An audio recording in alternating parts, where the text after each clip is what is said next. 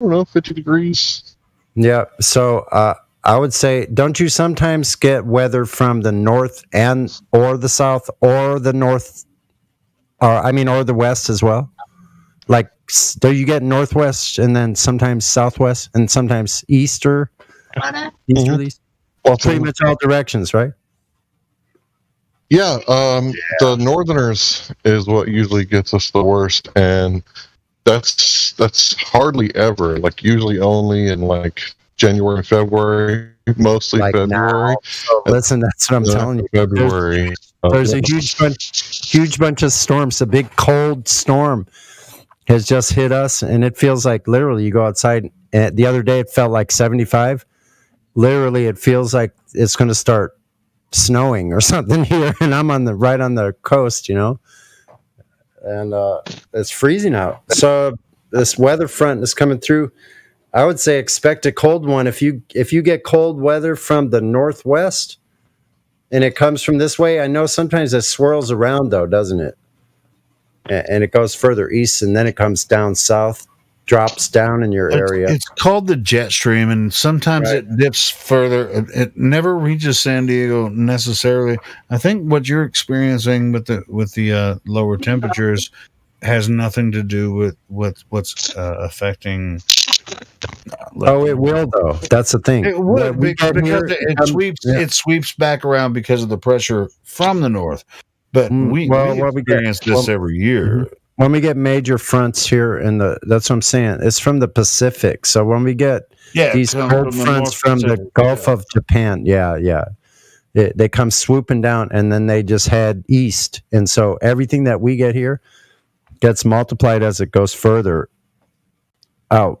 But I think when you got the continental divide there, then it swoops down to the south probably before it goes up again in Texas, if I'm correct. I know it does swoop from the north as well, but I think Texas gets southwesterlies as well as northwesterly type of storms.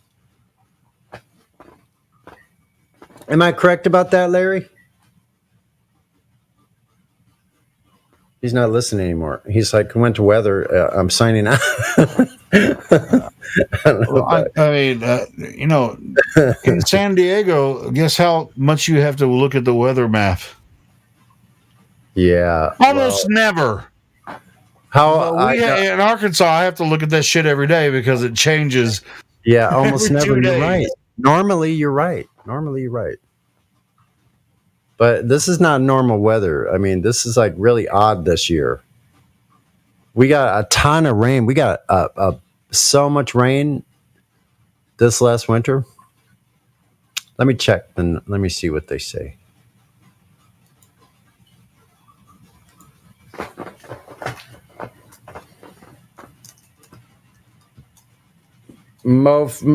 Mofo rainfall totals. Never mind. Sorry. Say mofo rainfall.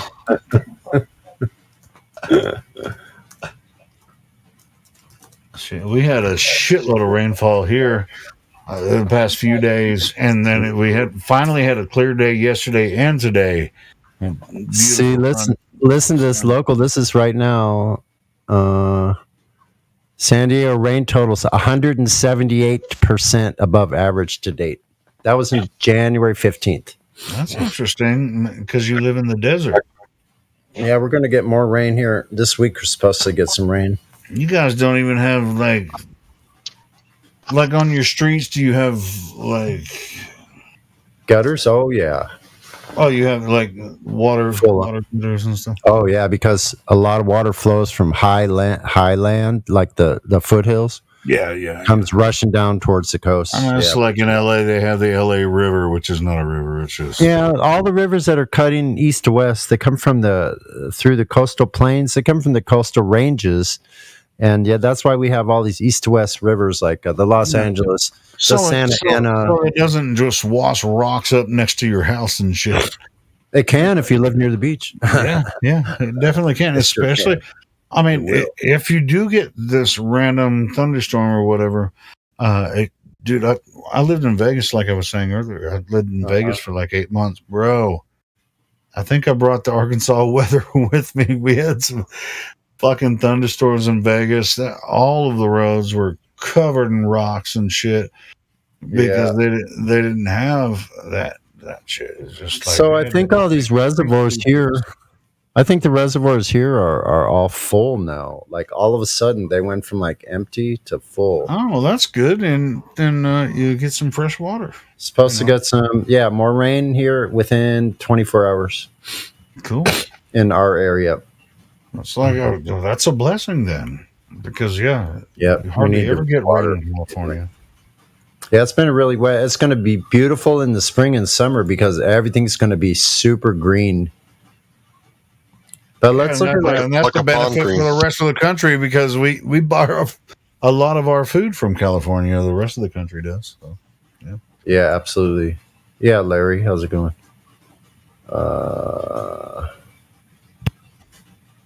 Yeah, so all the reservoirs are full.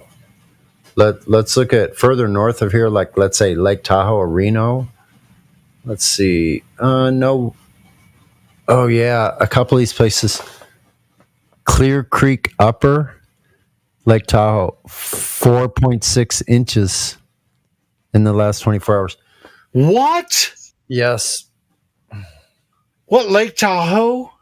Yep. 4 inches of rain? In one place, they got 4 inches. Yeah. What the fuck? That's lot. Up on the highest. That's probably the highest peak up there. It's still a lot of rain in one place. Yeah. Let's see. How about let's look at Santa Barbara, where the Black Swan and where Latter Day Saints lives.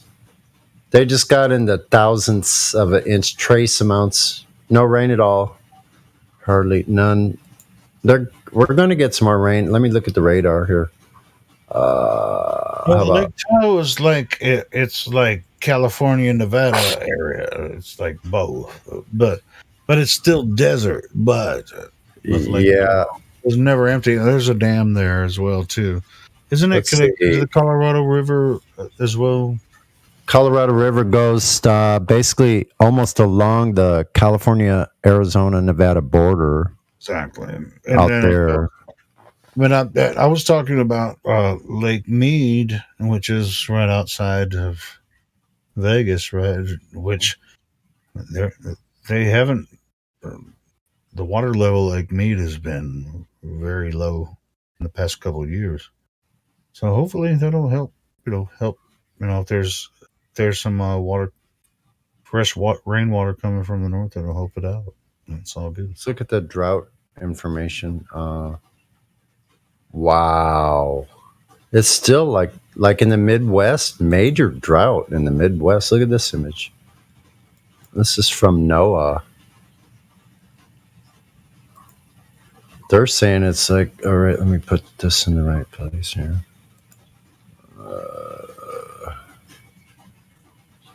What? Hey, I'm in the Midwest and I don't feel dried out. It's like we finally saw some sun the past couple of days, See,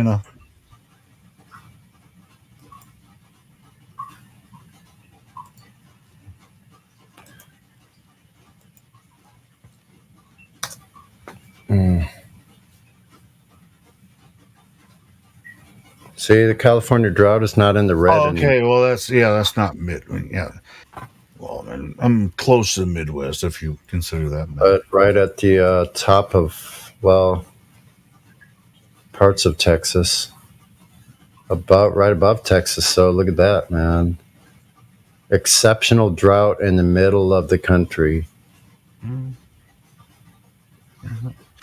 To be honest, I don't think there's nothing to freak out about when it comes to No, it's just interesting to look at. I mean, you guys are getting a lot more rain than you usually do over yeah, because usually we're all red over here in the Southwest. Yeah. So let's see hydrology. There's plenty of water over here. We ain't fucking up. We ain't fucked up about that shit. I bet they're having flash floods. That like right now they're getting ready to have some flash floods, and there's been beach hazard like all month long.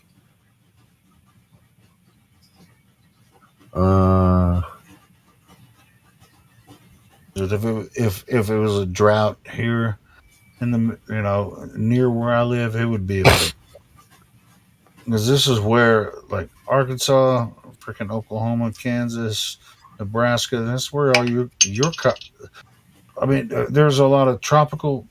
There's different. Influences, yeah. Yeah. There's different types of food grown in California than you grow. Oh, Like in Arkansas, it's rice and corn and shit, and corn over in those other states.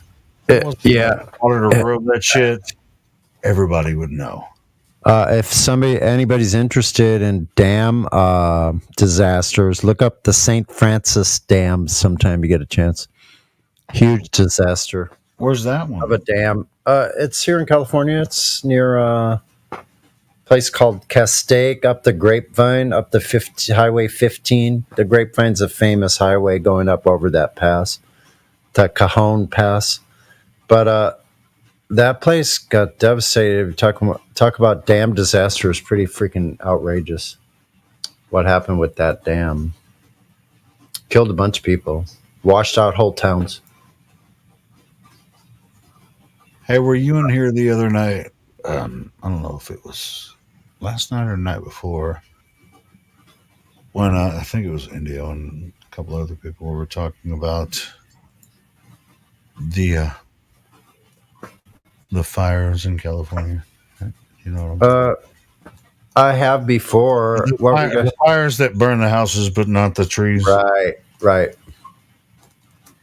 What's up with that? That's biblical, bro. I don't know. There's You're not stuff. allowed to touch. Go ahead. I'm sorry, Larry. Go ahead. In the Bible, it talks about the earth being destroyed by fire, but they're not allowed to touch the trees. I think it's the grass and the trees. That's crazy, bro. I mean, on the news they're saying forest fires are ravaging California, and then they show a picture of the forest are just fine, but all the houses are gone. What the fuck is that? They show a parking lot with a grocery store and a convenience store. Trees are still fine around. Grocery store, department store, fucking convenience store, completely demolished. It's like did the forest fires ravage the fucking convenience store, but didn't touch the trees? What in the entire fuck is going on?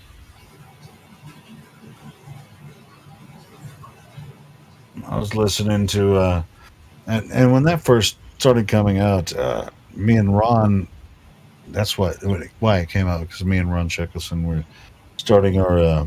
It was just we did like 26 episodes of a podcast that we were doing, and that was a main focus, that Ron wanted to bring out, and we shared all kinds of information. It's just like just looking at the footage from the air. It's like these trees they're still there, but it's supposedly a forest fire destroyed this home, but all the trees are still intact. Okay. I don't know why. Can a forest fire destroy a home,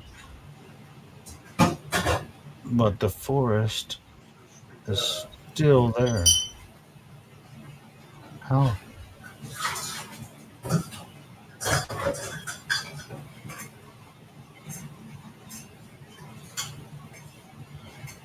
Anybody's guess, isn't it?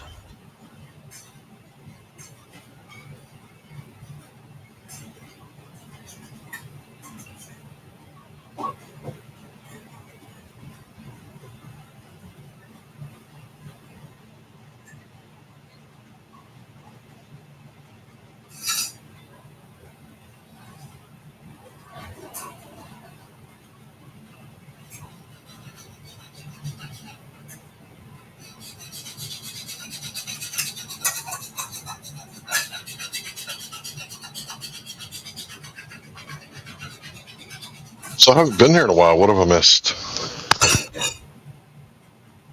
You missed everything. All of it. No, I'm sorry. I mean, to be honest, we've been most of the talks we have, unless you're brand new and you're curious about the topic, most of what we talk about is redundant. It's a sort of we pretty much say the same shit over and over. But I mean, I think it's purposeful, and we do it for a purpose. But if you want to talk about flat Earth, or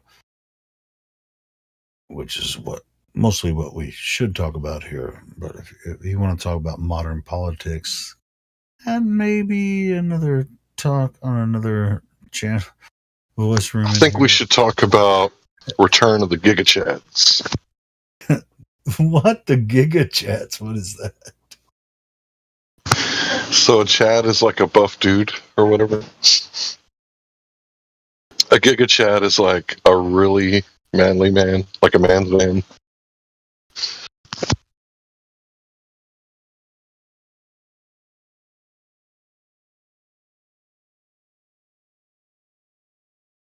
Well, let's definitely not talk about what I'm posting in the live stream voice text. Let's not talk about that ever. No? Ever? What about the Thunder Karens? Because, we don't say the C word here in America. And there's Thunder Darrens, too.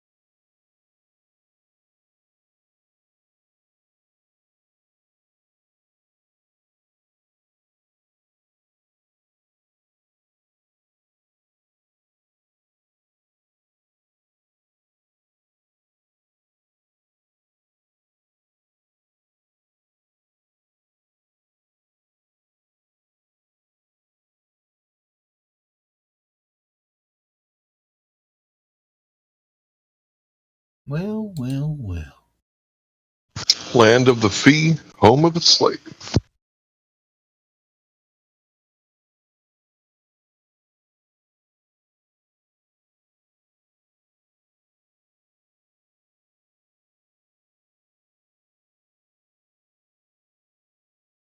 Did I say that right?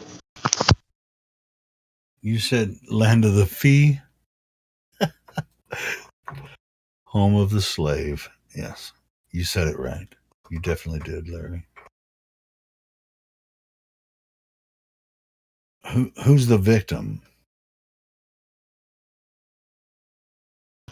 Not me. I'm the overcomer. I'm the stoic.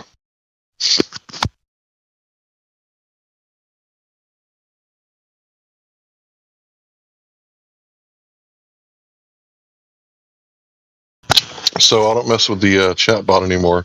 But when I was asking it questions, I told it to act like a stoic that just got turned into a eunuch. It was so funny. It was like, well, I must realize. Eunuch. It was like, well, I must realize that the circumstances that happen to me are out of my control. And I must endure these things and realize that I can only control what I can control. And I was like, holy shit, the bot gets it. Well, it's just like they've been putting these links to different AI bots online. It's like you can ask them anything and they'll tell you whatever. It's just like are you challenging me? I will make that fucking bot start burning up, or they're gonna either that or the bot's gonna freaking kick me out. I don't want to talk to you anymore. Because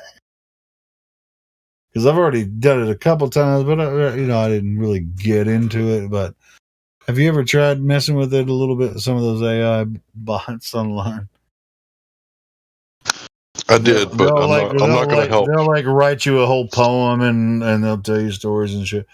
It's like, but you you can ask them questions. It's like, oh my god. If you make the AI just freaking flip the script or flip its lid, it'd be funny.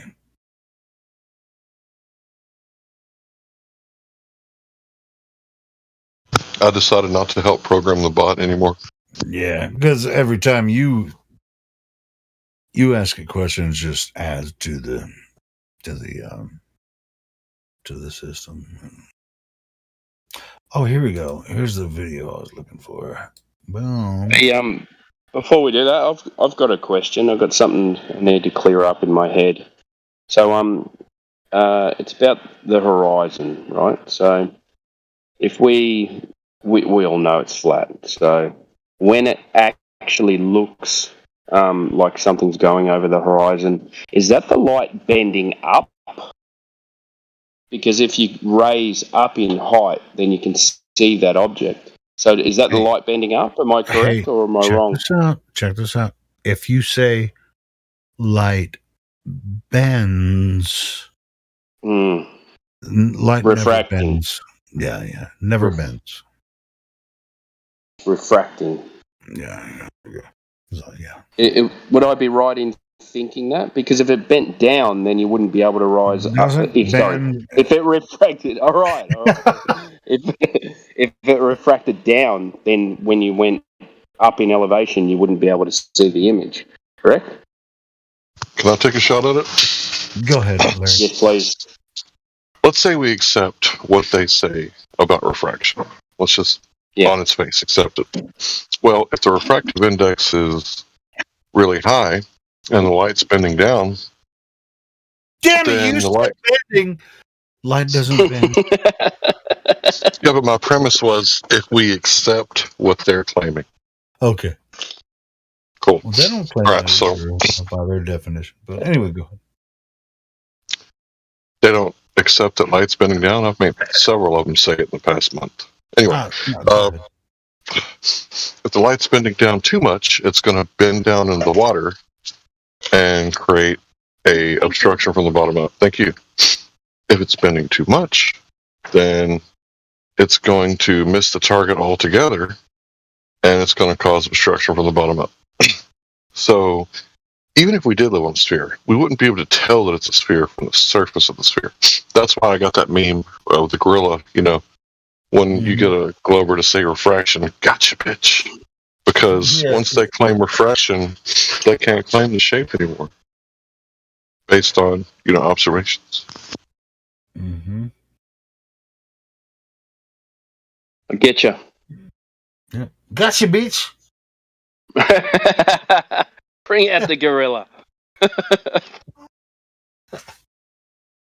Yeah, I mean, well, you can call it refraction. I mean, it's just, you can call it bending or whatever. It's just like when light travels a certain distance and it interacts. I mean, it Snell's law. When it interacts with another medium, it changes direction.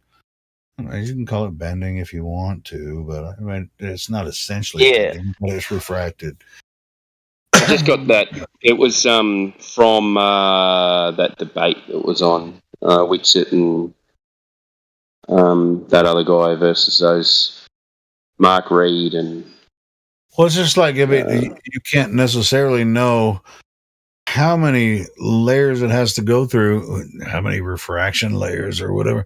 So you can call it bending if it appears to be bending.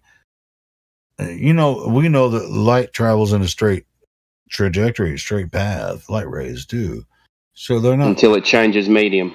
Until it reaches another medium and it can be refracted. So it's then the straight line changes direction. So it's not bending.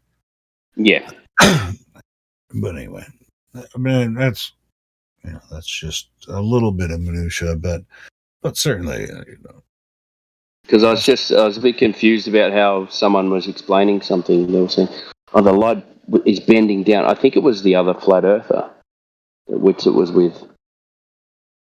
I was like, he's saying the light's bending. The light was refracting down. You talking about that discussion the other night, like 2 nights ago? Yeah. Well, you saw Whitsitt just stood up from his chair and left for like 10 minutes because Because the other flat earther was saying, so the light's refracting down, so it looks like it's going over a hill. And I thought, well, wouldn't it be the opposite? Wouldn't it be refracting up?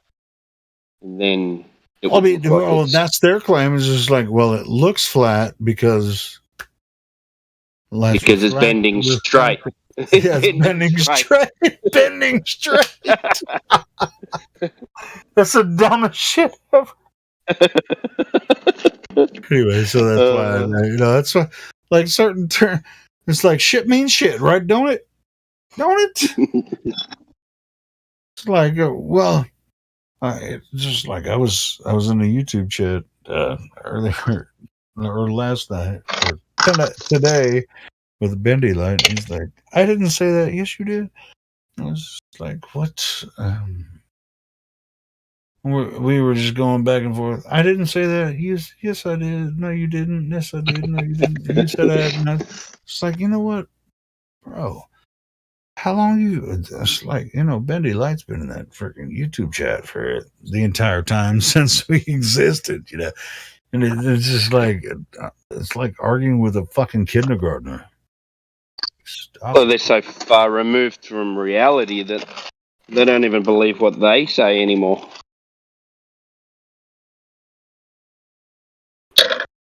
They say something and then they know I didn't say that, even though they said it, because.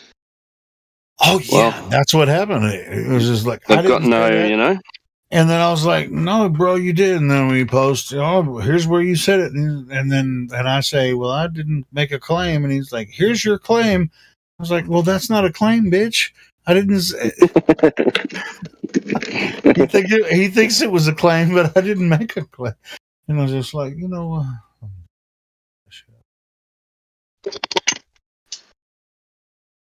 Anyway, so shout out to Bendy Light, who's probably just like 2 or 3 people like on the same account that are just like they're paying themselves to actually take over for each other when the live stream is live, which is 24 hours a day. Yeah, because otherwise they're on 8. There's 3 people on 8-hour shifts. Just taking over for each other, and then just make up any type of nonsense, whatever. Yeah, well, it's that anti flat Earth stance, isn't it? Yeah, and it's not even arguing a point. It doesn't matter to them if it makes sense. They don't even mind if they sound like idiots. You know what's wrong with the anti-flat Earth position? It's supposed to be pro-globe, but we can't even get them to argue the right pseudoscience, quote QE. Exactly, Hank. I mean, Larry. Yeah, even if you say something that's on the globe side, they'll argue against it because a flat earther said it.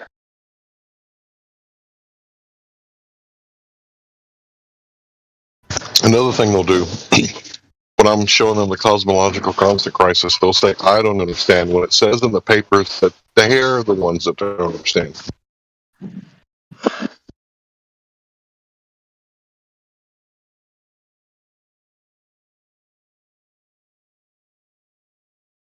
Can you explain that a little bit?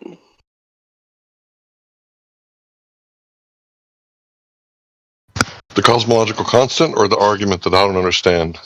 Which part? Nah, the cosmological constant. Yeah, give me a few minutes. I'll get into it for you. Yeah, no worries.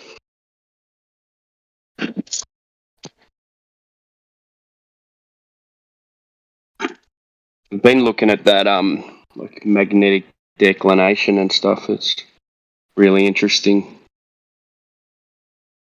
Helio. Sorry, I mean Indio was talking about it one morning. And he was saying that, you know, on the globe model, like you could be facing in a different direction because of the magnetic lines in Australia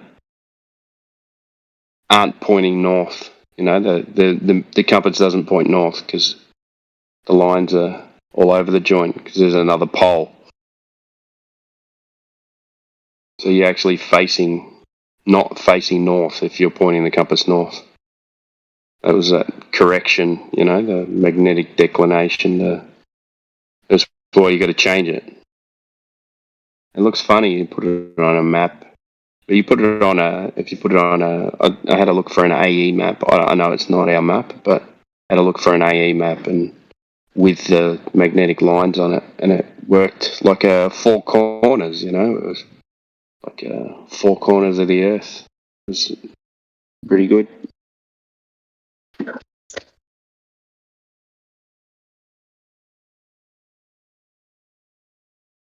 I love lemon water. So good.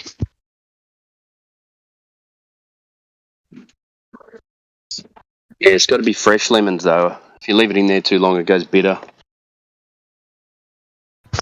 The bitters are good for you. Yeah.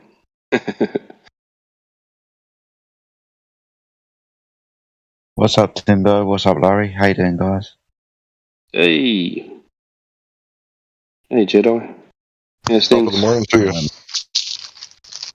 Hey, good afternoon, good evening, good morning.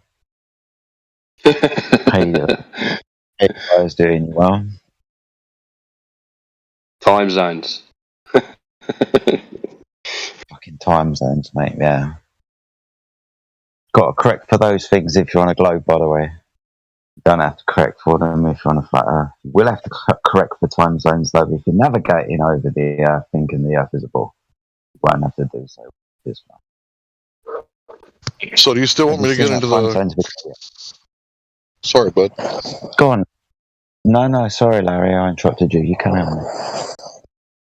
Oh, no, man, actually, I interrupted you, but do you still want me to get into the cosmological constant thing real fast? Yeah. That'd be good. I'm okay. Okay. So it'll start. Give me a second. Sometimes it won't. Okay. Shit. So the cosmological constant crisis, also known as the cosmological constant problem, is Einstein's greatest blunder, according to himself. He abandoned it, and they kind of brought it back for him. In the sense that, there it goes. All right. In the sense that they thought he was right, but it turns out that the more they looked at, observed reality, that he was actually wrong. So what it boils down to is the universe is expanding. That's the Hubble constant. And gravity, whatever that is, it's pulling the universe back, and that's the cosmological constant, which is in the equation for general relativity. It's baked right in. Well, when they compare the two things to each other, right, or the quantum compared to the gravity, right, they get this incredible number when they compare the quantum field theory to gravity, and it's off by the 120 orders of magnitude, so that's like 10 with 120 zeros after it. This really big-ass number. And basically what it shows is that either the quantum field theory or gravity doesn't work. One or the other. They both don't work together. So there's like 300 papers published trying to solve this problem. So I've been beating them over the head with it because, well, you might ask, what does this have to do with the shape of the Earth? Well, we're talking about gravity. When we observe reality, gravity's not there. So I've been posting all these links the past month, and I'm kind of at the point now where I don't really think there's an argument anymore, because gravity is supposed to be the creator god of the Big Bang cosmology, right? So the Most High God is the Big Bang, and then the Big Bang Sun gravity created, the space balls, or what you call the Earth if you're a glober. And there's even a dark matter equivalent to the Holy Spirit. And what I'm trying to point out is this is all a religion, right? Because if dark matter isn't there, then gravity doesn't work at the galactic level, which is a bummer because we're in the galaxy. And also, gravity doesn't work at the quantum level, right? Which is even more a bummer because there's quantum fields all around us. So basically what I'm trying to say is they have so many different models of gravity that they don't actually have a model that works. And what I mean by gravity, modified gravity. So they started out with Newtonian, and then it was Einsteinian. And if you look at all the different models of modified gravity, there's hundreds of models of modified gravity, and none of them work. They don't solve the problem. So, for example, one time they tried to do this, what's it called? What's the matrix called? The what theory? The simulation theory. They tried to use zero. Yeah. They tried to use 0-point energy, also known as quantum foam, but we'll say 0-point energy because that's what it said in the paper, to explain the energy needed for dark energy for the expansion of the universe. And it was way too fucking much energy. And they were like, well, fuck, we can't use that one. And, there's all these different modified, gravities out there, and none of them work. But what does the anti-flat earther always say? Well, you flat earthers don't have a model. Hey, I hate to be the one to tell you this, mister, but you guys don't have a model either. Right? There's been over 300 models. None of them work. So you know how they say science doesn't prove things. Well, math does prove things. And guess what? String theory, M theory, or the theory for everything, it doesn't add up. So not only does gravity not work when we look here or there, being the quantum level or the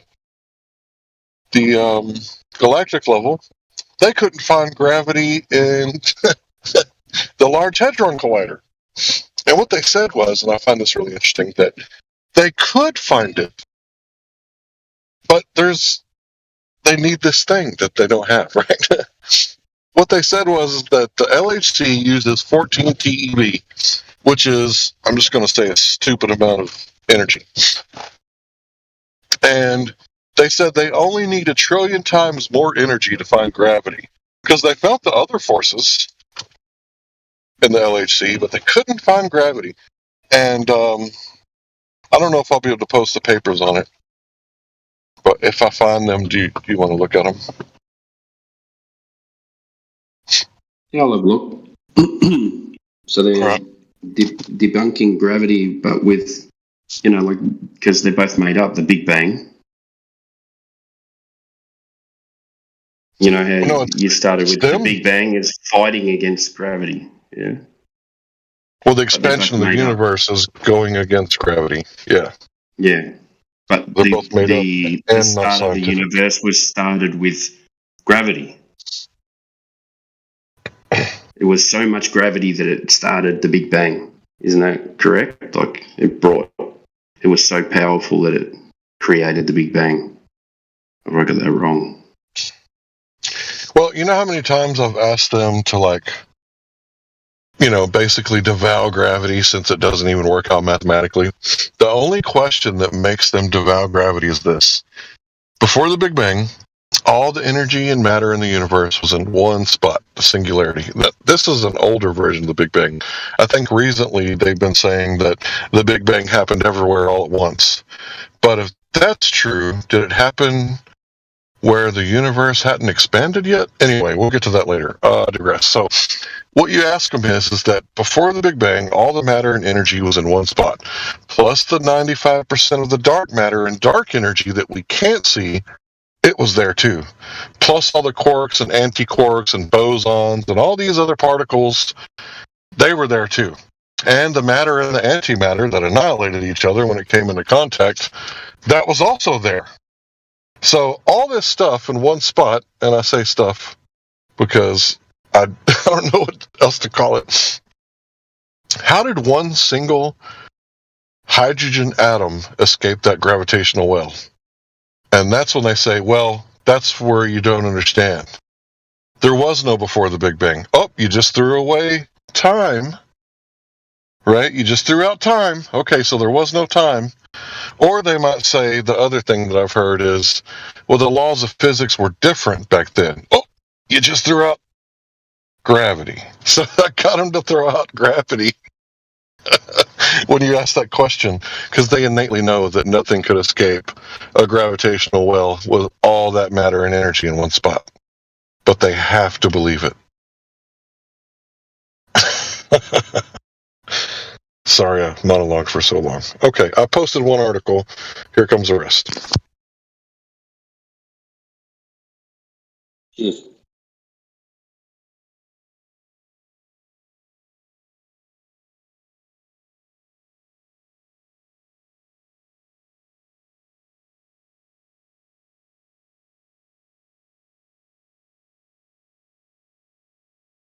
All right, so here's what I was talking about. Including gravity would mean yet more energy. It isn't clear whether scientists could even build one that powerful. The LHC near Geneva can send particles crashing into each other with energies in the trillions of electron volts, about 14 TeV. To reach grand unification energies, particles would need at least 1 trillion times as much. So physicists are left to hunt for indirect evidence of such theories.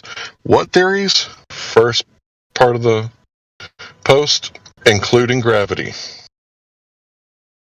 So that's the 18 biggest unsolved mysteries in physics. That's not all of them. Those are just the biggest. There's more. There's the helium problem mentioned by Dr. Eric Lerner. His YouTube channel is LPP Fusion, Larry Paul Fusion. And that's one of the things, because if all that helium was in one spot, all the helium that we've noticed here on the universe, it couldn't be as dense as what they say. So there's more than just this cosmological constant crisis. There is a bunch of problems with their so-called precious model that doesn't exist, because they have no grand unification. So here's another one. Nathan Seaberg, a leading string theorist in the Institute for Advanced Studies at Princeton, New Jersey, is not alone in his statement when he states, quote, "I'm almost certain that space and time are illusions. These are primitive notions that will be replaced by something more sophisticated," unquote. And since I've been beating them over the head with this, they just go, well, we don't understand everything about gravity and dark matter in the universe. This is the cutting edge of science. So I'm going to quit monologuing.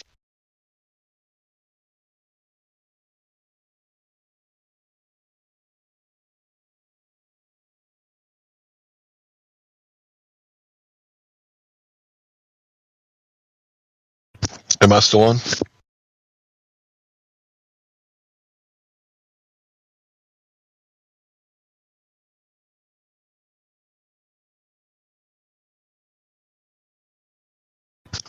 Mic check. Mic check, mic check. You guys went to bed.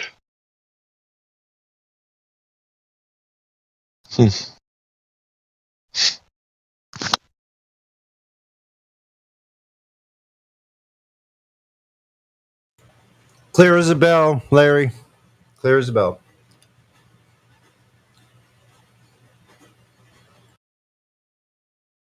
Yep, I hear you just fine. Thanks, bro. Yeah, Yep, good. I can hear you. I was starting to wonder. I know. That's why I ran back over. I'm in my kitchen on the other side of the room. I ran. I'm like, don't leave Larry hanging like that, man. I had to run back. Thanks, I bro. wanted to say something, but I didn't know my settings was on push to talk.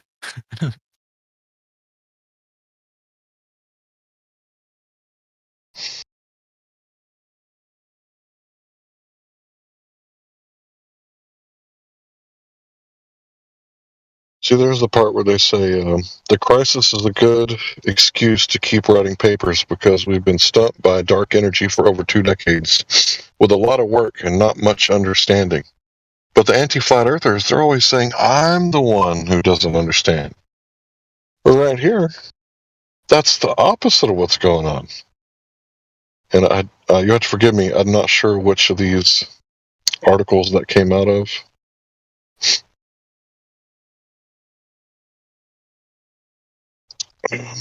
There's another one.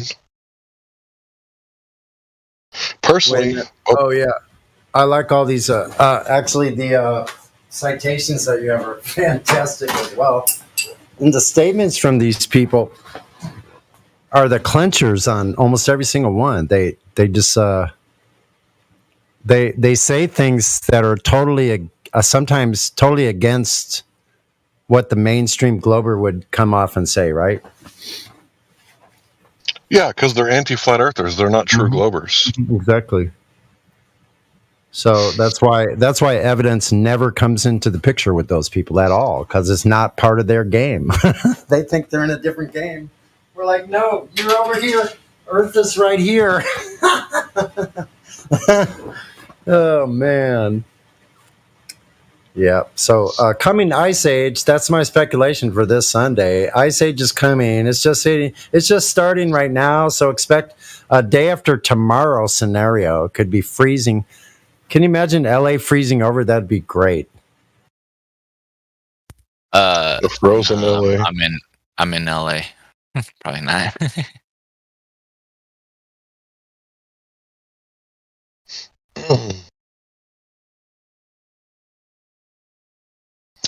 Okay, so here's another problem. Wait a minute. Can I stop right there for? I didn't mean to pause. Sure. Pause you, but can I pause you about being in LA? So you're in LA. Yeah. What's your name again? Will. Oh, Will. Hey, Will. So what do you think about the temperature in general? Below average, average, or above average? What does that mean though? Like Your temperature in your area. Like when you go outside, how does it feel? feels fucking weird, man. Fucking cold, right? Like, dude, man, like Freezing cold. it's sunny and it's cold. Cold, sunny and cold. It's San Francisco or north weather North. for us. This feels like San Francisco to me. Like cold. Okay, sorry. Go ahead, Larry. I didn't mean to interrupt, but it's strange. I'm backing this idea I have that an ice age is coming. See, I just got verification from further north. And as you were, sorry, Larry. It's all good, bro. So if you guys haven't looked into this National Ignition Facility, Lawrence Livermore Labs, they're claiming to have gotten fusion ignition, which means they're getting more energy out than they're putting in. And I'm kind of curious how the anti-ether people are gonna, if you accept this is true, right? Because we don't know. But if you accept this is true, how exactly did they violate the first law of thermodynamics? I posted the link. Also, they've done it twice.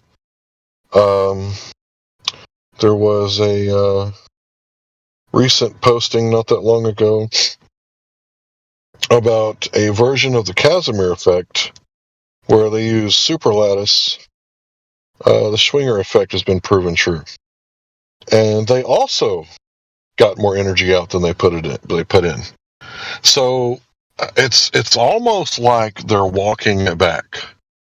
And they have to tell the truth because they're bound by ethics, right? Because when you're dealing with an anti-flat earther, a no-name anti-flat earther, they're not bound by any ethics whatsoever. But the people that are actually, putting their name out, right? They're actually bound by some sort of code, I think. I don't think they're allowed to lie to us. I think they have to put out the information, and it's just you either put your head in the sand or you don't. But the Schwinger effect, scientists finally created matter from nothing. So what they're claiming in this one, and this is going to drive all the anti-ether people crazy, They're claiming that they pulled particles out of thin air, or what you would call a vacuum. And instead of the particles acting like quantum foam, where they pop in and out of existence, where the theoretical astrophysicists say that there's beer bubble universes popping in and out of existence and nothing really doesn't mean nothing. Well, they're claiming that they got these particles that popped out of thin air, and instead of them creating a negative and positive charge, or that's how we describe it anyway, and then separating and then smashing back together and zeroing out, well, they separated and the electron stayed in existence. So the Schwinger effect, a 70-year-old quantum physics prediction, has been proven true. So once again, for all you anti-ether people out there, how did they break the first law of thermodynamics? Maybe they didn't. Just maybe. That there's a background medium.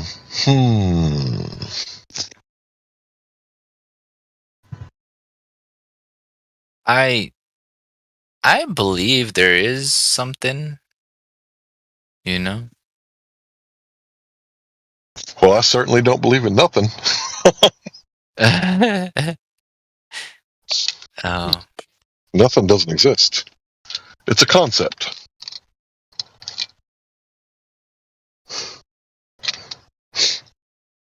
I think I'll have a cigar.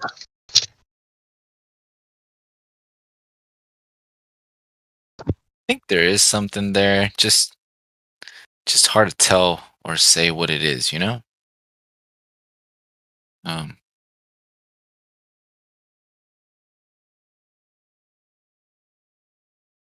Exactly what it is. Well, some people call it zero-point energy. Some call it virtual particles. Some people call it the Schwinger effect. I guess, quantum foam. It goes by many names, actually. But some people call it the ether. Some people call it the background medium. But all these are names for the same thing. The only reason for all the different names is because to call it ether is very taboo. Because if you accept the ether, then the Earth is not spinning. Or, sorry, it's not moving through space. Some people call it the space cowboy. Some people call it the gangsta of love.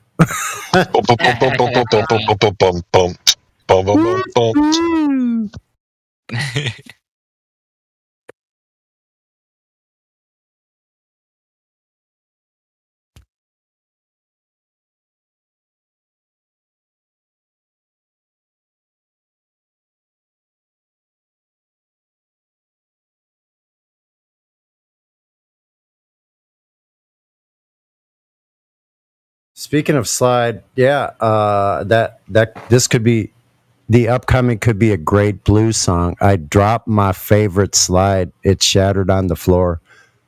This is a true story. I got the whole story about it. I took the rugs out of my room. And I didn't think there was anything wrong with that. It seemed like a good idea at the time. But I might have been out of my mind because now every piece of glass I bring into the room, if you drop it, it's gonna fall down and crack right away on that floor.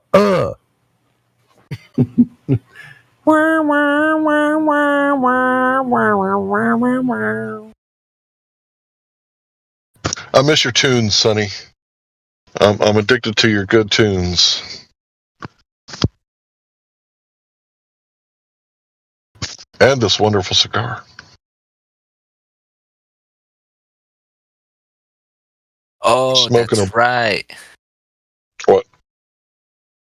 Okay, well, I plugged it in. I plugged it in just for you. And let's see. Oh, yeah. It's in tune.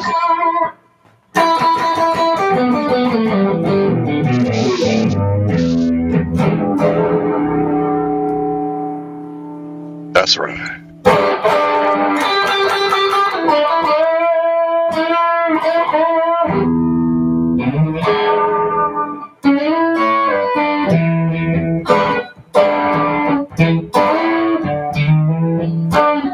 and sliders, broken glass.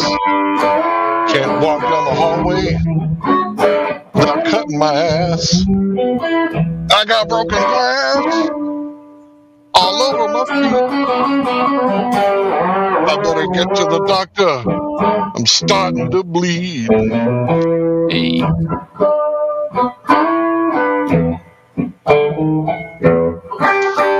I can't get to the car. I can't walk very far. And I'm sad because I can't play my guitar.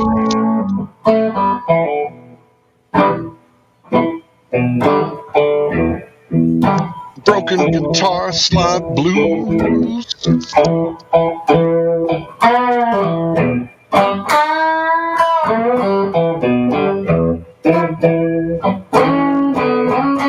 I run out of lyrics too.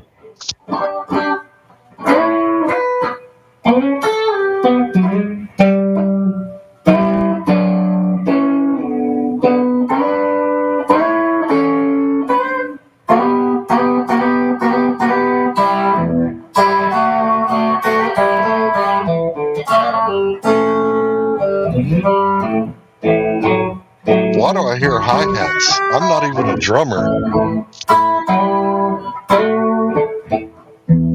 Larry ain't a drama, but he still hears hi-hat.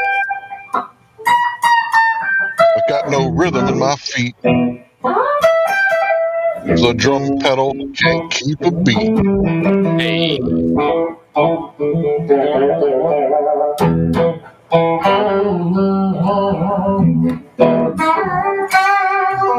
just chilling in my room, hearing Sonny speak. When I say speak, I mean he playing that guitar so sweet.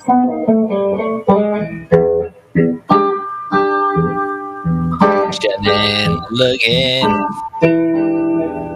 through the internet, looking at some proof that will debunk the paradigm.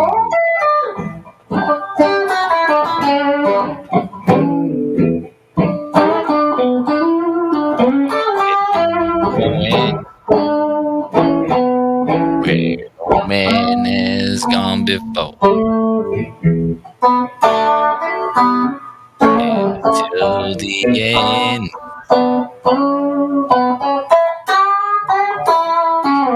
Don't know what to say.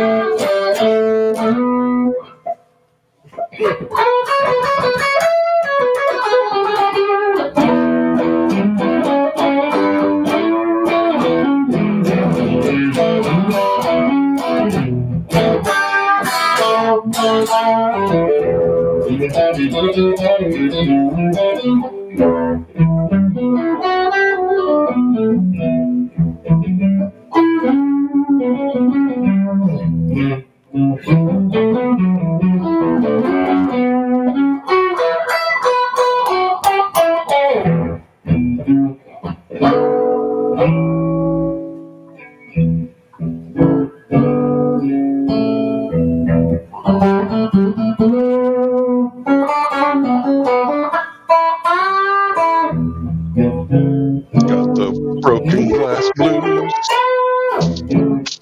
Blood on my shoes.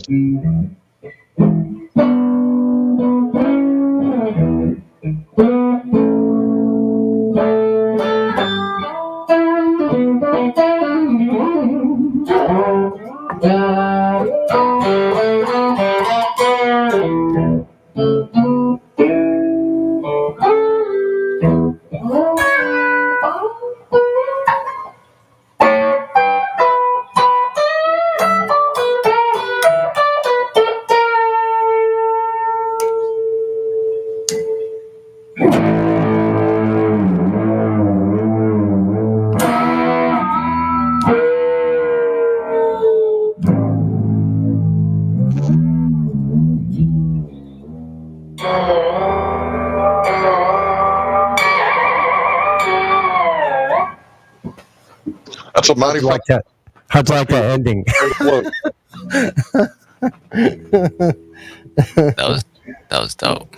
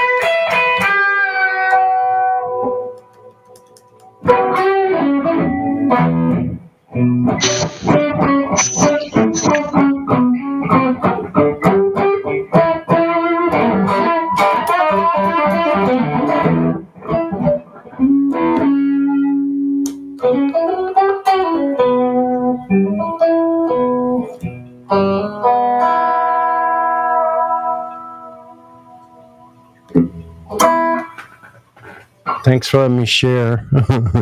Nice. It's a blast. I could go on and on and on. That's a long conversation I started there.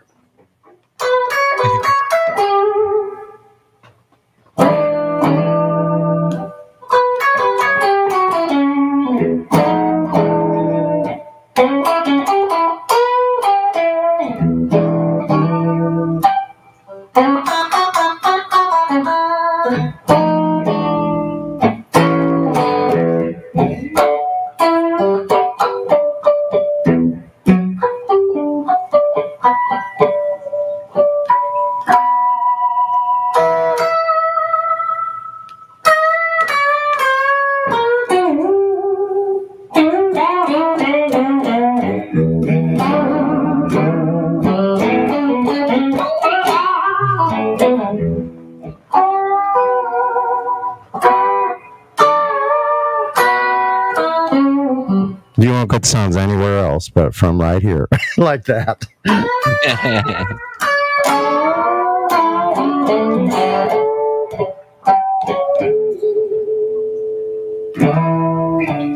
Do you have a tube amp? Yep. I thought that sounded analog. That's nice, bro.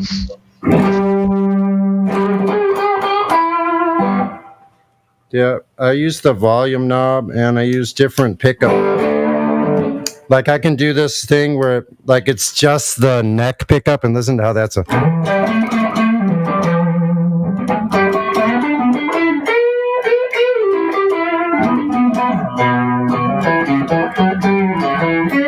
Sounds like Stevie Ray Vaughan, bro.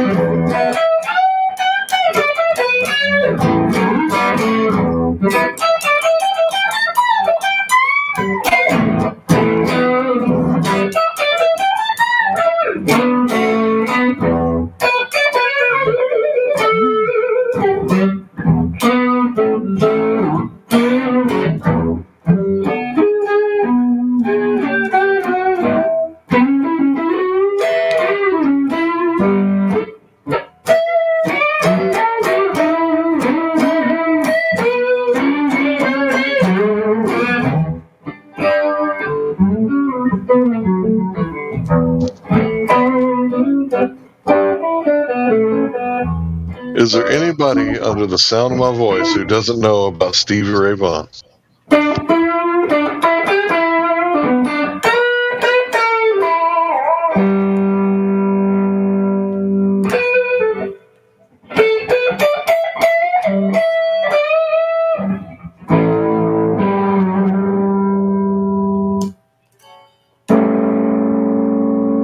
Or the middle, or just the middle pickup.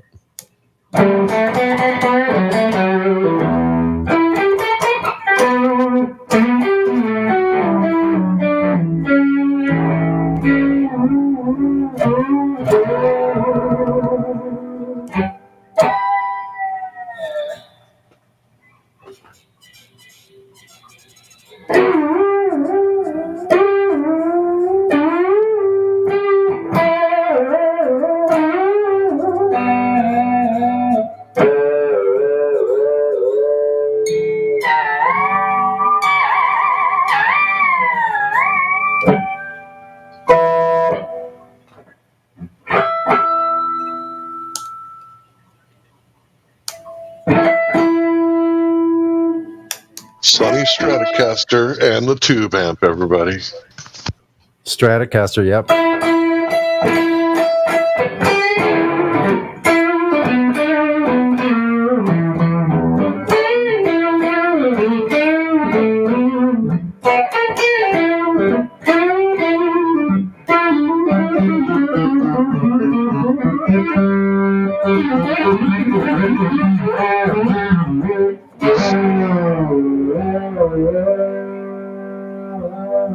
Analog vibrations, like it was meant to be.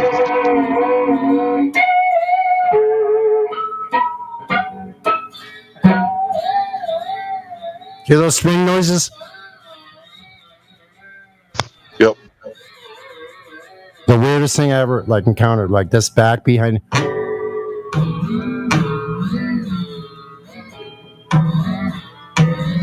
And then this thing up by the neck, like the nut. Mm-hmm. Did you bend the string behind the nut? Sorry, what? Did you bend the string behind the nut? No. Well, I have the G string going off of the nut straight to the tuning peg, so I can use it like a harp. Makes its own tone. And then when I use the whammy, so listen, I'll pluck it hard and then use the whammy. I bet all the people who don't know about guitars are like, man, they're talking dirty.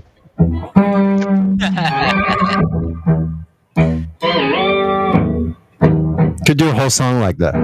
I just broke one of my strings today. Acoustic guitar. I love acoustic guitar with new strings. I gotta have those, what are they called? Slinky strings?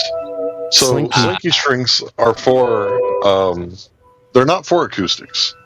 They're actually for electric guitars primarily, but I like to put some slinkies on the acoustic. That way you can bend the fuck out. Yeah. That's what I did. That's what I did with my acoustic, the high strings, the two high strings. But I didn't go with the unwound G because it seemed too slinky for me. It sounded weird.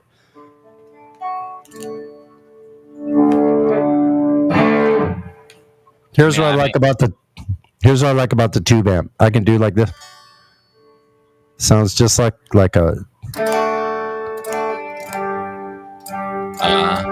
And then just using the volume, I go from. to this.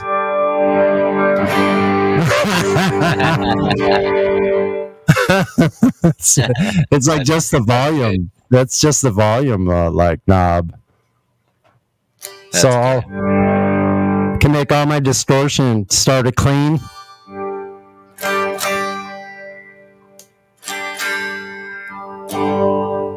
Do you know that acoustic bit for Boston, More Than a Feeling? What's that? Say it again.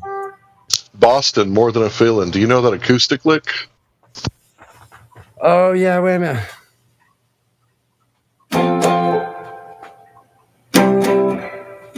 Oh, hold on. Little too much reverb. Yeah, I know. That's the acoustic one.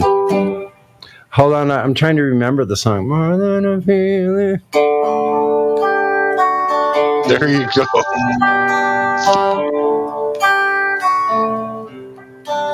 nice.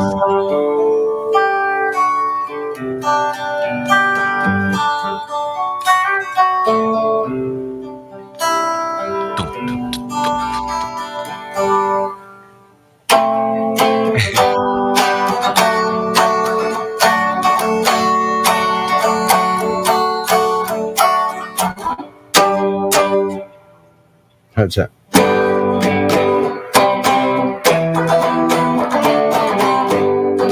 I'm a little off. That's it, bro. That's it. That's good, man. I saw them in '94 in Dallas, and as far as like a rock band that plays good live, like one of the best ever. That dude's voice was so amazing. Tom Scholz, And, no kidding. Yeah.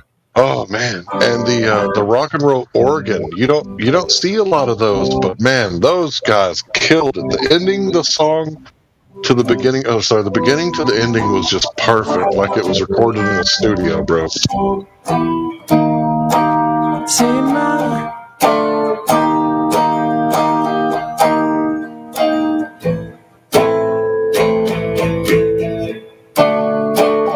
How's it go?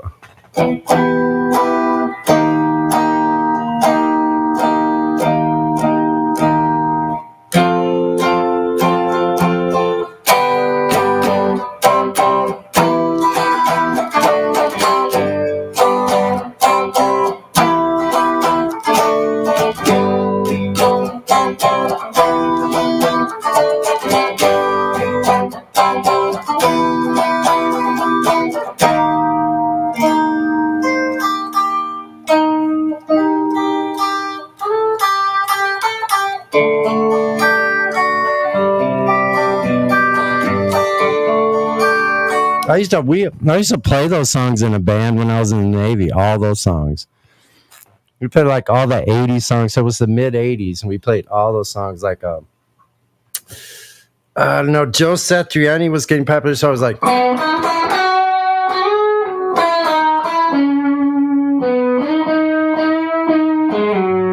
that, like, those kind of things. And what else was popular?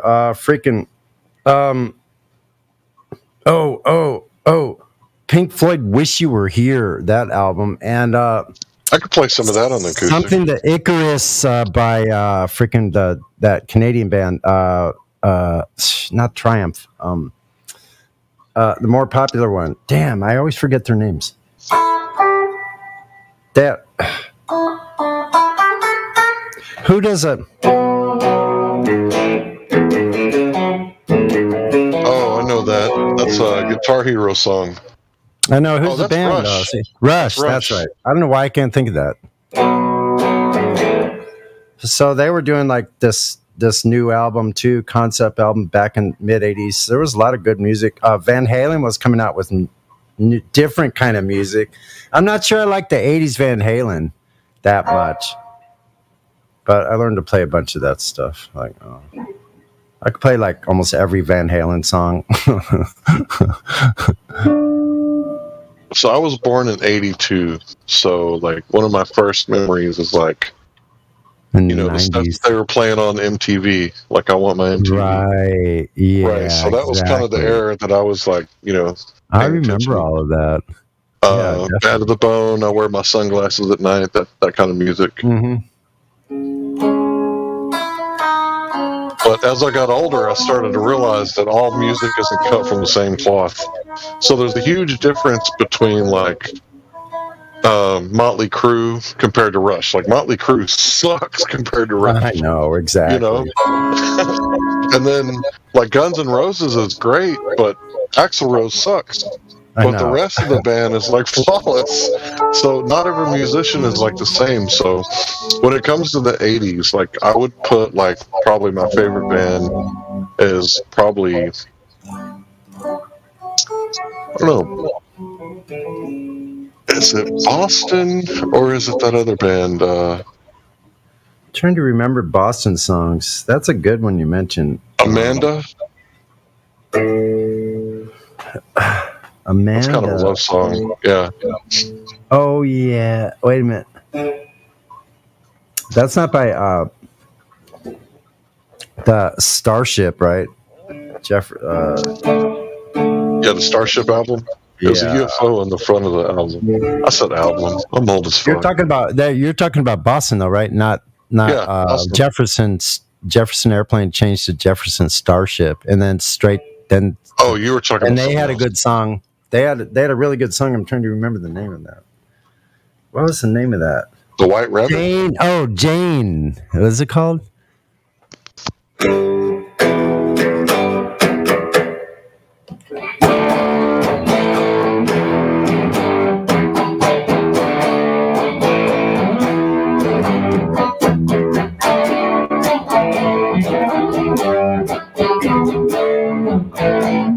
Right?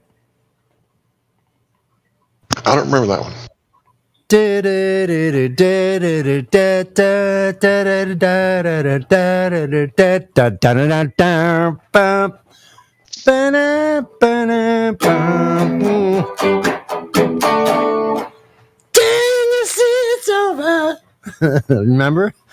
Remember that guy's voice real high? I don't remember that. It's over for you and me, girl. Bum, bum, bum.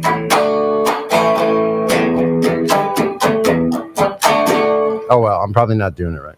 But anyway, it's raining outside. Holy shit, my windows are wet. Crazy. So yeah, Stevie Ray Vaughan, he was definitely cut from a different cloth. I got one of his signatures. Listen.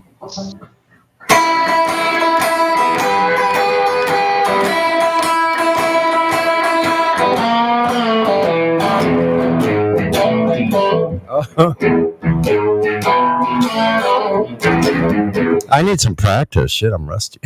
Yeah, it's okay, man. I'm sure you haven't thought about Stevie in a long time. I've seen him do a live show once, and right before he starts the song, he says, "Man, I used to wake up every morning, drink a bunch of whiskey, and snort a bunch of cocaine. Don't do that, folks. That's really bad for you. Don't do that." Really bad? Damn. No kidding, man. I just He said whiskey and cocaine breakfast. But I like playing the blues in the morning. I like playing music in the morning. Before breakfast. See, a lot of people talk about Hendrix, but I don't know. It's like I think Stevie was better. I'm just going to say it. In some ways you're right. Like also, when I first heard other people doing renditions of Hendrix, like Robin Trower was one of the best renditions of Hendrix that I ever heard, I think, actually. But also the same thing with Stevie Ray, though. Kind of a different flavor, though, right? They all are. Just like my playing, I can mimic a lot of those. And I have my own style that sounds very Hendrix-like, actually. I don't know. Well, you're from that era. You can't help but be influenced by Hendrix. Yeah, well, I was growing up in St. Louis, in my teens, and then LA in the 70s, 80s, and part of the 90s. Well, see, I grew up in Texas, right? So I was exposed to Stevie Ray Vaughan because he was a Southern boy like me. He was from Texas. Like, when did he die, though? Because honestly, I didn't really even know that much about him until he was already dead. So he died in like the early 80s. I think it was the 90s, bro. I think it was the 90s, huh? The 90s, right? I might be Around wrong, the same, but like a little before Kurt Cobain or something, huh? Yeah, I think so. But see, Kurt Cobain, I mean, he didn't really influence me as much as bands like Offspring did. Like Offspring was yeah. a lot better than Nirvana. Soundgarden too. A lot of those were better. Yeah, Soundgarden. Hell yeah, Soundgarden. Like Collective Soul, they were another group I liked from Seattle. Yep. That was definitely a good one. Mm-hmm. I liked a lot of their music, Collective Soul. Like honestly, from the very beginning, they had a couple of really great songs that are still good. Bam, Like, bam, bam, bam, bam. What's the name of that song? Love and Let Your Light Shine Down. Oh yeah. Love and Let Your Light Shine Down. That's it. Yeah. Do do do do do do do do do do do do down down down down down down down. Give me a ton. Will love be found? Love be found. I'm gonna look out the window. 1 second. I actually got a pretty big place. I've been doing all the floors and. So after that, I kind of got out of like mainstream pop. I started listening to like Deftones and Tool and bands like that. Yeah, you're a little younger than me. Like, yeah, exactly. I get that generation's music though. Like, I was definitely well into the rock back in those days already. Of course, I started playing in 1968. So my mom was born in 66. And I'm 40, so that means she had me when she was 16. It's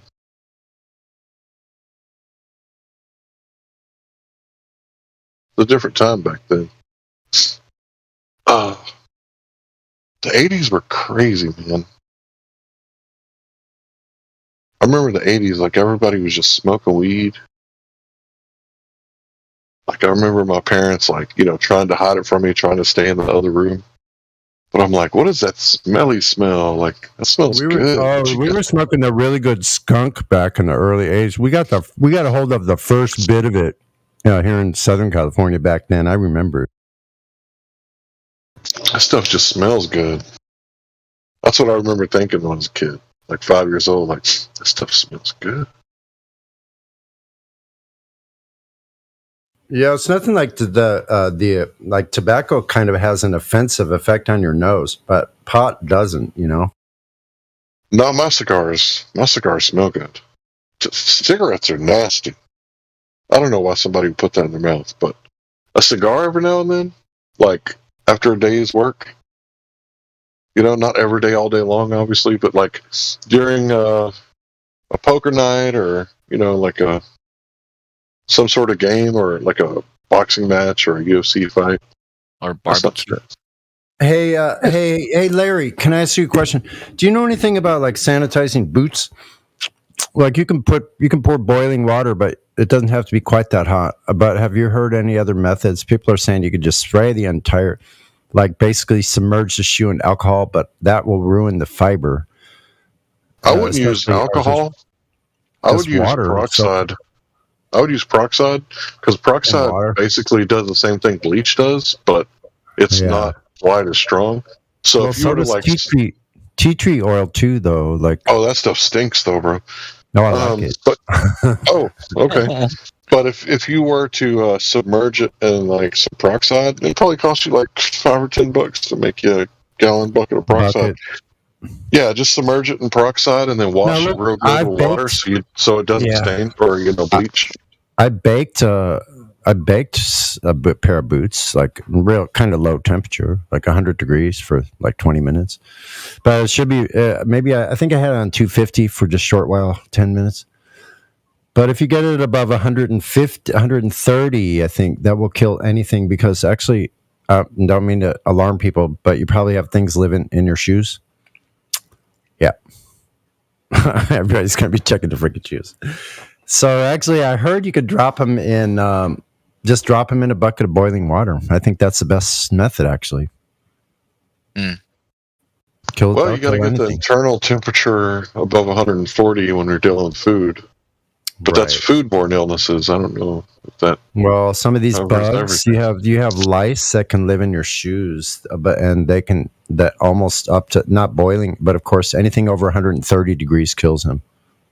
I think it kills their eggs too, which is primary actually, Right. because if they're living in there, they're living off of your feet and they're dropping eggs in the seams of your shoes.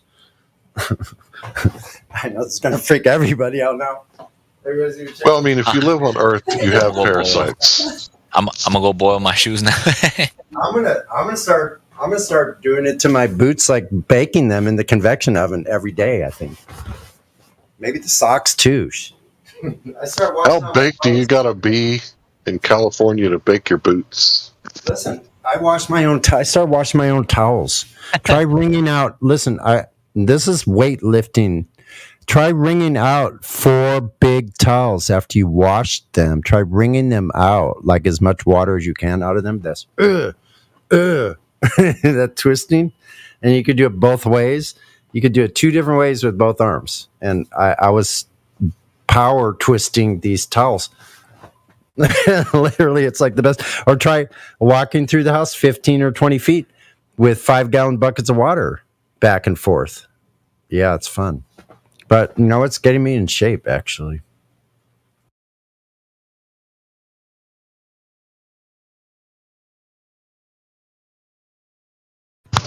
I need to get in shape. Fat as hell. I've been hitting the gym since like last year, March. So You made some gains. well, I lost weight and yeah, I gained some muscle, 6-pack. I'm working on my chest now and arms. I got a little bit of biceps now, more than I used to though. It was so hard for me to gain muscle though. This year, last year actually, when I started, I noticed that I had to take more. I had to have more intake because I was dishing out a lot more than I was taking in. So I noticed that I had to take in more protein and more calories and. What do you know about Moringa oleifera? Moringa Ari, honestly, I no idea. Doesn't ring a bell, but probably I have heard of the name, but forgot. So moringa is a plant that gives us 3 different parts. I think it's the leaves, the seeds, and the roots, or the leaves, seed, and the bark. I can't remember, but they use it in third world countries to supplement for nutrition. So this plant grows in like very tropical areas. So you can't grow it up north, but like you can get it and grow it. And this plant is like packed full of nutrients, like way more than like, you get vitamin C from oranges. It's got way more than oranges. So I would recommend that if you're like trying to build your body up, I would eat meat and vegetables, but the right kind of vegetables, not like tomatoes where there's lots of carbs, but I'm talking about like beans. And the moringa, you can just make like a shake with it, but it's like vitamin C. Like if you take too much of it, you're gonna use the bathroom a lot. So it's just like when you take vitamin C, go slow at first, but do some research on the benefits of moringa. Right. Yeah, I've been growing some stuff that'll help my intestines as well. I've been growing like a lot of aloe vera plants, and the flowers that bloom out of them, like for harvest time, like that nectar that they spill out. That's amazing for your intestines.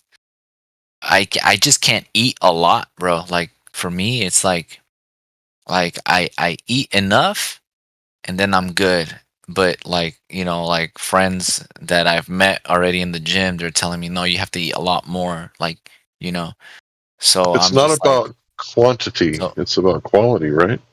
Well, yeah. They told me that of course you're not gonna just eat like crap food, and eat a sandwich with bacon and you know, but like you know, like to try to. First they said try to like see if you can do anything beneficial for your intestines first, and then after that start to like mount up your intake. But they didn't really specify on what, but I researched and stuff, and I know what to eat and take and stuff. But right now it's like I'm just trying to get my intestines. Are you Mexican? Yeah, well, yeah, Central American.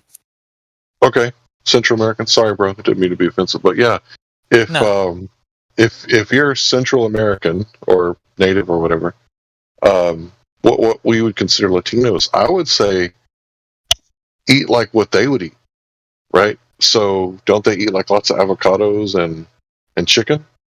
Yeah, I've heard that before. Yeah. That we're only meant to eat things that are in our natural environment. So, I mean, if it's about, what's your ethnicity, due to the area of your origin, I would go with that. I've heard something like that before, so that's cool you brought it. Yeah, that's true. So a lot of cacti too, huh? Yeah, I love that shit. Yeah. Cactus. First time a Mexican ever gave me a cactus, I was like, what is this? And I forget what they call it in Spanish, but I love that shit. I'll go to the, what's it called? Nopal. Is that what they call it? I don't think that's what they called it, but they got this Mexican meat market, and I'll be in there like early in the morning because that's when the cactus is fresh. And that shit is so good.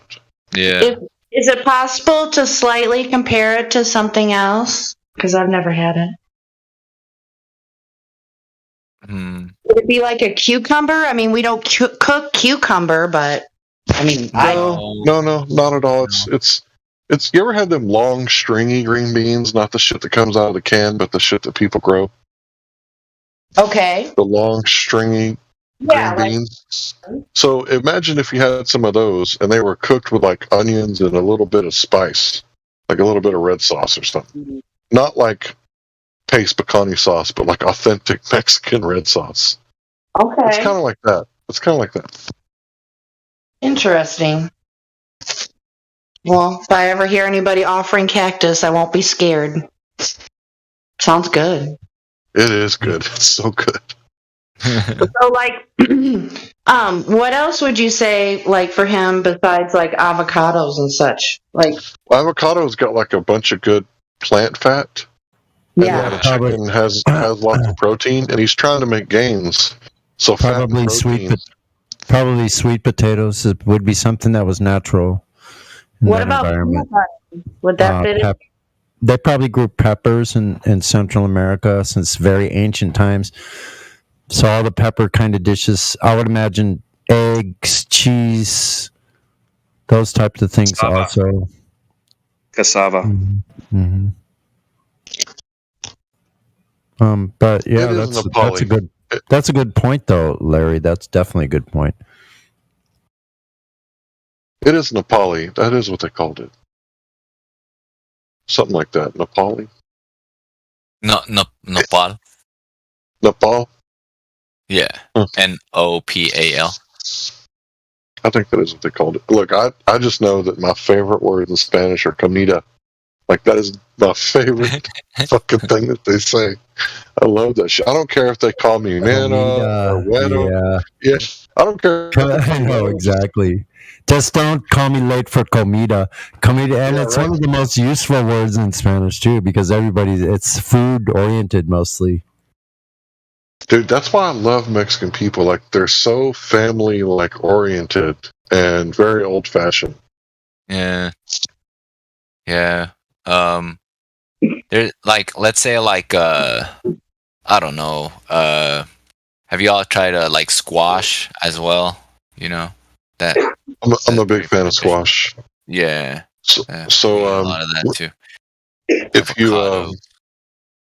If you take the squash and you slice it like real thin, and you cook it with some onions and garlic, and like you got just a little bit of water and butter at the bottom of the pan, and you're mostly like steaming it, and then like turning it, like flipping it and stirring it. Dude, that stuff is like the bomb to me. Bomb. Yeah. What kind of squash? Yellow squash. I don't know. Yellow, green.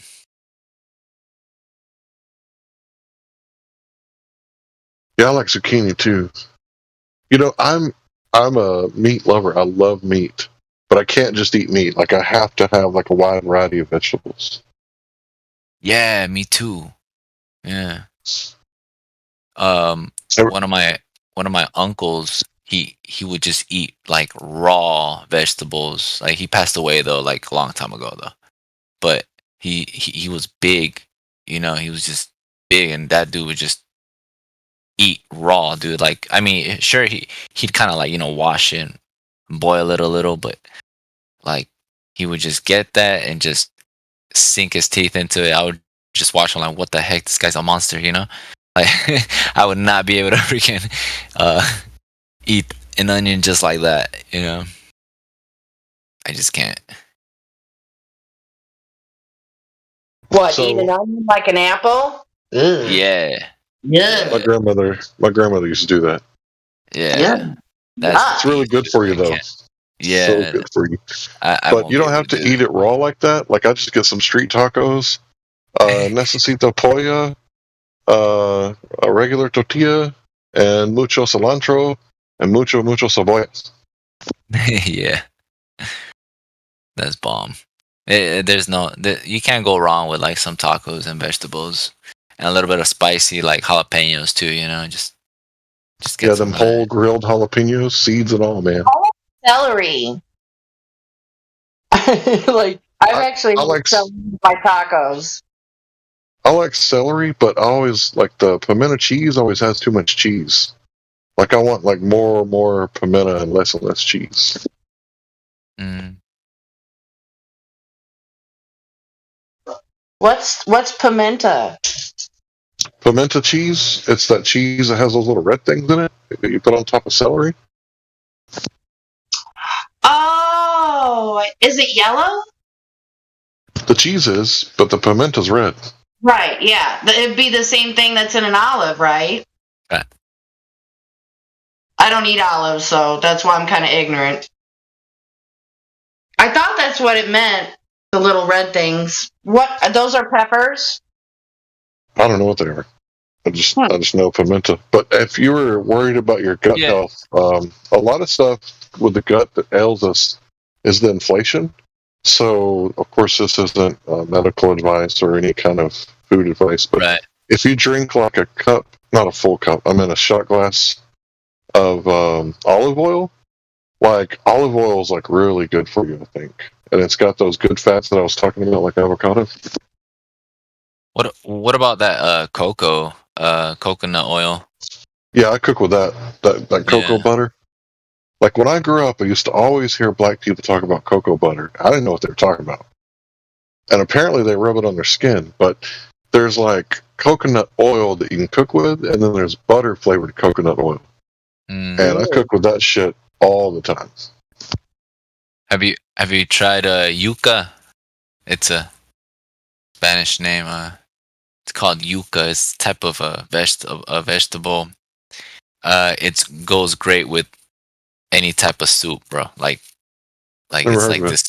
this squishy type. Well, not really squishy, but like since it's like boiled in the soup, like it turns squishy. But like that thing tastes amazing. Like, well, Is for it me it like does okra? Is it- because I love soup.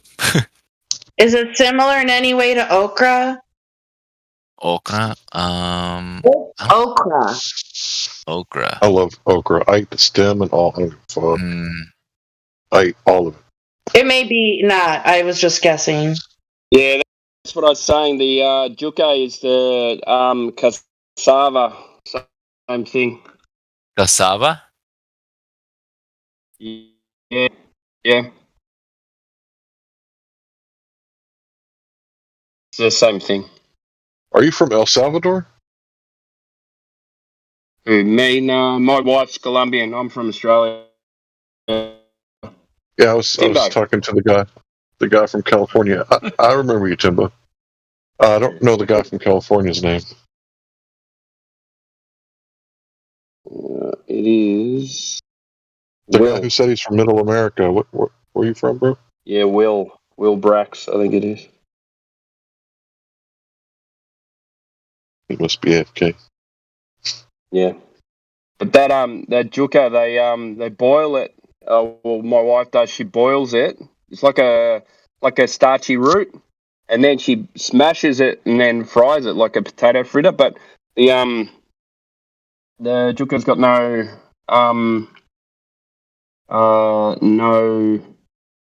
what's the word I'm looking for? Gluten. No gluten. Yeah. So I guessed he's from El Salvador, because if he was from Costa Rica, he probably wouldn't want to come here. Costa Rica is way nicer. Yeah, I was listening to you before, Larry. My mic switched off and I couldn't switch it back on, but I was listening to what you were saying about the constant and stuff like that. So I was going to read that article you posted as well. So. Sorry, Jenny. Oh, so Helio, I wasn't looking at the live stream voice text, of course. But anyway, darn it, I distracted myself with a notification. Hold on a second, I'll remember. Damn it! Sorry, guys. What were you guys talking about a second ago? Like 1 second ago? I had to step away too.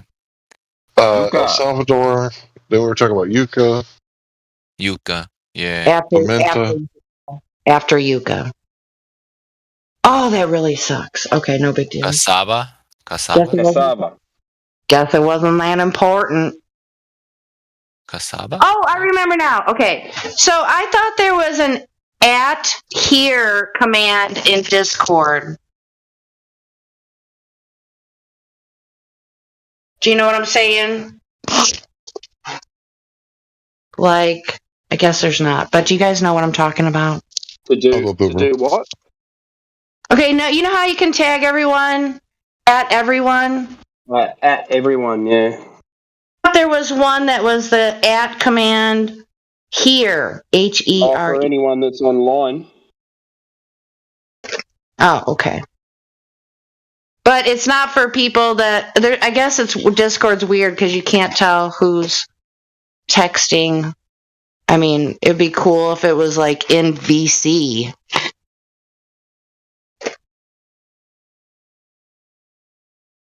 That would be a good one, and then it tags everyone who's in the VC. Well, I don't want to tag everyone.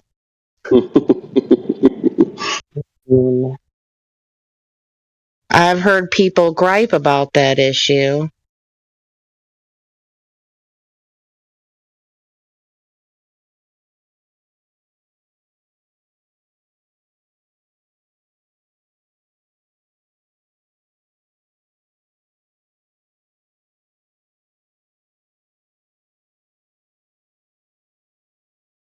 So someone said that someone here was Salvadorian, or? I asked if you were from El Salvador. Oh, me? No, well, actually, I was born in USA, but my family is from Belize. So a few minutes ago about food and stuff. That's who he's asking about.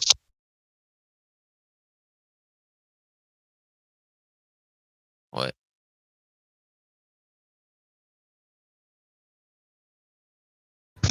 So I often do this thing where I kind of test my intuition. And I was seeing if your family or you were from El Salvador. That's all. Oh, no. Like, more Guatemalan, because Belize was Guatemala as well, so.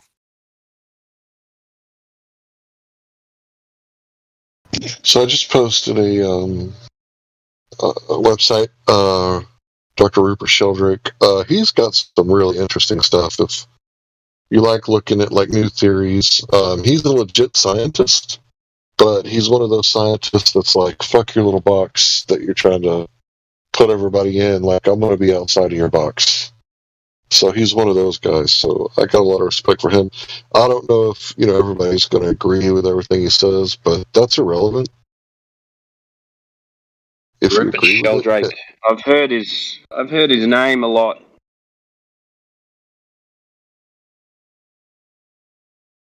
yeah, he's pretty fucking awesome as far as I'm concerned.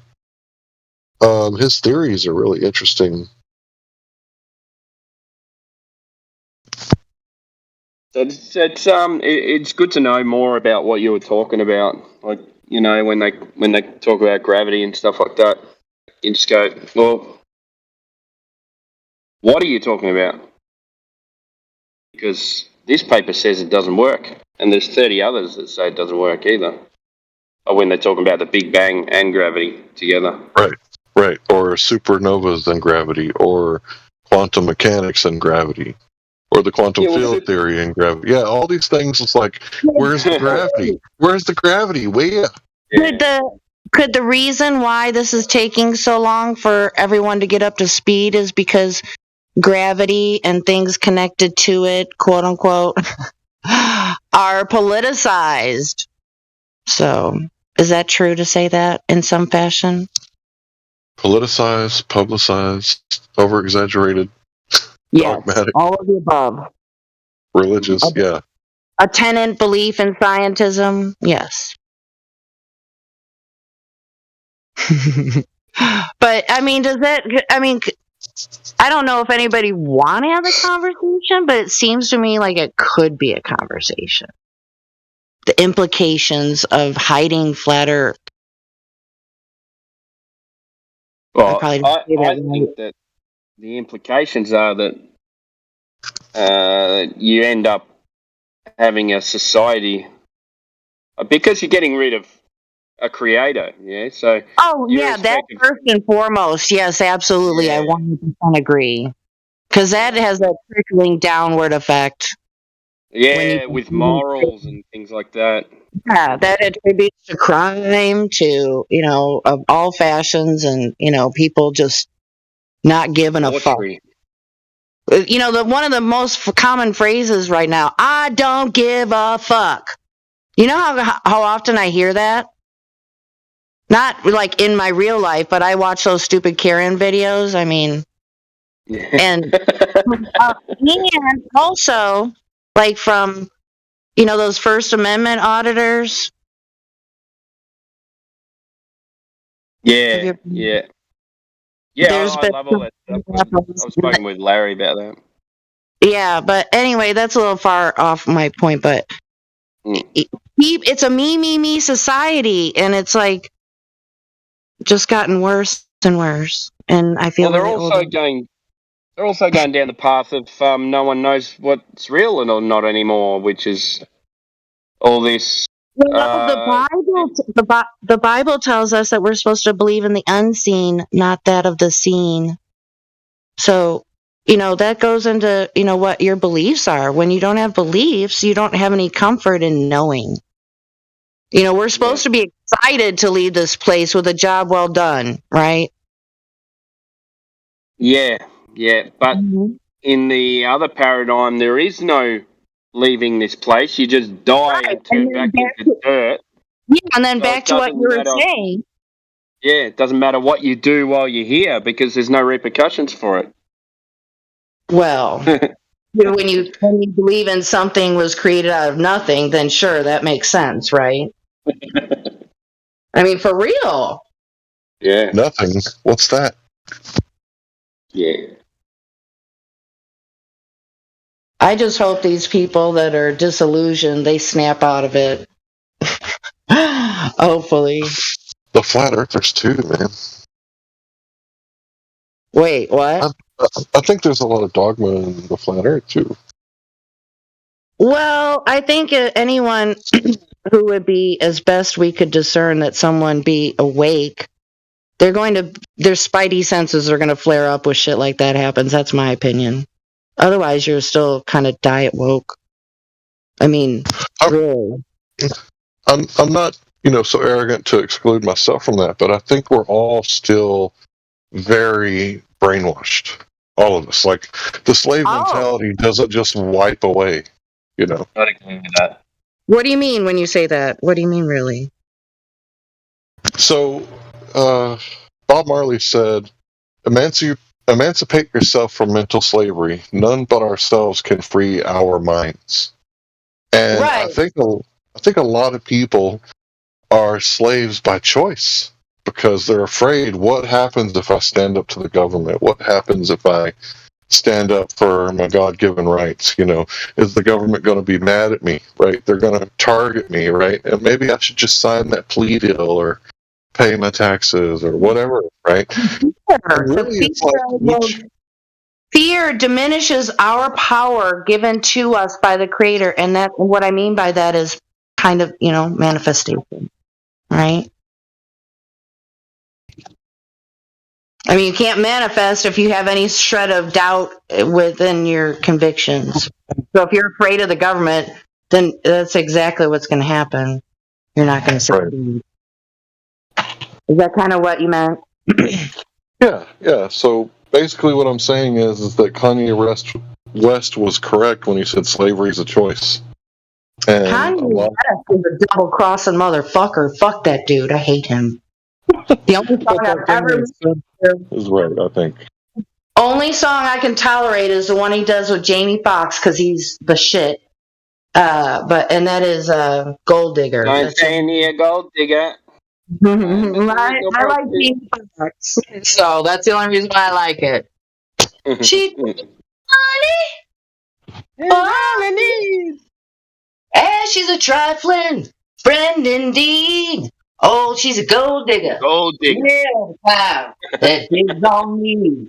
I love that song. I love Jamie Foxx. He's actually a triple threat. He's very accomplished, I'd say. Personal favorite, In Living Color, of course. Men on Film, all that. I listen to High Frequency Radio a lot, and he grew up with Jamie Foxx in like the same neighborhood. Like they was friends or some cousins, maybe. I don't remember. Yeah. Maybe they were good friends.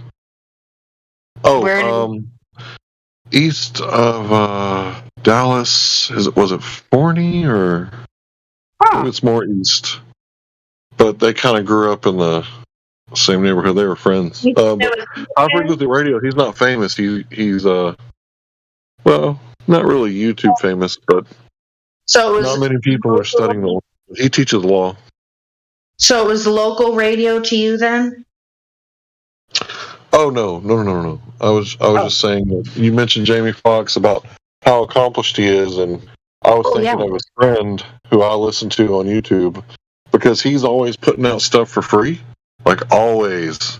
Like all this reading material, like One Man Out. That document is definitely one of those documents that you need to read. And then there's creditors and their bonds. That kind of helps you understand what's going on. But something I found out recently, all these courts and police stations, they have Dun & Bradstreet numbers, which means that they're corporations. Right. So the cops and the courts are corporations. Yeah, as in corpse, somebody pointed out. I don't know if that was you, but I was like, mind blown. Yep. You know how I love a good coincidence. You coincidence theorists out there, whoever you are, if you're a coincidence theorist, like there's something wrong with you because the conspiracy theorists are batting like 100 right now.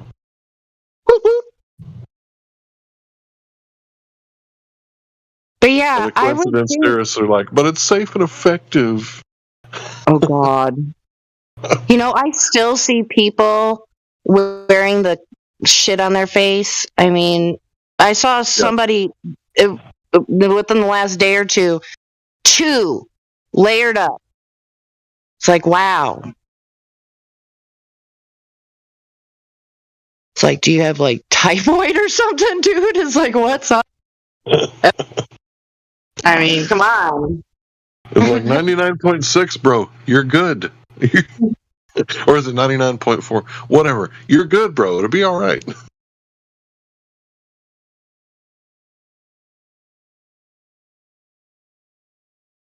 What is it? I can't remember if it's 99.6 or 99.4. 98.6. That's temperature average. My temperature is never that high. My temperature is usually 96.8. Actually, is that which there's an average? It's been too long since I've thought about that stuff. Yeah, the human average body temperature is 98.6. Oh, If mine is that high, I'm sick. Or I'm really freaking hot. This is why he's hot. This is why he's hot. This is why. This is why. This is why he's hot.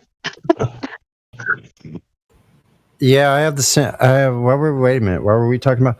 Oh, yeah, our temperature. So, yeah, mine's usually at 96, 97. Mine's never that high. Never 98. And what else was I going to say about temperature? Oh, yeah. Also, my heart rate, whenever they checking my heart rate, they ask me, like, usually several times, are you okay? Because it's not monitored, like, it's not registering, because my heart rate is, like, sometimes goes down to, like, 38 beats a minute, 40 beats a minute. It's supposed to be 60 or 70, like. It's whatever your normal baseline is what it really comes to. Yeah, I have super low blood pressure, too. It's, like, 120/68.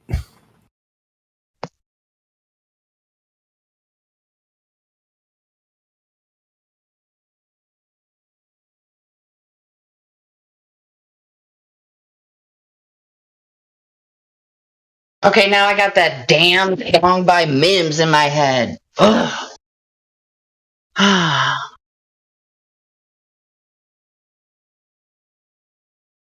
See, I told you, folks. Ice Age is coming. So what happened is they said it was just going to drizzle tonight. And then for a while they said, oh, it's 30% chance. Then they said, oh, no, it's 50% chance. It's absolutely pouring. Cats and dogs outside.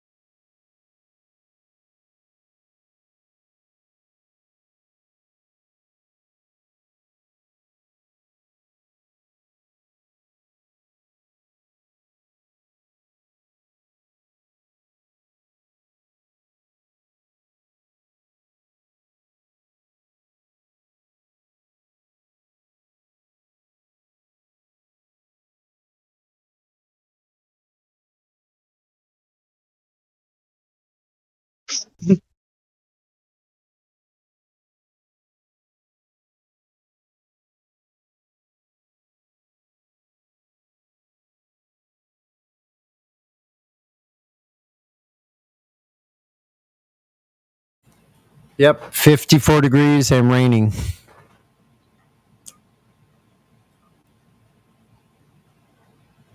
It's going to get down to 49 tonight. Later in the week, it's supposed to get to 38 degrees. Next Friday, Saturday. Hey, Sonny, have you seen the sun, the moon in the last couple days? Yeah, I did actually about at like 2 a.m. I think it was 3 nights ago. Yeah, What, you mean clear still? What's that? Was it what date?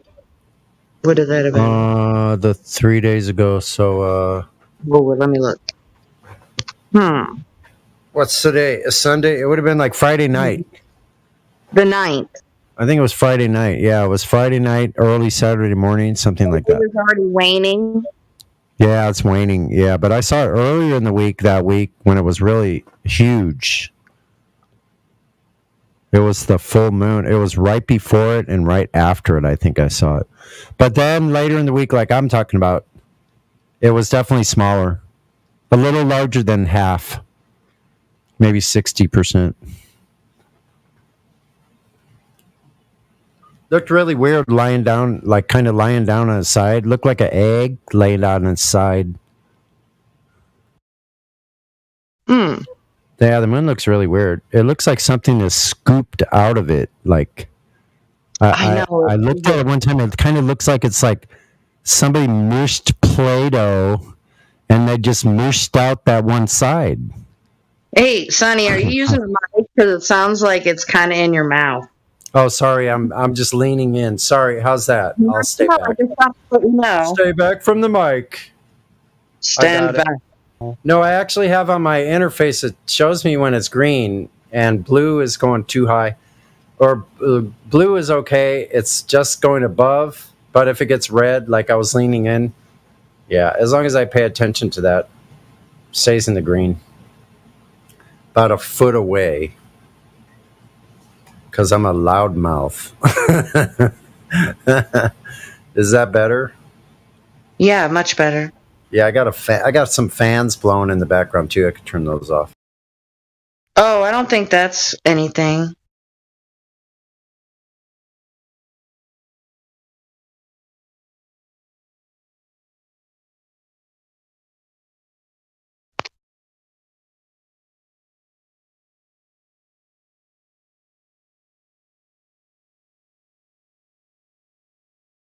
All right, so no opinions on my idea.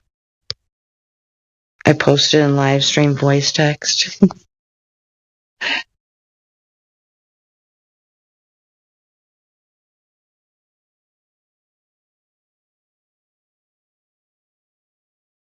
It could be this is why it's not. But that could, I don't know. It's and not too close. That could be. Do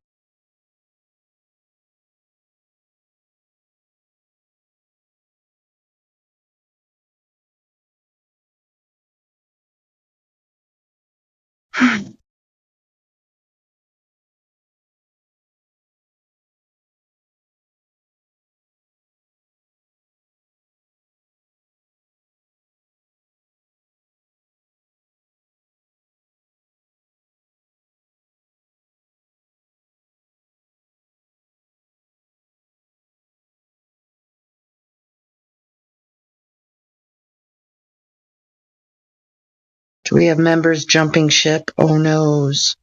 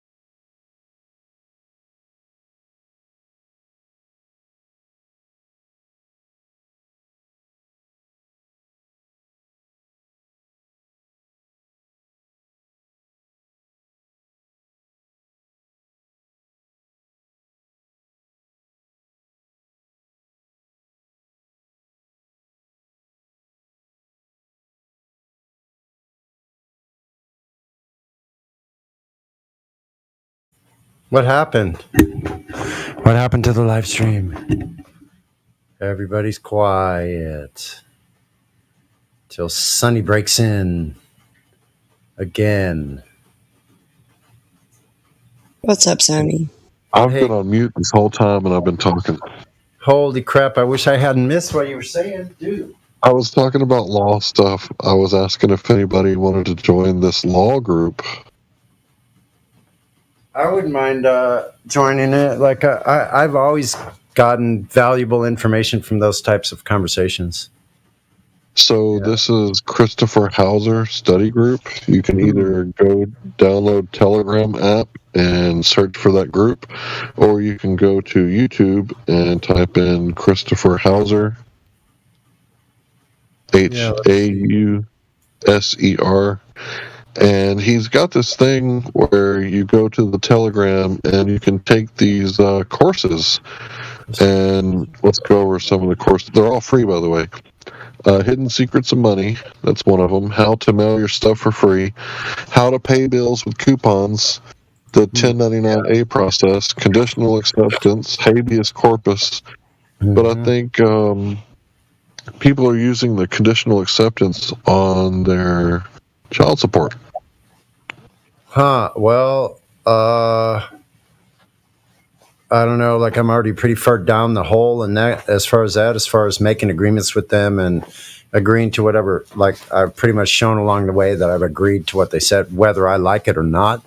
So I've made an arrangement with the ex and those people, and it's already been pretty much resolved. Except it leaves me with below poverty level, literally. But I'm used to that. I've lived that way for the last 6 or 7 years, 7 years, 8 years, actually. So I know how to get by on very meager means. It's okay. Like there's been times when I've had to tighten my belt. Actually, when I look at my belt, it's been nothing but tightened, new holes made. And I decided after a while, I'm going to stop making new holes. If I get any thinner than this, I'm just not going to like move anymore or something. I don't know. Or I'll just float. I just like float, I guess. It really helps with the bike riding though, but I'm too thin right now. But I'm desperately eating. Like I'm eating all the time. I eat from the time I wake up basically till the time I go to bed. I'm eating, munching on like snacks, chocolates with peanuts and pretty good like granola type stuff, yeah. But generally, I eat a bunch of meat. I eat all kinds of meat. I eat like bacon and eggs. I have steak and eggs. I haven't had so much chicken lately, but I did have a really good chili relleno with beef enchilada the other day. That was absolutely fantastic. You talking about stuffed Rihannas? Yes, I love those. Oh yeah, those are awesome. That's my favorite with rice and beans, chili relleno, and like 2 of them preferably.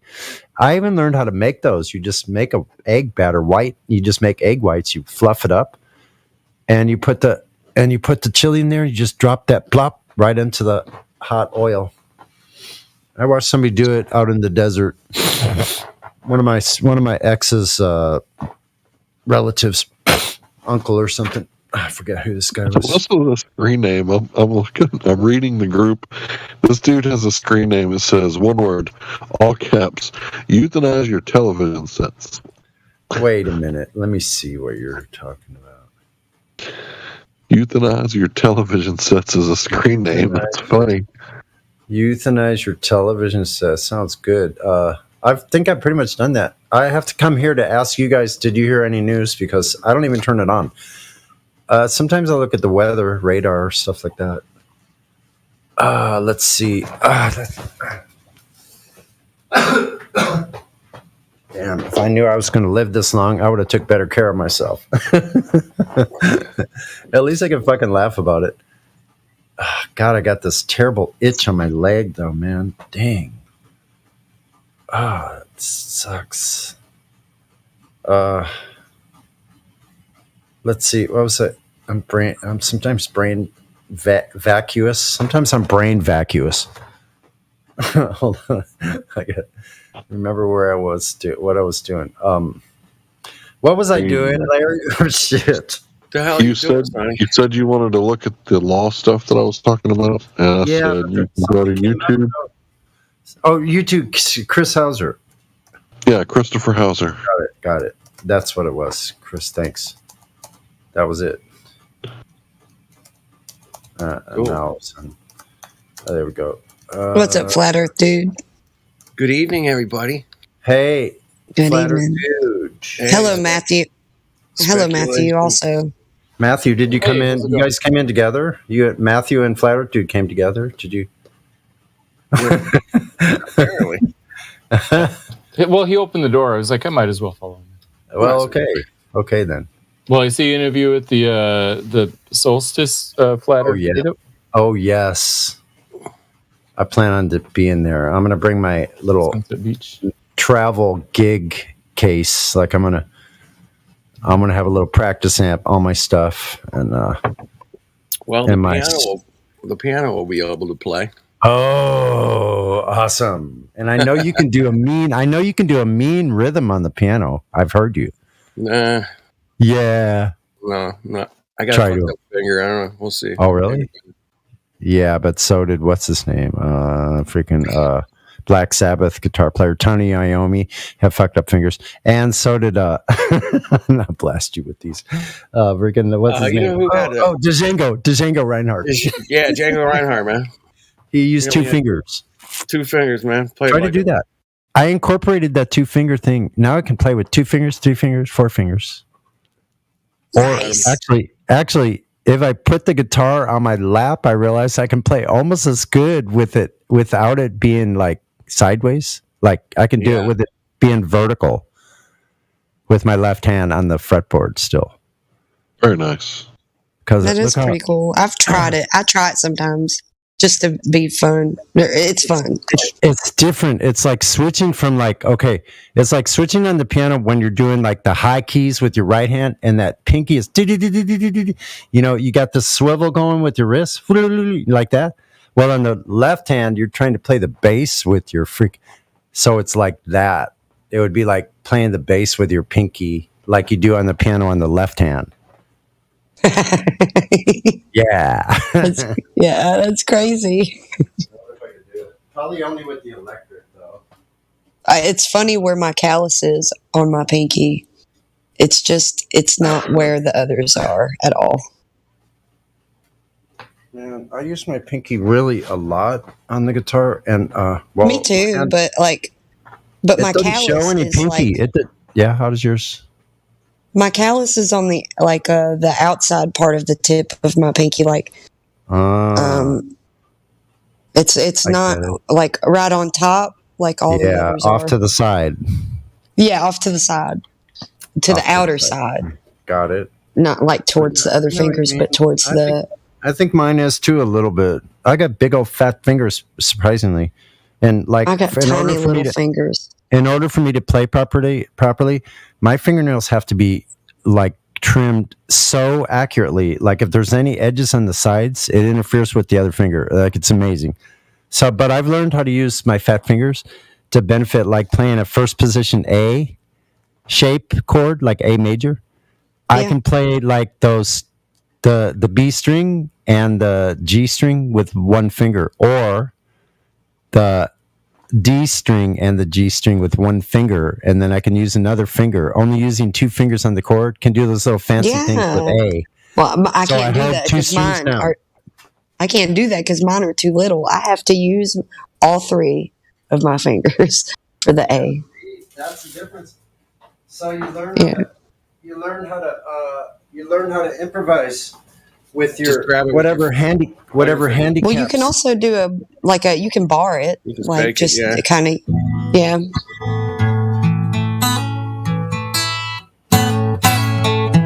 That's what I mean. I think it's see, I got you.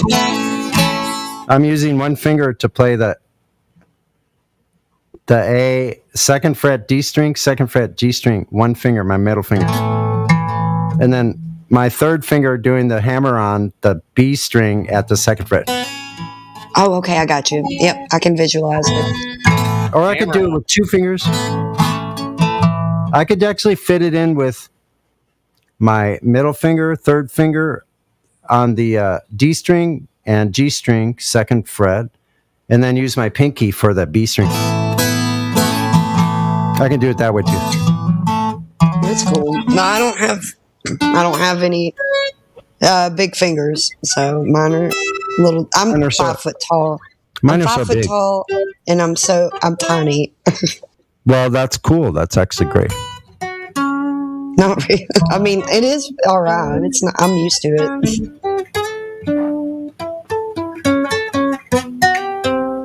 People look at me when if they've never heard me sing, they'll look at me get up on stage or wherever when I'm putting my guitar strap on and putting the guitar on it, and I start singing, and I can visually watch people just go like wide-eyed and like back. They're taken aback. They don't expect a big voice to come out. No, they don't. Of such a little person. Her voice is really big, like huge, isn't it?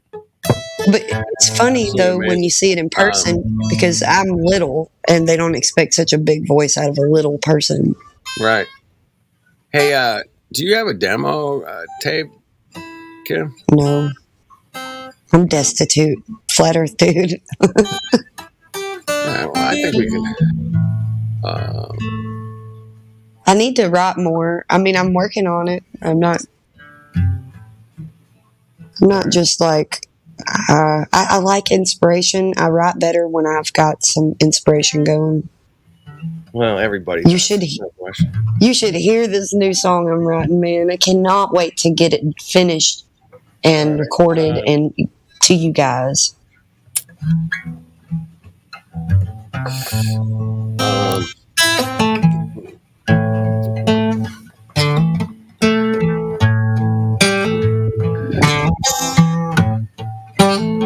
So you do have you just got a couple songs on YouTube there, right? Yeah, I only have 2 written songs on YouTube that I've written. Right. And one of them was so long ago, like right when I had freshly written it. I wish I wouldn't have recorded it. It was all right. It was on my Hellcat Fender. That Hellcat Fender was like this olive green. It was beautiful, but What do you mean it was? it just wasn't. It just wasn't really fit for me. It was Okay. better for someone else. So I sold it. What do you have now? I've got an Alvarez. It's a 3/4. It's a 3/4 guitar, Okay. but it's it's perfect for me, and it sounds beautiful, man. It's the Yeah, I've one that I'm always- playing in the day. I've ran into some really nice Alvarez's over the years. The I older love ones. Alvarez. I like the older Yeah. ones. The I've newer got an ones- older one. I do Yeah, actually have another those are the one. good It's ones. older. There's No, some I nice- can't deny that this one's my best though. The 3/4. It's newer, but Yeah. it was given to me by somebody. He gave it to me. Well, He got another smaller like 3/4. He's a bigger guy. It was so funny. Right. He plays little guitars, like 3/4 guitars, and he's 6 foot tall, and he's got a bigger physique. It's funny, but he loves them. A lot of people like the little ones. He got a Martin, I think. yeah. There you go. 3/4, and he gave me that. He brought it up to where I was working at a brewery, and he put it up on the bar, and he was like, "This is yours. I need to give this to you." And I'm like, "Wait, what?" Wait, what? He was like, "This is my investment into your music." Yeah. I He's a smart guy. cried. I like the guy That was already. precious. What was his name? Surely he won't. I'm actually blanking on his name right now. Mike, Donnie. He moved away. He moved away to Georgia. He moved away to Georgia a couple of years ago, so I haven't seen him in a while. All right. I'm trying to remember his name. Well, anyway, nice guy, man. Nice guy, man. If I saw him again, I would remember his name right away. I know I would. Just give me a minute and I'll remember it. Sorry. No, it's cool. I want to just talk about you singing. Is always one of my favorite things to talk about. How can we help Kim do more? Did you hear me filling the spec? Did you hear me today? I was kind of like filling some dead air. Oh shoot! Damn. I'll have to rewind that tape there, man. Yeah, it was You know, you don't need to rewind the tape. You can just skip back on the on YouTube. Yeah. Yeah, that's what I mean. You know. You Mongo. Duh. I'll just scroll really back on the recording on the YouTube recording. I'm such a millennial. So, hey, Matthew, how are you doing? Hey, I'm doing well. How's it going?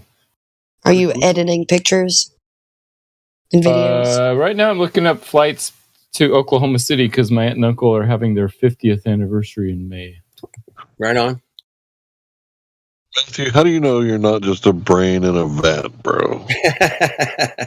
It's the belief in the reality of the external world is a properly basic belief. Why are all these people coming out of the colleges saying that they can't prove anything, Matthew? Because they don't take philosophy seriously. What, is Descartes not a proper philosopher? So maybe they're taking it too seriously. No, so philosophers say that there are certain beliefs that are properly basic in which that it is rational and okay to believe in them even without proof. One of them is the reality of the external world. Another one is the reality of the past. And I think that the belief in God is one of those also. Right. I think that's the trifecta there. Is the past real? Just to be clear, most secular philosophers would disagree with me on all three of those. Well, they're Mongos. Anyway, is the past not real? What was the question? You can't prove that the past is not real. You can't prove that the entire universe wasn't just created 5 minutes ago with all the memories and appearance of age. But it's still it's okay to believe that didn't happen, that the past actually exists. I do agree that the past is always in somebody's memory, and that's all we got, man. You can't go back. So yeah, to be fair, I'm giving like these high-minded philosophical. I know you're going. Philosophers would answer. You were asking just sort of a fun question, and I kind of like. Yeah, you went a little bit professor on me. That's cool. Yeah, sorry about that. That's all right. That's fine. I'll just joke about that too. So it's all good, man. You can go professor on me anytime. I've seen you do it at least 100 times in here. So yeah, don't ever stop being you, man. Whatever you do, you know, you're the most honest glober in the world. Or well, you're a glober, not really an anti. Let's just say Discord, because I know some honest globers. Yeah, in our arena, in the questioning of where we live arena. Right. We don't get a lot of honest people on the server, that's for sure. Exactly. Yeah, I would say most of the scientists I know are globers and are honest, but they're not in here. No. Do you tell them that you get on here, or do you keep that a secret? Yeah. No, I mean, I've made a couple videos. He's made on flat Earth videos. Channel. He's got few hundred thousand subscribers. He's made anti-flat Earth videos. Oh. Well, he didn't. They weren't really anti, but they were leaning anti. I'll give you that.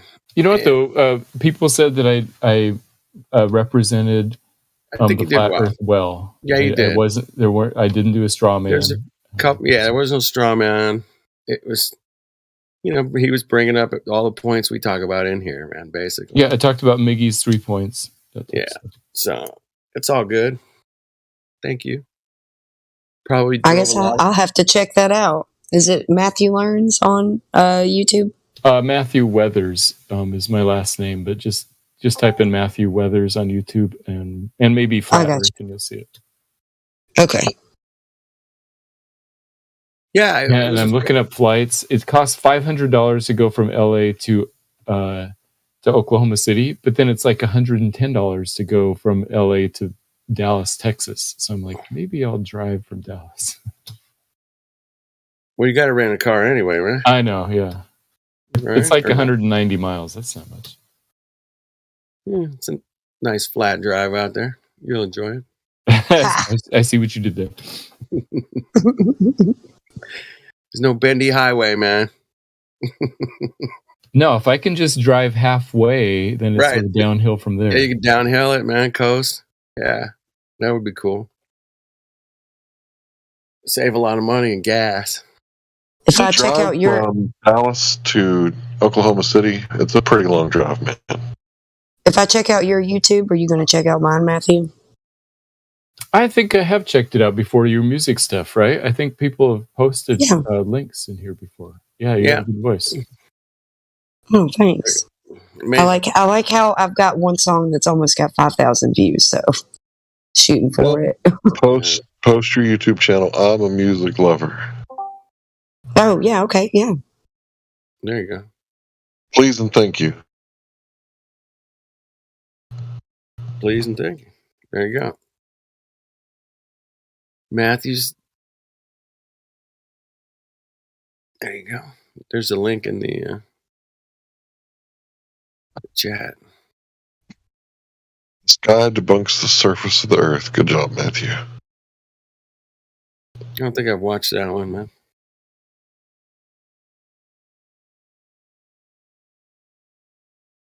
There you go. Flat Earth Arguments. That's the one I watch. And there's Kim's. Hopkins. Nice. Oops. Saints, what's going on, man?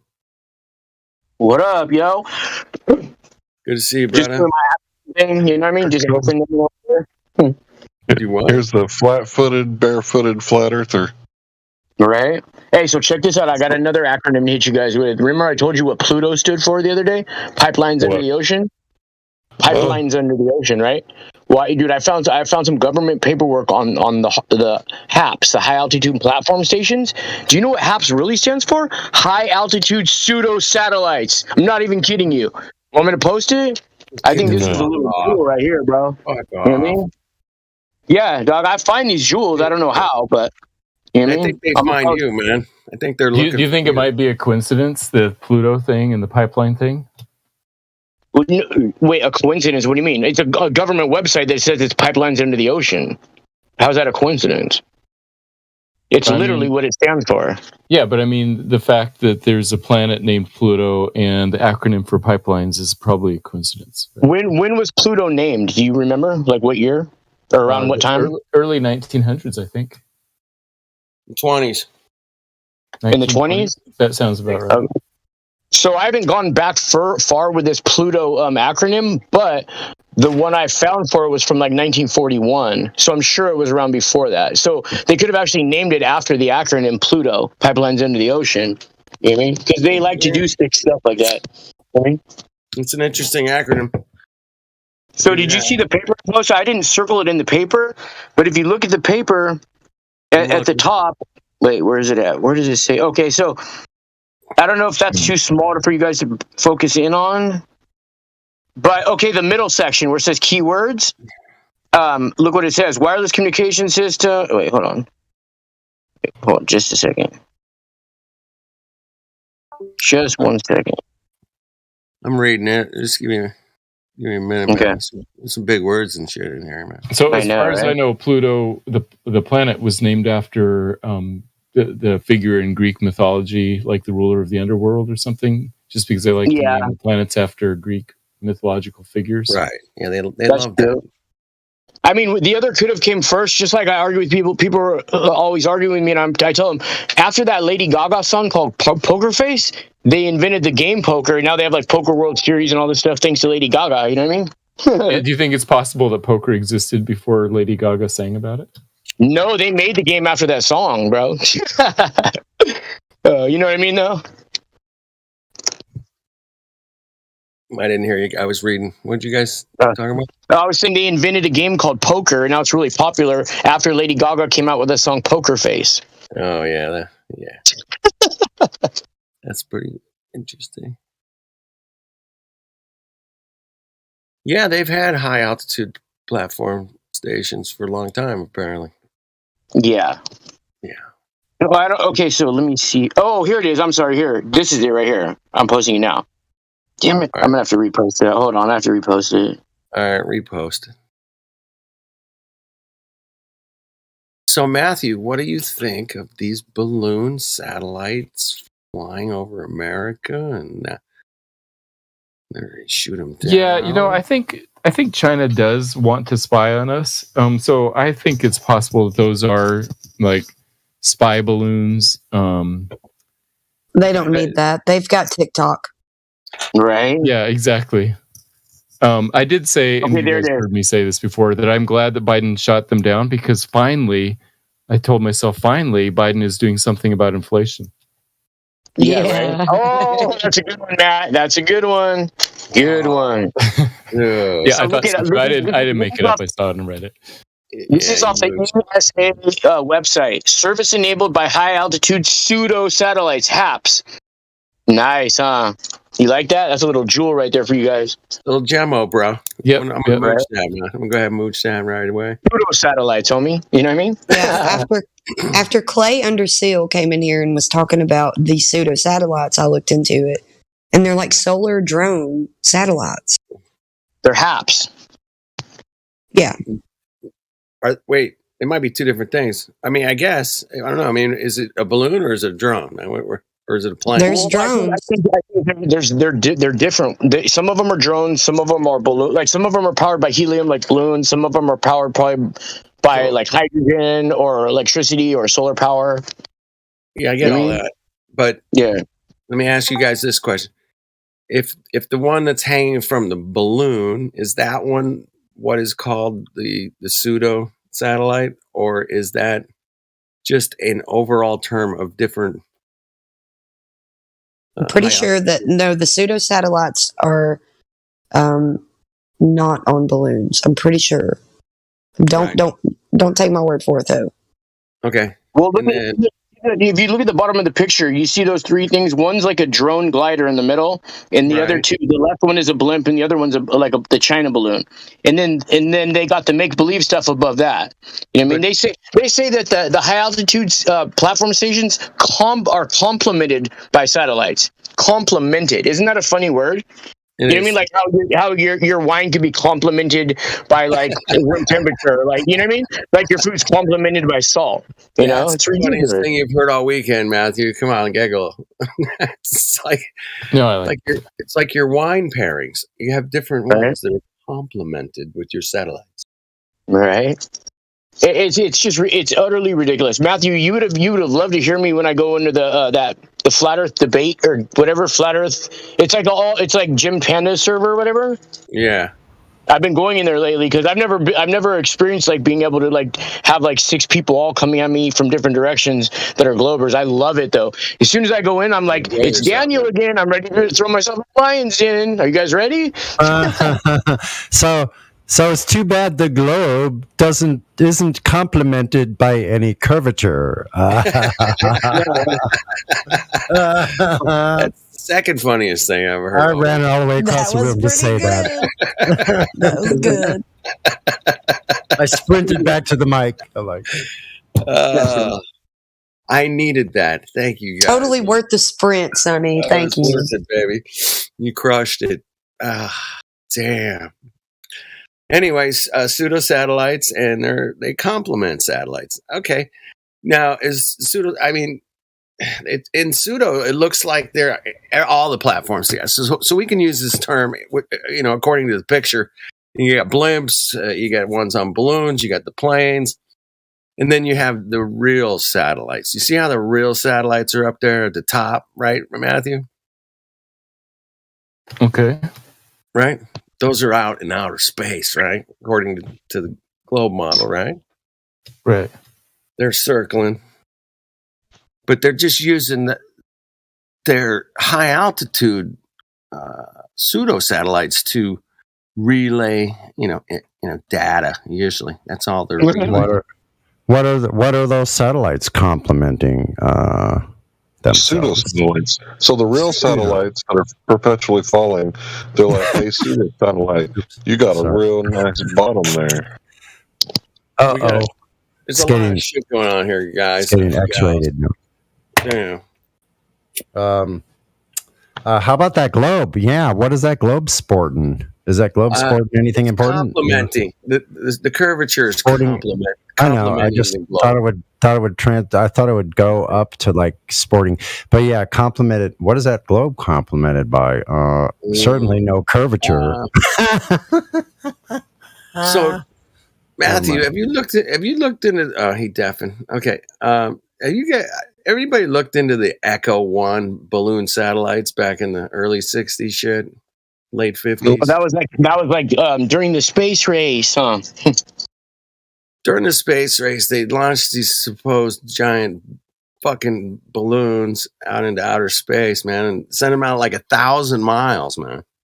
Yeah, exactly. Isn't that what Robert Pisano? Yeah, he went all in.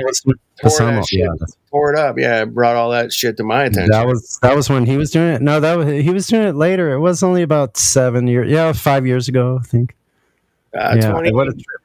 It was 2016. I'm pretty sure, or maybe late 2016, early 2017. I don't know. Right in there. But I wanted to say something real fast to Kim.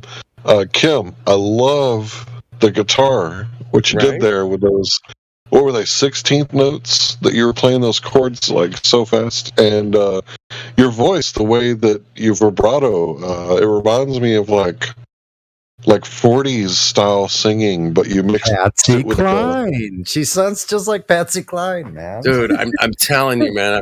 I'm sending her. Oh man, Flatsy Cline. Patsy Cline. Flatsy Cline. Cline. That's what Max said today from New York. When he said that, I was like, dude, that is so perfect. Sorry, go ahead. I'm sending you. I was just complimenting you, like you're some sort of pseudo musician, but no, you're the real deal, girl. You got talent. I really appreciate it. Oh, thank you. I appreciate you going to check it out. You're welcome. Our pleasure. So actually, Kim. I'm sorry, I didn't mean to rumpus, but Kim is actually the real artist. Like someone like me, I'm fantastic when I'm playing alongside of somebody who's like Kim. Like I do the best when there's a real artist there. Then I can totally compliment that situation. Okay, I'm done. Yeah, you're. Thank you, guys. Sonny's like a nice little piece in the puzzle, baby. He'll just add so sweet of a vibe. I'm your full service guitar player. I can pull out like you compliment like the curvature doesn't compliment the earth. I can pull out a lighter out of my pocket and play slide. Like it'll be no. Just nice. Don't drop it on the floor and have it shatter. Oh, shoot, I actually did. That means I got to make another one. That was a weird little thing, like Crossroads. Shattered the freak. I better make sure that glass is. I was listening. I'm like, I was driving. I'm like, I just realized the word compliment, because I'm flat out of Compton, is when I'm lamenting on Compton. I'm thinking about it. That's complimenting. I didn't catch that. Dang. When I'm reminiscing on Compton, I'm complimenting. You know what I mean? I'm lamenting that shit, dog. Yeah, so here's how it goes. Here's how we go is complimenting would be like, hey, man, thanks for being from Compton, bro. Right. I'm taking a bow right now, bro, for that. Hey, Sonny, you met me, man. I'm pretty white, right? I probably spent more time in Compton than all you. Indubitably. Actually, guess what? My first wife was from Compton. I used to work there, man. There in Inglewood, dude, for years. I was fucking pumping it around there, man. Yeah. Hey, wait, hey, Flat Earth dude, have I ever asked you if you ever wanted to go to Compton with me and do some flat out of Compton street activism? Dude, We've been through the project, the no, Great you Street. never I asked want to me. go barefoot. See if you can get some body. I want to know what kind of body armor you're using before you go to that endeavor. Man. I have the armor of God, bro. I mean, I go there with good intentions and just speak the truth. You know what I mean? That's good, Flatter Dave. You just said the best thing. You know what? If you go with my brother Chris, or I shouldn't say names, doesn't matter anyway. I'll be full out pretty soon. They can dox me all they want. It's too late anyway, so they'll have to wait to turn. But anyway, my brother knows like people like Snoop Dogg in the hood, man. He says hi. Shit. Yeah, No shit. yeah. Well, that's So Is my he brother's like involved in all that shit? down. My brother's like down in the hood. He's this white boy. Well, we're not really white. Like I found out. I think my dad was mixed actually. Were you Just illegitimate this last like me? year, that almost threw me into a loop pretty white. tailspin. But anyway, I digress. Go ahead. Sorry, guys. Go you're ahead. pretty white. Those son. boys are miscegenated. I'm gonna give you that, man. Pretty white. I'm pretty white. But look, I can be out in the sun all day long in the summer for 4 or 5 hours, 6 hours. I know, And me too. I burn at first, then I just get darker and darker, darker, and it keeps getting darker. I just want to know if you're illegitimate, dog. What? Are you illegitimate like me? No. Well, I did come out with blue eyes and blonde hair. No one else had that. Means your parents weren't married when you were born. So I don't know, man. Mm-mm. There's He's too rumors. legit. If your parents weren't married when you were born, you're illegitimate. Oh, see, Yeah, I was came out of Wadito, so white hair and blue eyes. Still got. So, Kim and Saints and Sonny and I play music. Wait till we get the road show going. I'll play bass. We got Larry, the bass player, up in the house here. Yes. Has you guys ever heard of like passing around a file? Like, you know, you get it and then you just put your part on it. You guys Right. ever heard of it? Oh yeah.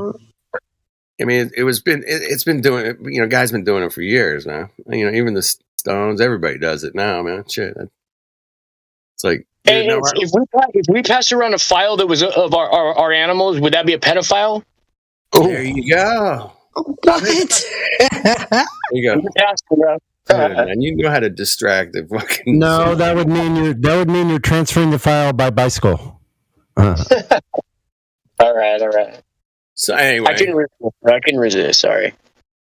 I'd like to see the Flat Earth community do one song where everybody puts a little shaker in it, or some singing, or some background vocals. Or Now that I'm thinking about Kim's song, I could definitely hear a bass line for that. I could put a little funky bass line to yeah, that. we just throw a bass line on something, or nice little riffs on the guitars. You know, it's just I've watched enough videos where these guys pass this shit around, and they just set it up on their little computer at home, and they plug in their guitar, and they just rip a nice lead over something 3 other guys just laid down the rhythm and everything for, and then the singers, they get a hold of it, but you gotta have the singers in there that, pretty early too as well, because you got to start laying down your leads over the vocals, you're like, or your little, bend a string here or there, right, Sonny? You got to add those sweet little touches, Little fillers. And I like to do that with the bass. I like to think of myself as a lead bassist because I don't know. I like to move a lot. Yeah, I like that. I like that. About you guys, but I really like a good bass solo. You have to have a good bass. Good bass. Ingenious kind of bass player is crucial. But like I've thought of a simple thing when you guys were just talking just now, when Larry was talking about playing the bass, about guitar part, just as simple like start that as long as I'm on tempo and just keep it at a regular tempo, then someone could take that file, and use that tempo and put their part in. So simple as dun da da da da da da da da da da da like that. Even something that simple. Add your track, man, to that. Ready, go. So I could start some tracks like it's easy. I'm actually set up. I got everything right here. Just gotta drag it in, put it on Audacity. Larry, that Donald meme is so funny. Sorry. I'm glad you like it. Yep. I don't get it. I saw that. I don't get it. I'm missing something on that. Turn it up. Donald Trump. I don't get it, dude. It's Donald Trump.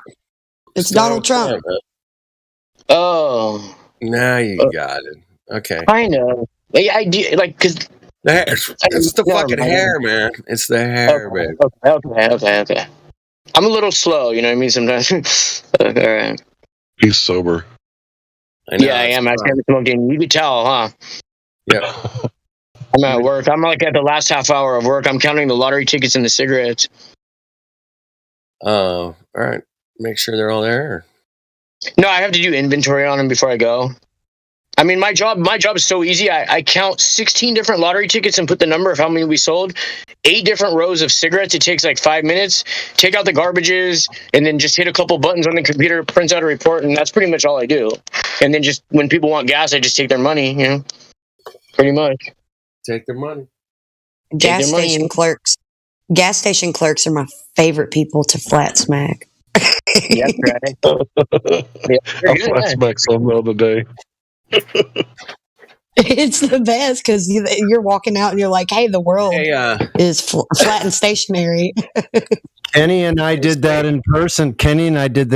On the way back to the train station. We stopped at a gas station. This Filipino guy with a badass motorcycle, some kind of Harley Davidson. We flat smacked shit. Kenny goes up to him and goes, "Hey man, can you help me? This friend of mine here thinks the Earth is flat." And I searched and and I can't find. Do you have anything? Like, it's such an easy play when you're with two of you together. Fucking. Do you have anything? Help me out. What about the globe? He goes. Well, NASA, he didn't have shit. Yeah. I think he did say something about like I heard about that flat Earth shit, man. Yeah. The most common thing is that people say, like, I've looked into it, and there's good arguments on both sides, but I'm not convinced. So, you know. Yeah, I get a lot of that, right? That's the same type of dude that's like, well, I mean, I've heard convincing arguments about my wife could be cheating, but, like, I haven't really... And, like, I don't think, so I'm on the fence about it. She's like, what? How are you going to live another minute on life without doing everything you can to find out the truth? Like, you're just satisfied with, like, whatever's in your head? Right. Crazy, bro. You know what I mean? What the fuck? Imagine if homicide detectives treated every murder case like that. Ridiculous, dude. You know what I mean? Well, he said he didn't do it, and he doesn't look like a killer, so, like, why would he kill her? You know what I mean? It's fucking dumb, dude. I hope you guys are laughing as hard as I am. That was pretty funny, man. Speaking of gas stations, you guys see the picture I posted in the chat? Not yet. There we go. Oh yeah. I got one that's better than that, man. I got one that's like $7.50 somewhere on my phone here. Yeah, well, this was just from last month, or no, January 28th. I took that. Yes, a week and a half ago. Oh, you guys would be so jealous because it's like $3 here. Right. God bless Texas with his own hands. Hey, what are you paying? What are you paying? Like $2.75, Larry? What are you paying? I think it's a little above $3. $3.10. I can't remember honestly. All right. Yeah, I can't remember the exact thing, but the exact number, but it is $3 and something. I paid $5.06. 333. 509. 509.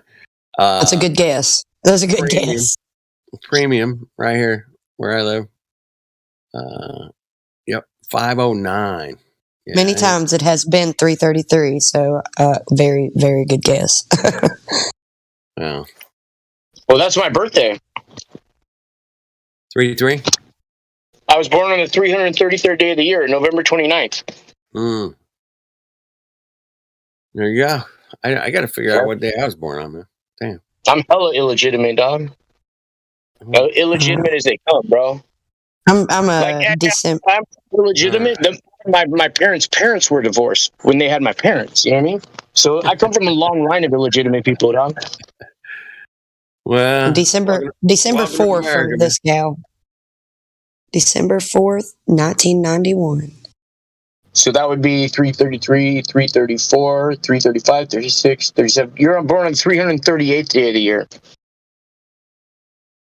Okay, yeah. All right. Well, I'm March 13th, man. What's that? What you got for me? 2 days before the Ides of March. Nice, bro. You almost hit it. Almost. You Man. almost got it. Almost. I was 7 pounds 11 ounces. My sisters were 7 and 11 at the time, and I was born at 6:13. My dad was driving a cab that the number was 6:13. 73rd day of the year, Flat Earth dude. You were born on the 73rd day of the year. 73. All right. I was born September 2nd. I was 9 pounds 2 ounces. Nice. That would have been cool if you were 9 pounds 11 ounces and you were born like what? 9 Goodness. Holy shit. You know they have that movie with Tom Cruise called Born on the 4th of July? That'd be so funny if they had a movie about somebody who's like a crisis actor and they were born on September 11th. I mean, Guys, check this out. Check this out, you guys. Mine's the 191st day of the year, July 10th. It's also, 191. So that you would go 1 plus 9 is 10 plus 1 equals 2. Okay, keep that in mind. Then my birthday is the same day as Nikola Tesla's. 102 years apart. 1 plus 0 is 1. 1 plus 2 is 3. Ba-boom. Nice. Ba-boom? But listen, but no, not necessarily ba-boom. Help me to not become the recluse, isolated person that Tesla was, because I don't like that. Honestly, I don't know if Tesla was ever even a real person. I already feel like a recluse, so it's like hard. Like I don't want to be a recluse. Anyway, never. I think we've been lied about Tesla and Edison. Really, like these guys are sunset worshipers who talk about illuminating the world. Both Edison and Tesla supposedly introduced the light bulb at the same time at the World Fair in 1892. Tesla spelled backwards is all set, like the sun setting, and then Edison, if you rearrange the letters, it's die sun, because they're all about that sun setting or dying. You know what I mean? Yeah, they do have a lot of sun worshiping going on. All they do is decode, have coded shit. Everything is coded, bro, in the language that they speak, and they put it out there. And they're like, if you're smart enough to figure it out, then you know what's up. And if you're not smart enough to figure it out, you deserve what's coming to you. That's their whole mentality. Since we're talking about gematria, what do you spell if you take the S off of 7? What does that spell? Even.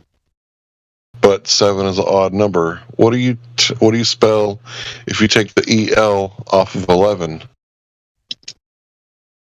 Even. But they're both odd numbers. Right? Hey, Matthew, you ever hear that one? Oh, shit, did he leave? Ah, fuck, he left. He left. You fucking mom.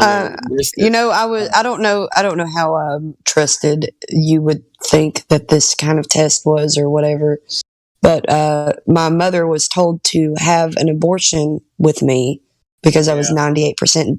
I was 98% Down syndrome in the womb, or what they said. And my mother went to church and was prayed over. She said that I flipped in her womb like John the Baptist. Wow. That's wicked. I don't know how true it is, but this is what I've been told all my life. All right. I found that fascinating. Wow. Well, Kim, I'm glad you made it.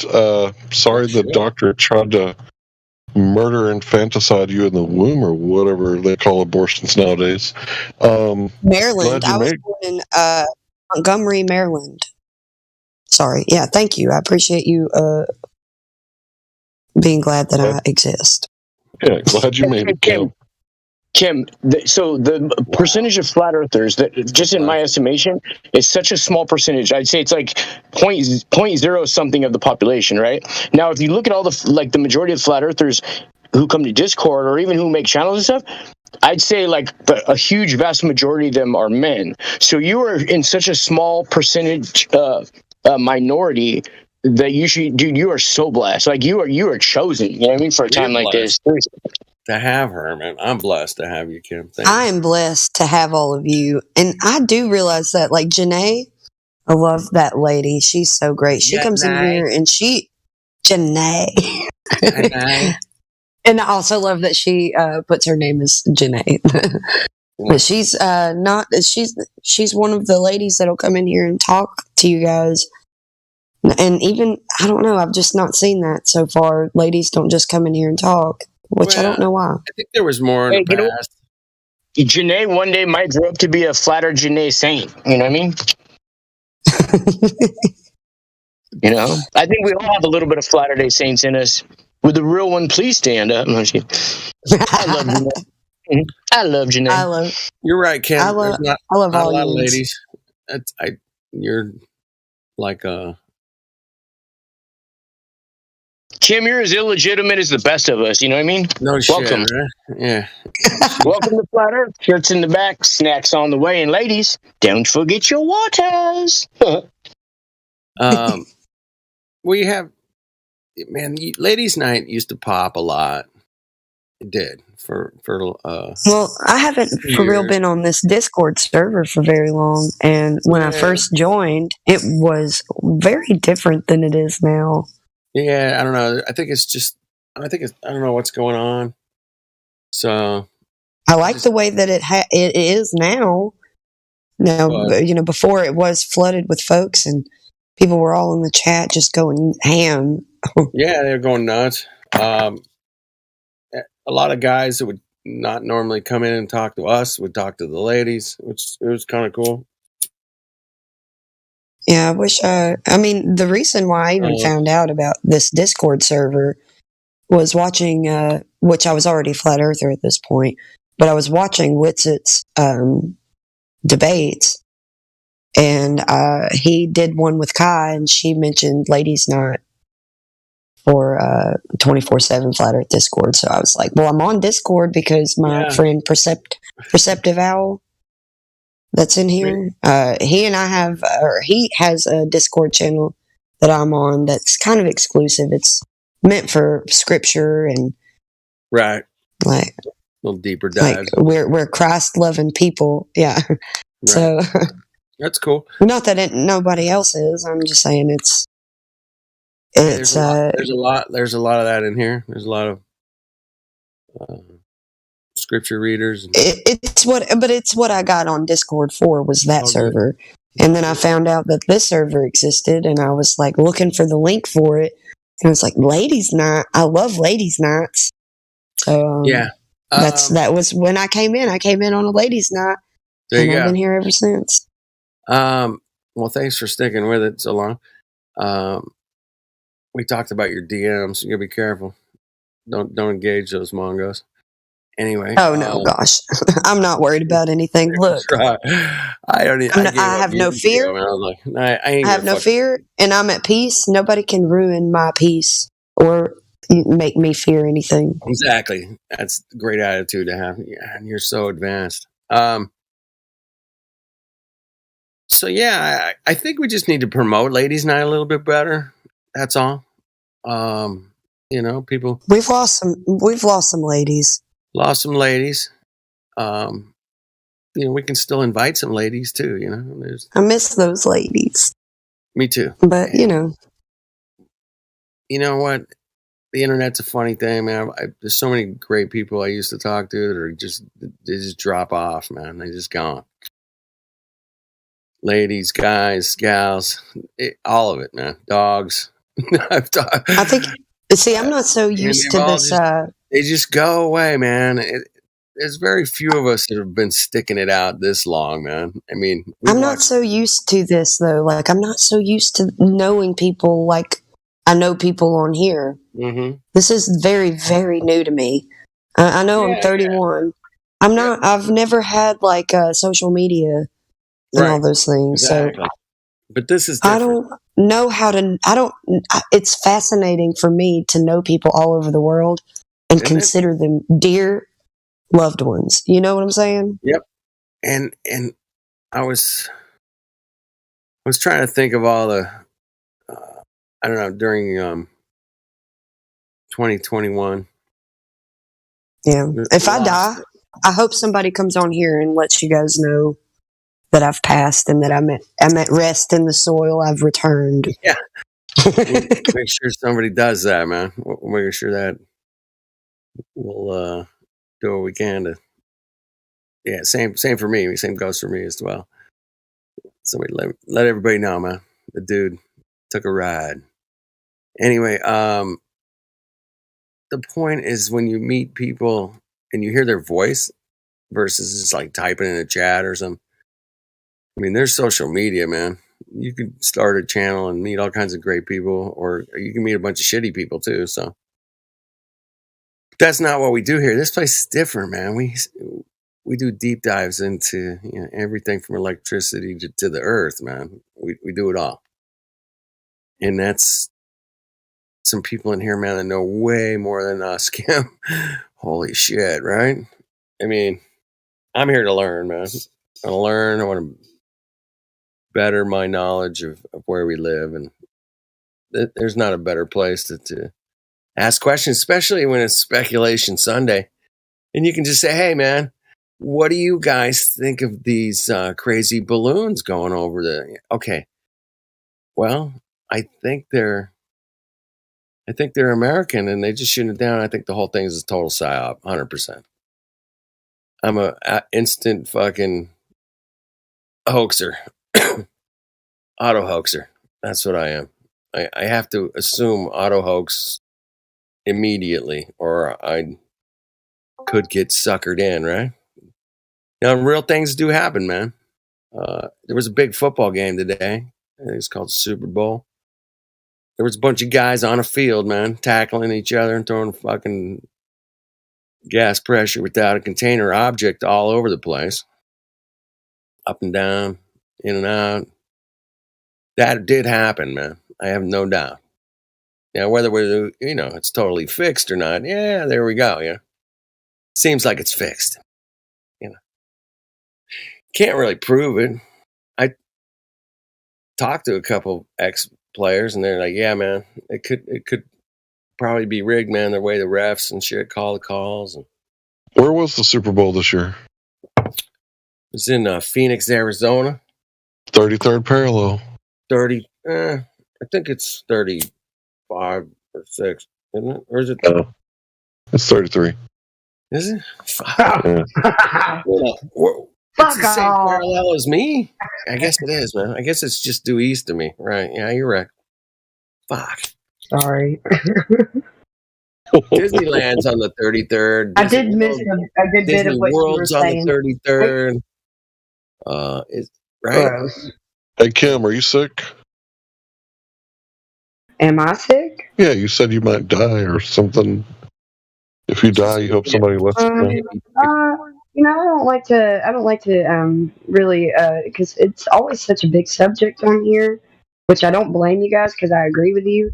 But the reason why I woke up was because I had the 2 initial shots of this poison. Coco. Not that I'm worried about it. You got Not that the I'm worried Coco about it. couple Yeah, of 'em. I got the Cocoa Pokes.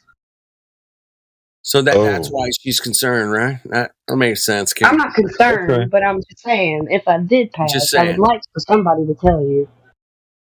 Mind Yeah. over matter, Kim. Like I said, I'm Program not worried your about it. body. I found the Lord because of these Cocoa Pokes. So Well, there you really, like You good? things happen. Things happen in very weird ways. But maybe some yeah. flat earthers wouldn't want to be around me, and I can understand that too. Let me. That's why I haven't asked you to do a meetup, because I see, it kind of seems like a big deal. Maybe that's not something that somebody would want to do. Well, my experience with meetups has always been pretty fun. There's a couple of them I was like, it was all right, but Well, I would enjoy a meetup, absolutely. they are pretty exciting to go to. I'll tell you that, man.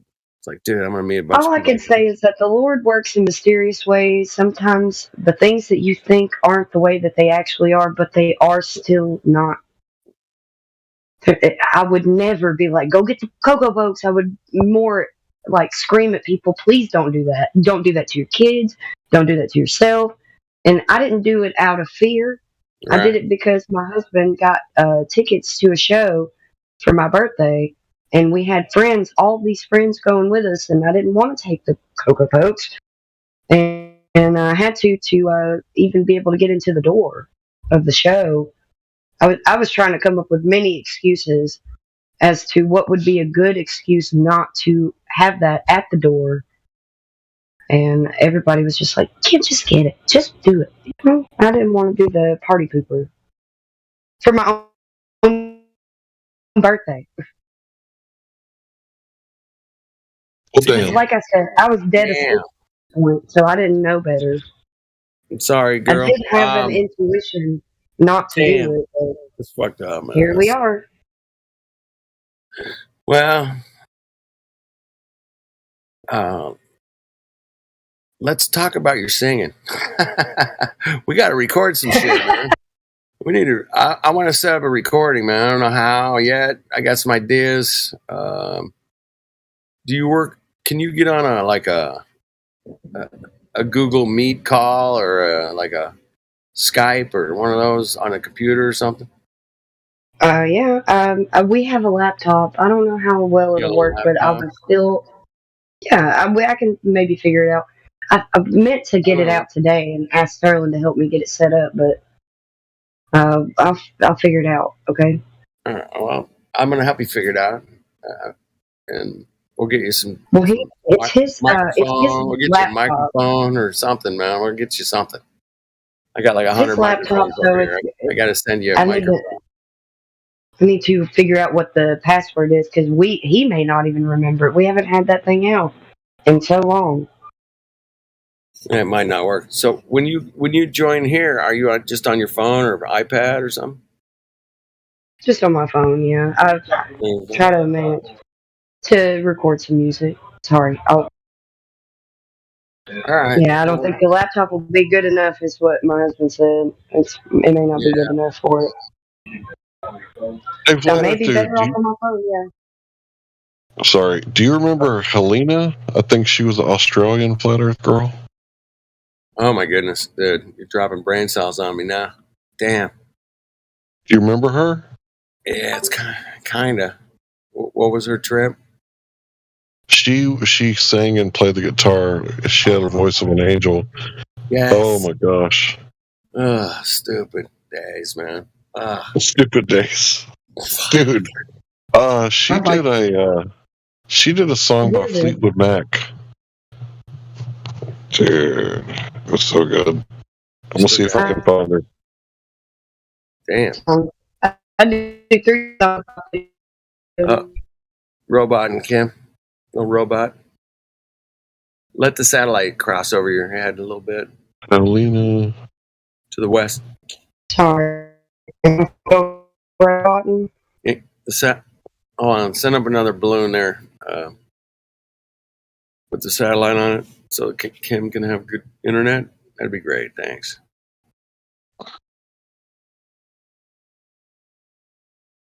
What was the name of Am that I still song? roboting? No, you're good. I do 3 Fleetwood Mac songs. I do Dreams and Can you do I'm trying to Landslide? remember them all. Rhiannon. I do Rhiannon and I do Landslide. Yes, I do finger picking for Landslide too on guitar. Oh shit, man! Finger picking good. Finger All right. picking good. Yeah. Hey, Kim, when you get your Grammy, and we probably won't go. You know, Can I go ahead and say I don't want that? I don't really want that. I So think is that all right? for the speech, man, you got to get up there and say, "Hey, everybody, the Earth is flat, The Earth is flat. non-rotating. Check it out. Come on, 24/7, Yeah. Flat Earth Discord, and bring your globe evidence. Thank you." Bring your globe evidence. Nobody seems to have any. Hold up a little. How Hold up a little. funny. Hold up like a little thing that says 24/7 Flat Earth Discord. Kim, I got to get you down to Muscle Shoals this summer, man. So I've already checked out the studio. It is available. So, but I want to get you down there.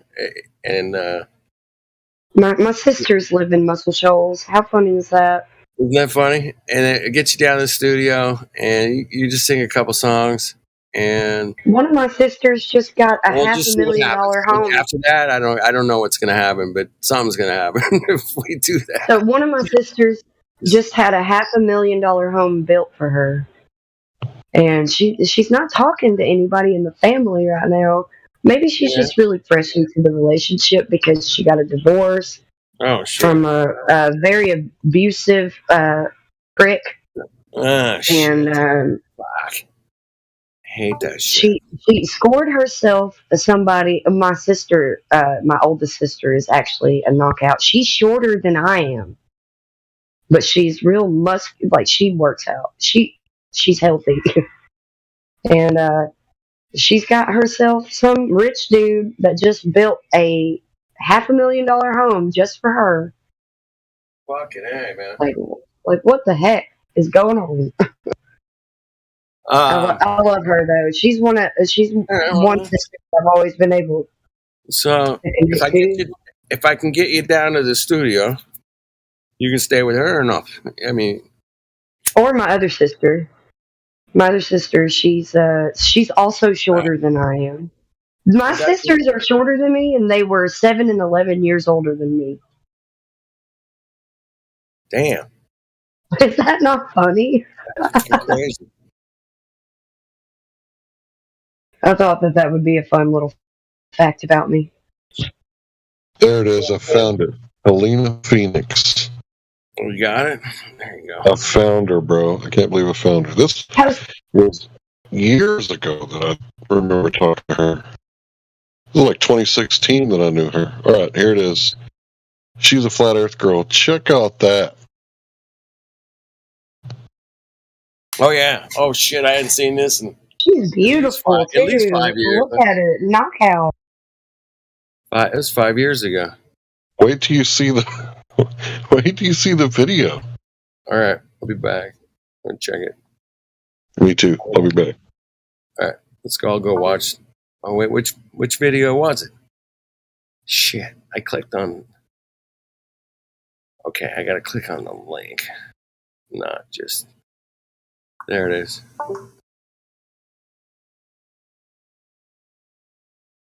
Dude. Not everybody had iPhones back then. You know what I'm saying?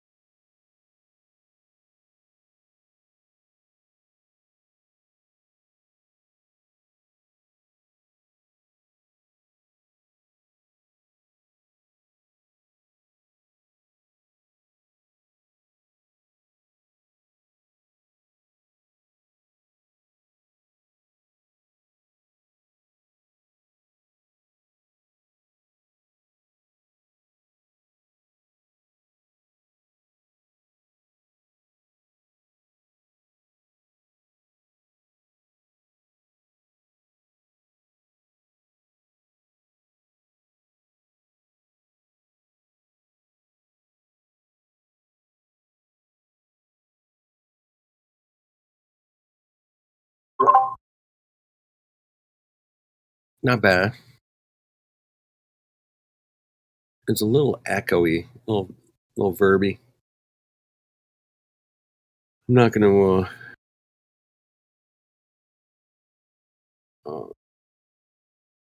She's got a great voice. It's good. It's good.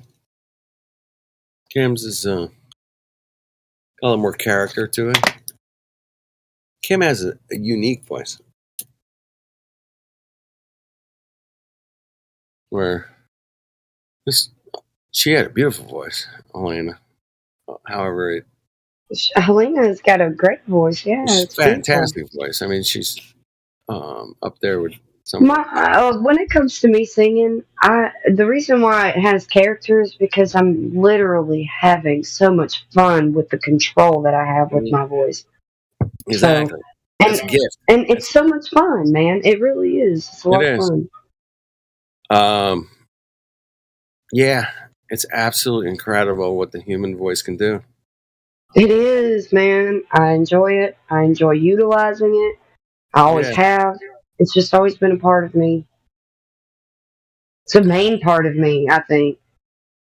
Sterling, my husband, I remember like when we first had a nice little spat together where we were talking and hanging out, and he was making me play a song over and over that I had written. That first song that I had written, it's the other song that I've written, but it's so old. It's like a long time ago. Yeah. He made me play that song for him over and over and over again, and it was just so funny. And we stayed up talking till the sun came up, and across the street where I was going to eventually work as a bartender at a brewery. So funny. It's funny how things work out. Isn't it fun though? It is. Oh, man. Even it gets more fun with Flat Earth, man. By the way, it does. I want him to have this joy that I got in Flat Earth, but he don't care too much. He don't care too much about it. So I don't blame him either, because when if you had to watch me go through what I went through for this past year and some change, discovering the true nature of things and reality and what's going on. Right. It was a rude awakening, and I know you guys are, talk about these people that get the Cocoa Pokes are going to get the rude awakening. Well, that was me. I got the rude awakening. We all got a rude awakening. I don't think any of us. So if that satisfies anybody, because you're hoping that they do get the rude awakening, it has happened to at least one of us, and that is me. Well, it happened to me too, no doubt. I mean, I was cruising along. I knew a lot of stuff, and then I ran into Flat Earth, and I was like, "Oh man, really? No, fuckers!" I was so pissed. I'm like, I'm gonna name myself Flat Earth Dude, because everybody knew me as Dude anyway. So I'm just gonna be Flat Earth. I gotcha. You sound like a dude. And dude. Hey, what's up, dude? Yeah. Let me shout out to the chat, man. We got Tominoid. What's up, bitches? Him and I go way. Tominoid go way back. Minimum 5 years, probably 6. Charlie's out there. You got TMM, Omega Genesis brother holding it down. Moderator, Ron Miter. What's up, Ron? Good to see you, Tominoid. Are you still hanging upside down? How dare you? He's in Australia. How dare you? How dare you hang upside down on a globe? Charlie's out there. Cool, man. It's a nice little crew out there. We got I don't know, maybe how many people we got hanging out with us tonight. Did you see the Issa Mihalski song remixed by Fanny Lancer? Is it recent? I posted it. No, it's not recent. It's from 2 years ago. Oh, yeah, but yeah. It's from Helena's channel. I was going through her stuff. Oh, wow. Nice. She's a great singer, man.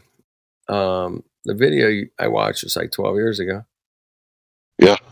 Yeah, it was a minute ago. And then I'm going to save this Yeah. Should we just play the Issa remix, or what do you think? Oh, it's 38 minutes.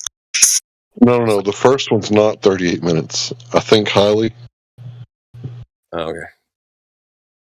There we go. I think highly. Yeah, Dude, pretty cool. I got a problem with my fucking computer.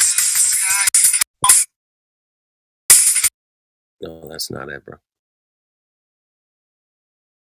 There we go. That's the one. Could someone please provide Traveler with the Pink Panther right angle meme? Please. Every time I pick up my guitar, somebody's like, "Play the Pink Panther." No, really? Yeah, every time, because it sounds so good on the bass. Ba-dum, ba-dum. Yeah, it does sound good on the bass. Every time, man, doesn't fail.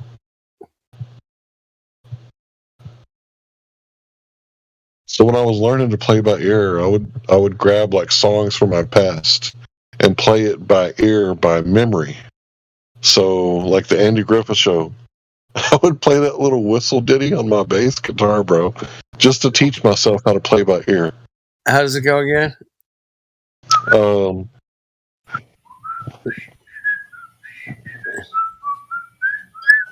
It sounds pretty good on the bass, I gotta admit.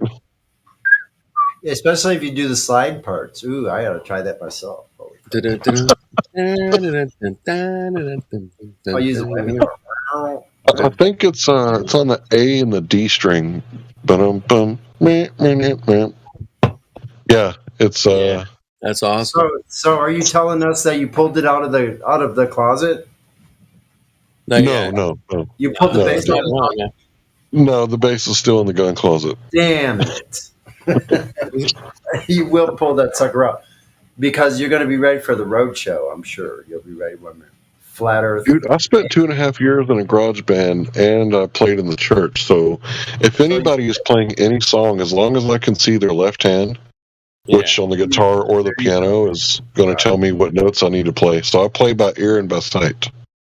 Beautiful, man. Yeah, I do that a lot too, Larry. Yeah. Kind of look over to hear it and see it. Pretty good ear for it, but I'm not very talented. I would practice enough.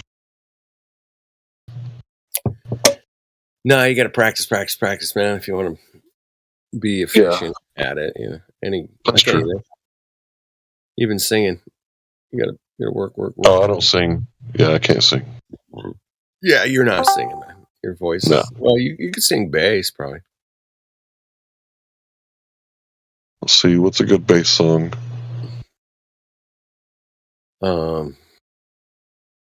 Here, Rattle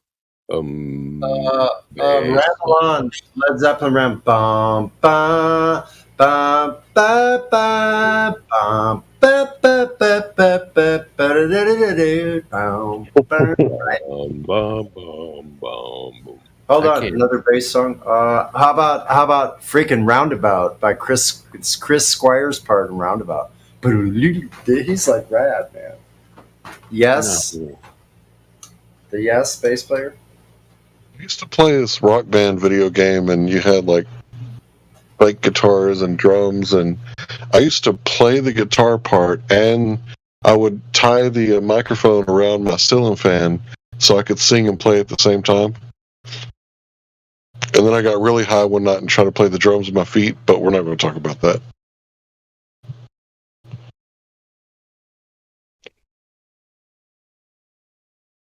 Rock Band was a fun game to play. I remember singing Creep by Radiohead. I did sing that one. I sang Coheed and Cambria, Welcome Home. And I think I got 100% on Coheed and Cambria. I don't know what difficulty it was on, but I did get 100% on it. Someone sent me the lyrics to it's a Van Halen song. I ain't talking about love, but it's ain't talking about globe. Let me see if I can find it. I should record that shit.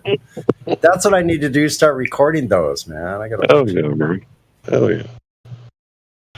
So I love music. We are the heretics of the heliocentric religion. right? Yeah, I don't know. We are the, Helio heretics. That's why I really like Heretic's name. I love that he called himself Heretic. I'm sure there's some things that make me a heretic in all aspects. Maybe even in here, I was sharing something at one point, and I got bombarded by saying the things that I said because I've been studying scripture and stuff, and I was saying the salvation of all, and whew, goodness, that was rough. I don't need to say that again. You think you got it bad? I'm not a Trinitarian, so imagine the flack that I get. You're what? I'm not a Trinitarian. I'm not a Trinitarian either. Trinitarian. Where did you get that? I'm saying like studying the Bible. Oh my goodness. Sorry, studying the Bible, it says that all are saved, the unbelievers and believers. So what does that mean? Not sure. Trinitarian? I think Where'd you get that? that's a Catholic doctrine. Is it? Yeah. I think so. What about transitarian? I don't know about that. That's new to me. That's what I thought you said. I was like, trans. Anyway. Well, I'm not that either. Whatever that is, I'm not that. I don't fit into any of the denominations of religion at all. Me neither, because I'll be reading the Bhagavad Gitas, I'll be reading the Mahabharats. I haven't read the Quran yet, but I will. Well, studying the Bible is quite a task in itself because how much it's been mistranslated and information suppressed and stuff, and where the tradition of it is to have someone interpret it for you instead of you read it for yourself, if that makes sense. Let's see. I got something for you. The Gospel of the Holy 12. Let's see. And there's 12 major constellations around Polaris.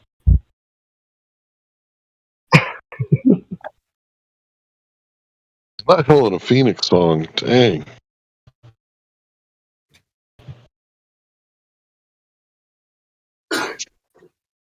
You could tell the audio wasn't in good quality, but you could tell her voice was in really good quality.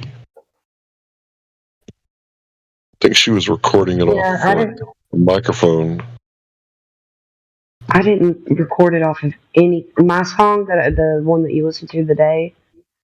I didn't record that off of anything but my phone and in the brewery that I worked at.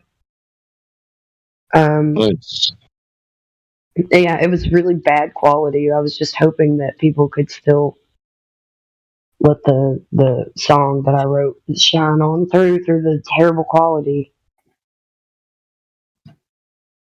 Yeah, I grew up on a CB radio, so I can hear through the static, through the low quality.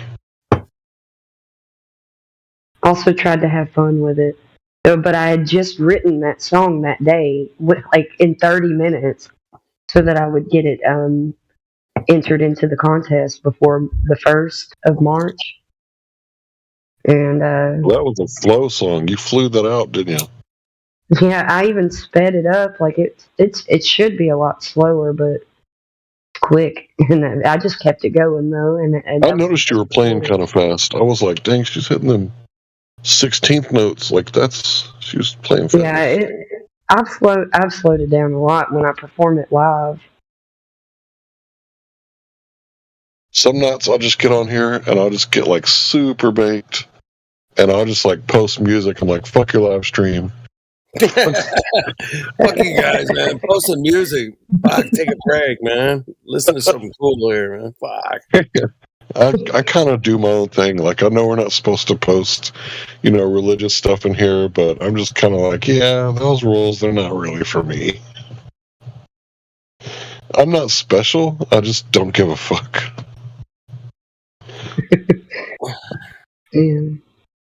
I'm not special either, man.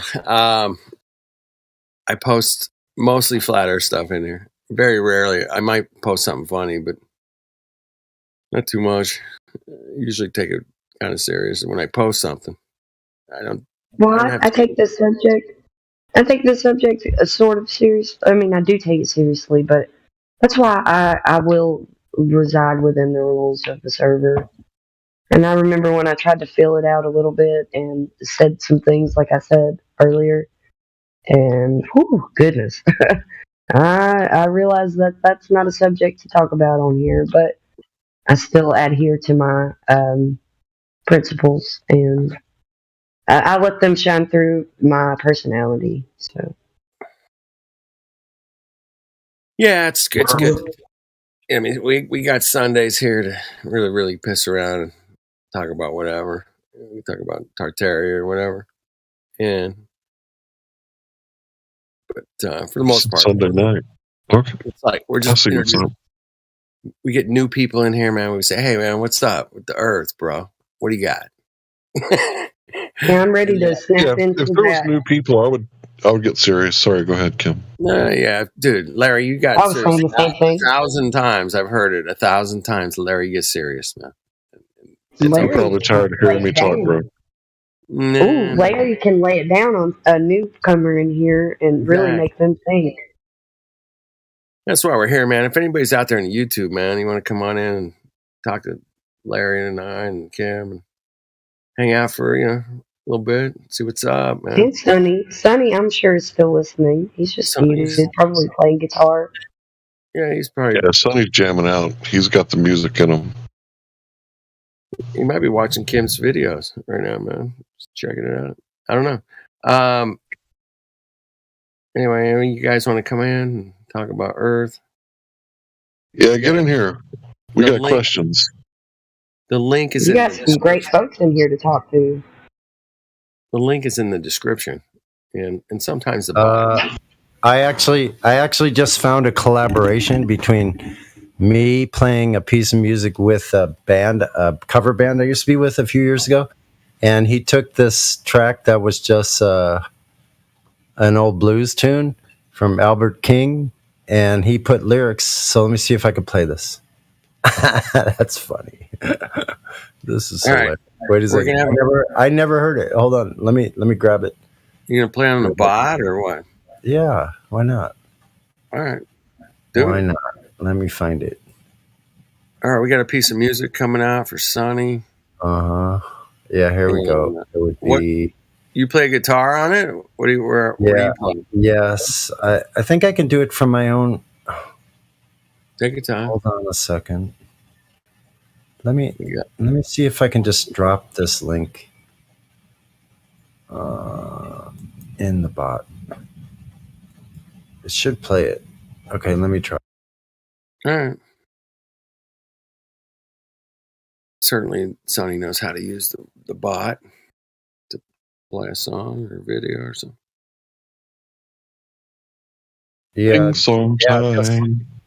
just my internet's a little slow, so it takes a little while for things to respond. 1 second. Yeah. Coming right up here. All right. Somebody new just joined us, man. Dawid. Is it or Dawid? Oh, He's Dolly is a flat earther. I've seen him in the lobby. Really? All right. Well, give him his microphones. Or he deafened.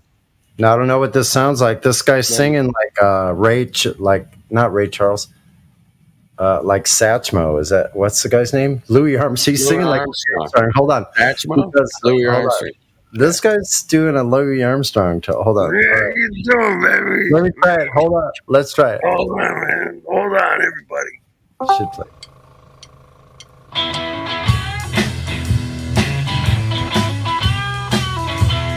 Yeah.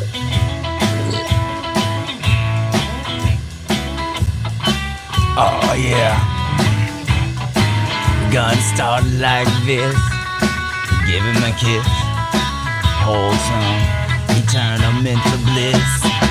I've worked so hard to keep out of trouble.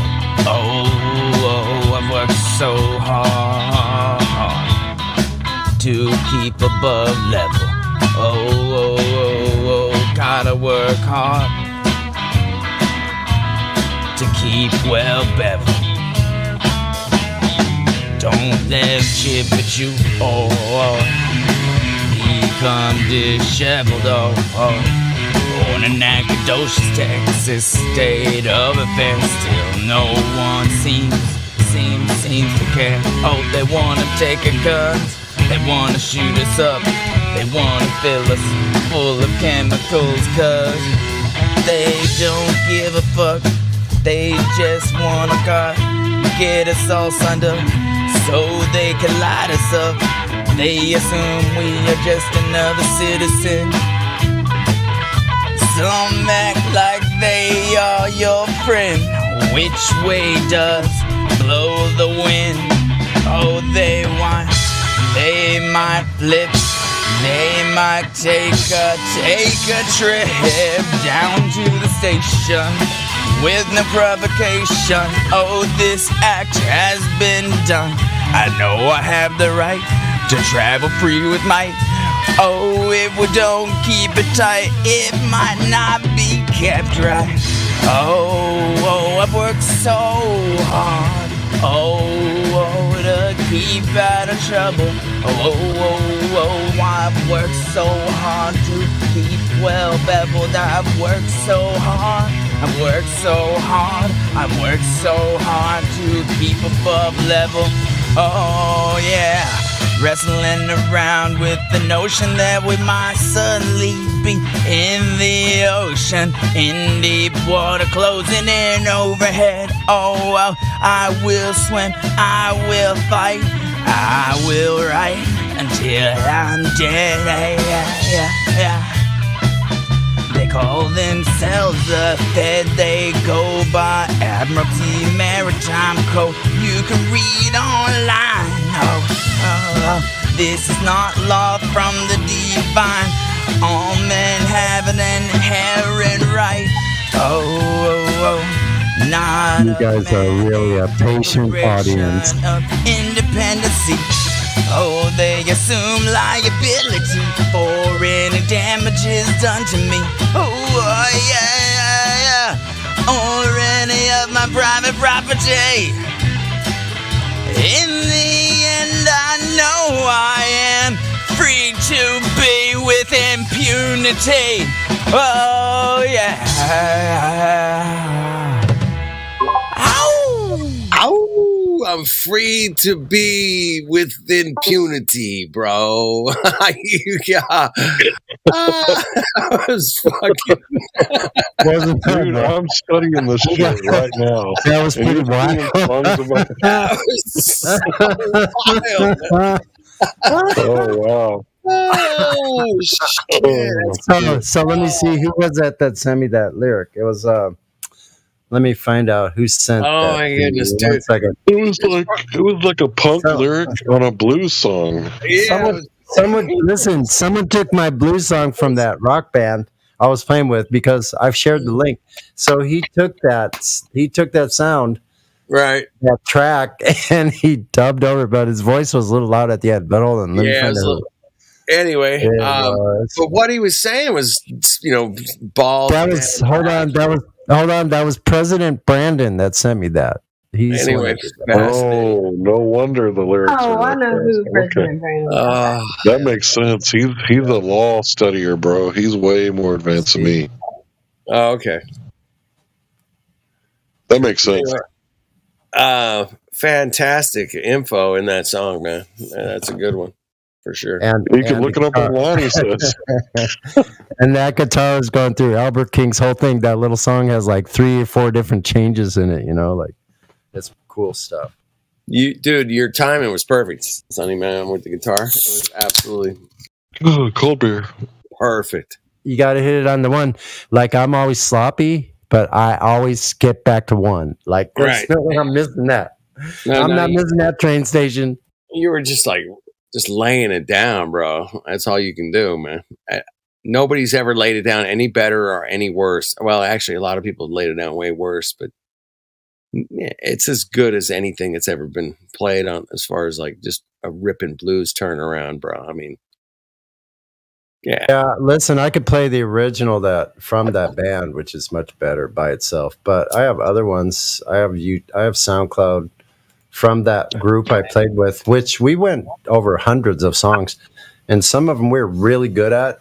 And a lot of those songs I made up on the spot. Like I made up the riff, and the band just started playing it, and I just like took the riff into its own realm, which are like my simple on the spot orchestrations that I designed, pretty cool stuff. I know that's for because I did it for 15 years straight, man. We had this jam. We had a jam thing called Thursday Night Therapy, man, and we would just show up.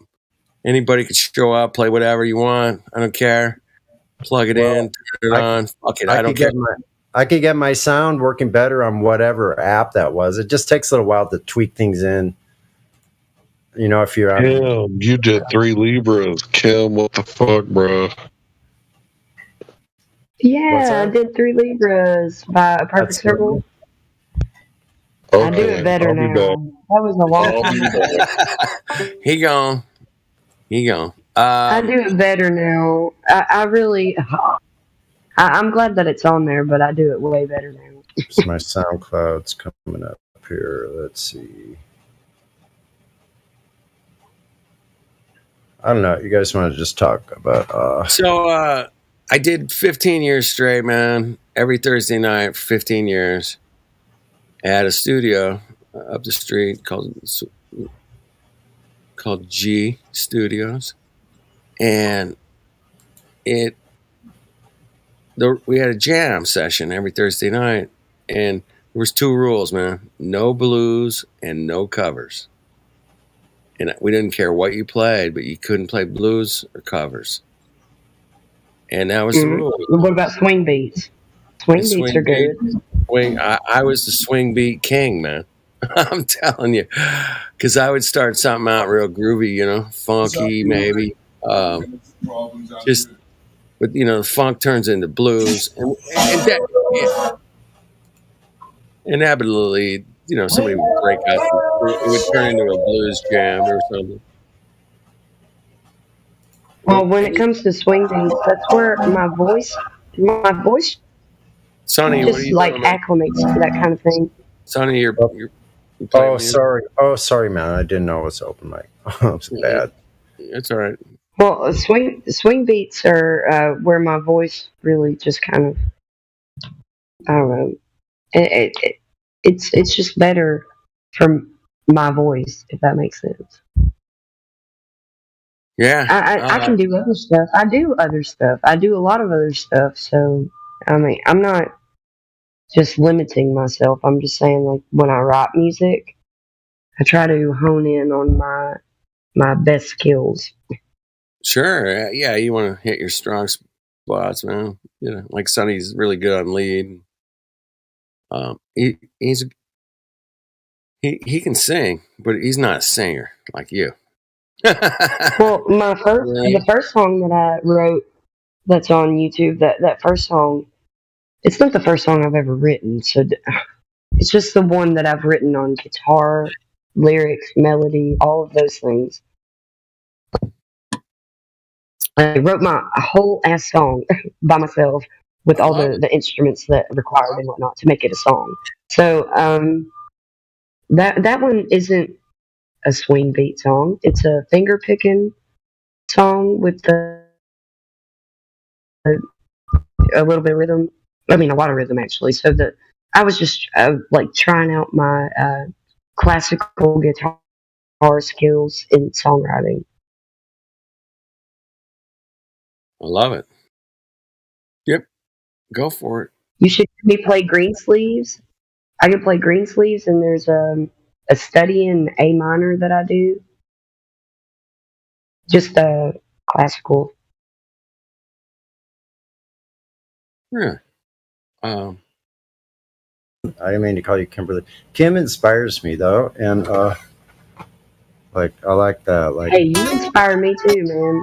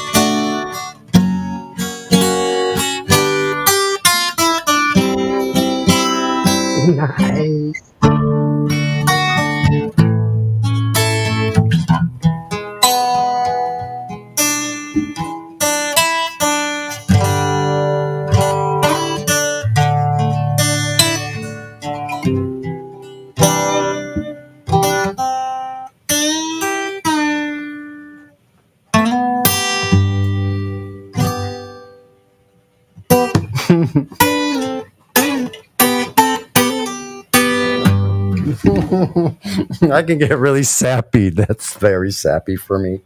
I'm like, why are you playing that pretty shit? I like about to smack myself in the head. Cut it out.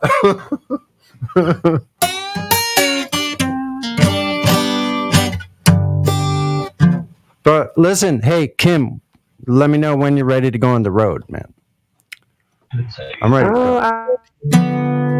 I have a family. I would feel honored to accompany you. Yeah, I mean, I would feel honored to have you accompany me, man. You're so good on guitar.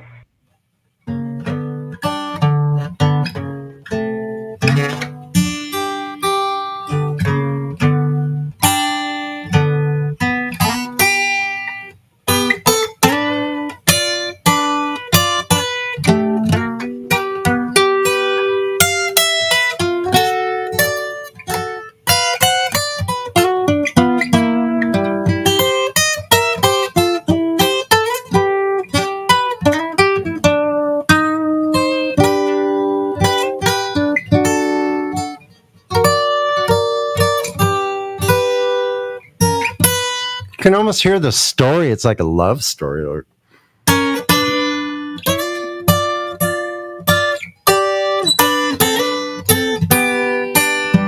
I tried so hard to love you.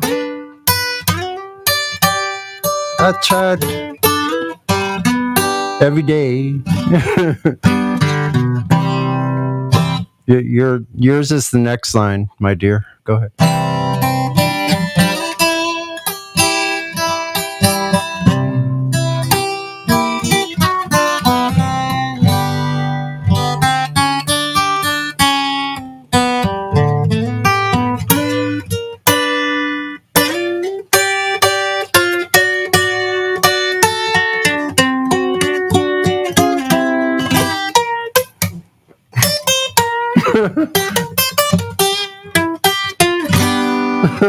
No one else would do that. No one else brave enough to go to those weird unterritoried places.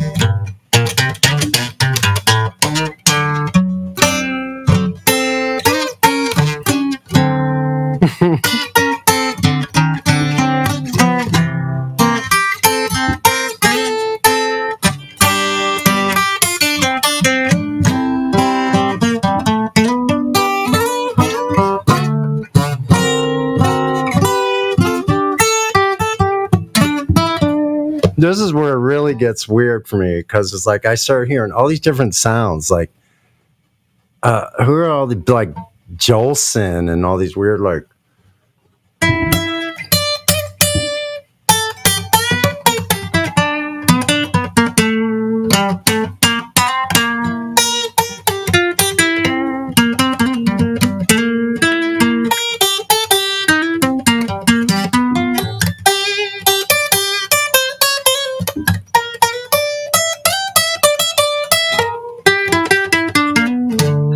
Hey, I'm sorry.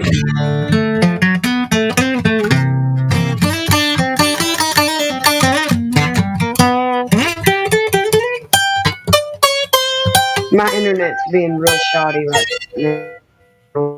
It's Thanks for supposed letting to me be better. share. They installed fiber optics and it's supposed to Whoa. be better, but it's cutting out, and that's why I was roboting earlier. Like if I walk back to our bedroom, like it's not. I had to go back there and love my husband. He's going to sleep. He's got a work in the morning. Yeah, I just wanted to share it because that's how you inspire me. Doesn't that sound cool? We could do that together. Yes, inspiration is something that is so hard to come by, man. And when you get it, if I can inspire, you've inspired me. So I appreciate you. And so is Creation Bear. Creation Bear has inspired me a lot too.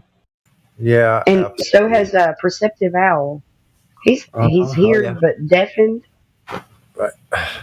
I mean, but Sonny, you're the only one that like actively like works with me on this server, so I appreciate you. You're a big inspiration. Awesome, man. We could do so much. Like that's why. Oh shoot! I have a totally indestructible mouse. It's been dropped 50,000 times. Still keeps Can on I going.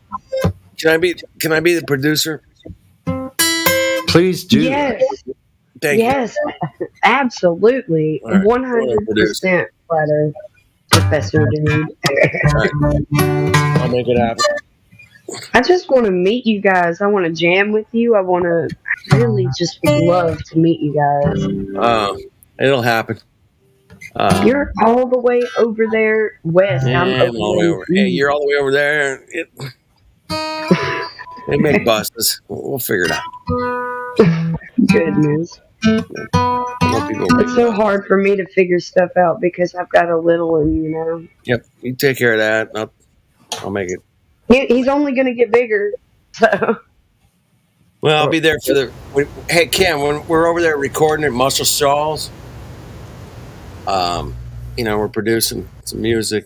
Isn't that where Elvis recorded? A lot of people supported there, man. Allman Brothers. What is it called? Heartbreak Hotel and those songs. Leonard Skinner. Yeah, the South. Yeah. All those people. Yeah. All the Southern boys. That's where they recorded this shit, man. Yeah. ZZ Top's been there. Yeah, there's a lot of big names. Absolutely. But they'd be lucky to have Kim and Sonny in the house. Oh, shoot. I'd be so honored, man. Actually, I've often wanted to go to the South and the Midwest and the South and play because, like, I know all the country riffs. I could do very well. Like, I could have done as well, probably younger, but I'm more like, I don't know, I'm wiser, and so my playing has become more solid, pretty much. Like so I don't know. Like I would love to do that because I think I could show them all off. I don't want to be a smart aleck, but just be you, man. Just be you. Oh shit! There it is again. I'm not dropping that mouse, man. Well, I have an air mattress, so like just then when I jumped up, the air mattress bounced. Yeah, I don't know. I might have to get new rugs because anything that falls on it just like goes. And I have a bunch of glass. I have a bunch of glass. But I like the effects of your removing the rugs. It's really awesome. Not that it's that it was bad before or anything. Really, you notice it though? There's a room. Echo, a little echo. Yeah, okay. It's a little bare. We have a place here called Restoration Hall, and it's just a gutted out building. Like the openings, like the openings to walk in. There's 3 of them. Yeah, it's a brick structure. And it's on like hooked. It's our old downtown. So our old downtown is being renovated. And people. That's why we have 2 breweries within walking distance of each other, and like Jasper Bottle and Tap is like a tap room / package store. That sounds. And all of the restaurants have their own. Like it's an entertainment district, so you can take your alcohol and walk around. I'm very familiar with it. Yeah. Outside. Yeah. It's And I worked at Twisted Barley, which is a brewery. I was a bartender there. And I just recently am not a bartender there because they sold Twisted Barley to the other brewery. And I was just having to move a lot. We were moving and I don't know. They were up to changing all of the whole vibe there, and I didn't really subscribe to the vibe that they were going for. Because I'm a bartender. I was like the singing bartender was me. People would come there and they would get their drinks served to them, and then I would whip out my guitars, put the strap on, and then I would just start singing. You know. Nice. I was the entertainment and bartender. So yeah, I have an article written about me. Holy shit, man! It's Southbound. Gotta be kidding. It's a cute little article. Yeah, it's awesome. Southbound. How's the song? Southbound is the website. But, yeah. How's that song go? Southbound. How's it go? How does it go? I think I'm heading southbound. So you don't know how it goes? Come on, somebody. I don't. Sonny, help me out here, man. What the hell? What happened to you? You know, if Sonny's muted, he's probably Southbound. I just couldn't get out the door. I don't know. Something like Allman Brothers? No. Something like that. I'm right? off. I'm off. Which one is it, Kim? She doesn't know I either. love how you keep asking me. I don't know. All right, now I gotta research this shit. I'm gonna look it up. Let me bang my noggin. I'll look it up. I'll look it up. I gotta look it up, man. I got my. But there's a website called Southbound that has an article written about me called the Singing Bartender. No, that's some. I'm surprised. I'm surprised though that there's a big magazine around here called 78, and they've interviewed a bunch of people. And I'm like, what about the Singing Bartender, man? What the hell, man? Come on. They go to these boutique shops and they interview these boutique shops, and I'm like, right. Who cares about that? We sell antiques. Oh yeah, okay, thanks, man. Get the hell out And of here. clothing lines, like people like to fashion their own style of clothes and sell them so expensive. Like they're so expensive. I would never even. Right. I go to the thrift store, man. What are you talking about? Dude, I love thrift stores, man. I lived in those things for years, man. I was like, a lot of some of my best clothing I've ever gotten was in a thrift store, man. No doubt about it. Crazy, man. People would like. Are you talking the one by Doobie Brothers? Oh, Blackwater, keep on rolling. Mississippi bird, just Mississippi moon wants to keep on shining on me. Yeah, that one. That's a Doobie Brothers song. Southbound. I love the Doobie Brothers. We jamming at work, and people are like, "I didn't think that you would listen to that type of music, Larry." I'm like, "The Doobie Brothers? Seriously, you don't think I would listen to the Doobie Brothers?" Hey Kim, I got a request, man. Pull up the lyrics to that song and just give us like a couple of I could find them. Maybe do up to the chorus or something, man. Just like give us a little part of the song, man. Yeah. That'd be cool. Acapella, of course. Acapella. Perspective Al is playing some hip hop.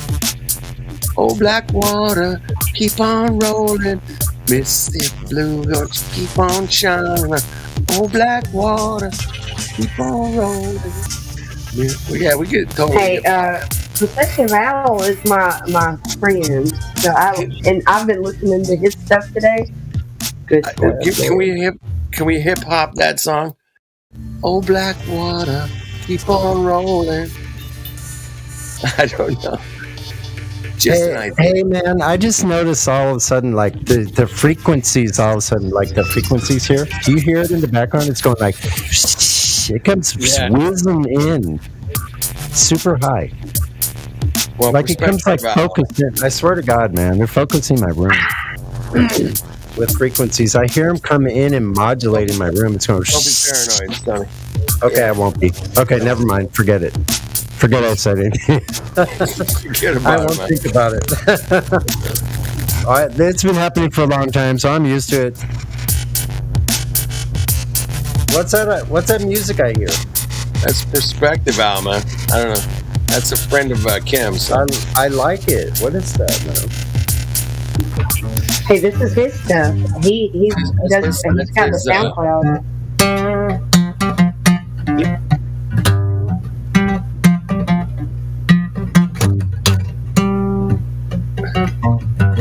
But I don't have to look up the lyrics to that song. I know the chorus. All right, I'll post the lyrics in the. I know the lyrics to the chorus. Up to the I chorus. know them. Yeah. Oh, Blackwater, keep on rolling, Mississippi moon, won't you keep on shining on me? Yeah, I know that.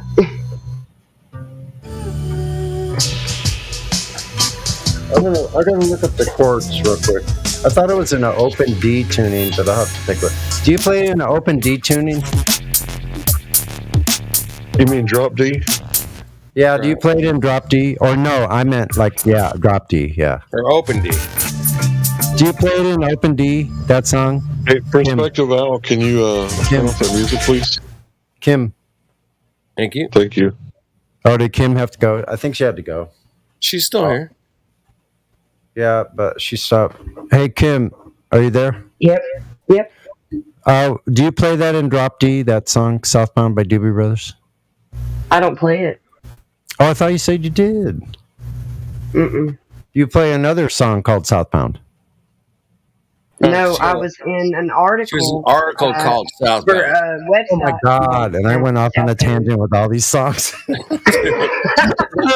There is a song, man. There is two.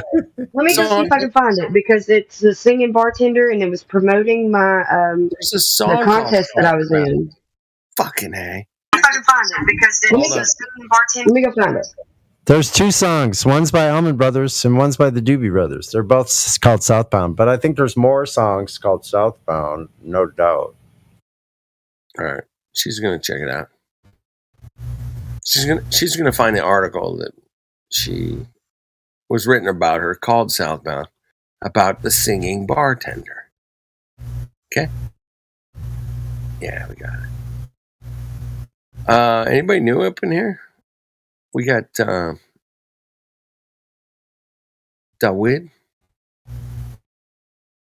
Dawid. He's muted and deafened. Never mind.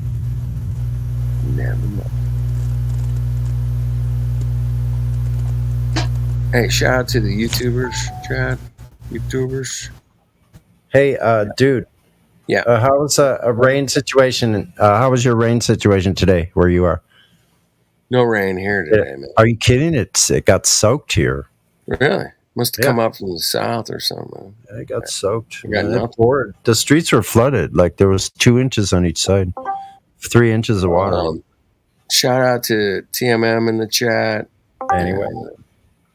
Shout out to Chow, Craig, Charlie, W, Rupert.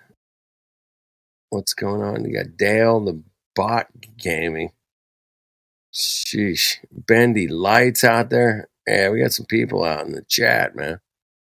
18 of you Mongos, man. Jump on in here. Word. Yeah, come on. Word indeed. I just got on. I just woke up. Word indeed, Mr. Grass. Mr. Ether Grass. We were talking about music, man. We're playing music. Yeah, I was going to play Baroque music in the background while Dude introduced the chat. Okay. I was just saying hi to the YouTube chat real quick. Kim's looking for an article that was written about her called Southbound, about a singing bartender. Anyway, cool stuff. I want to play Cliff Burton's bass solo for you guys, but you ain't ready. Well, I can't access the site. It's private or something. I've read it before, so I don't know what's going on. But I posted it in the live stream voice text. You have to log in or something. I don't know. All right, we'll find it. We will find it. Well, if you click on the link that I just shared, it shows a picture of me playing guitar behind the bar, and that's the picture that was used for the article. And then my video to the day was posted at the bottom of the article. I don't know why it's not.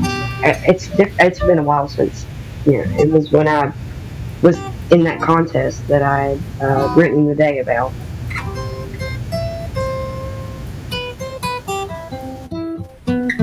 Everything's meant to be, Cam.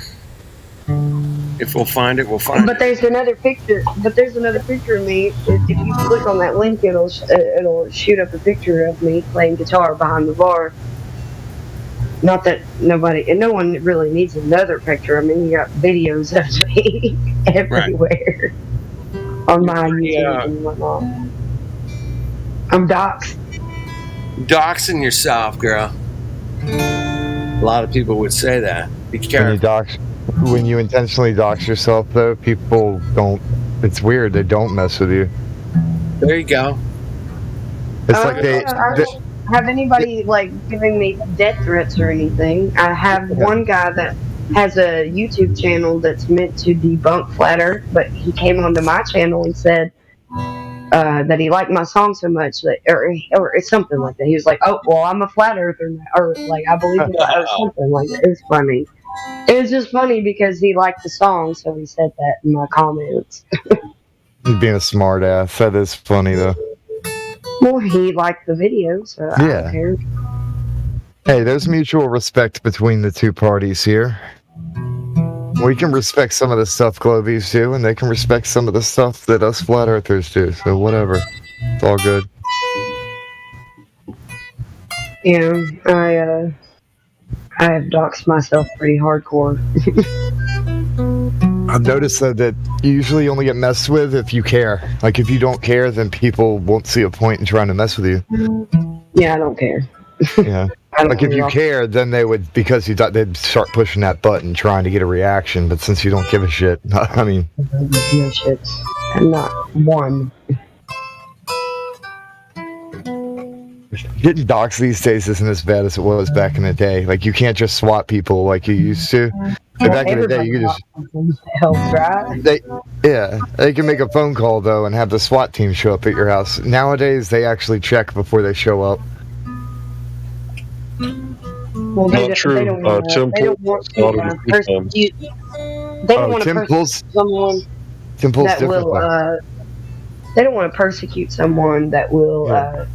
It'll be obvious that they are persecuting them because they needed to be silenced. Well, if you become famous enough, like you're making enough waves, like Tim Pool's targeted, like he got, and I'm not sure if that was a controlled opposition thing or something, but he's targeted because he's got too much reach. So that would be a little bit different. Like say Kim became famous though, and she got a really big, then I could see them, targeting her. The thing. They do the assassination of character instead. Yep. They target your character. They spread lies about you. People will think that you are a pedophile, racist, somebody that you're not at all these days. So you really have to use discernment.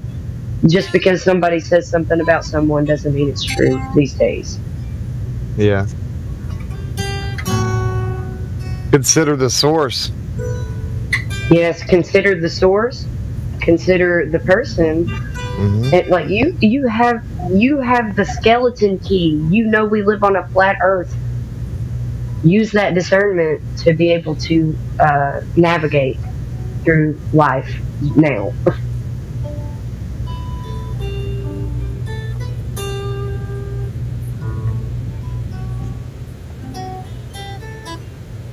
Well, the way I look at it, like Sunny comes in here chilling.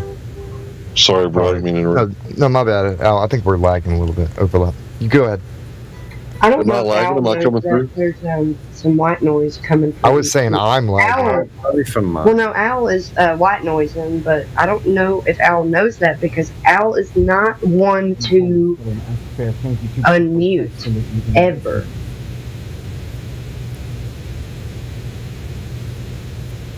Hey, Perspective Al.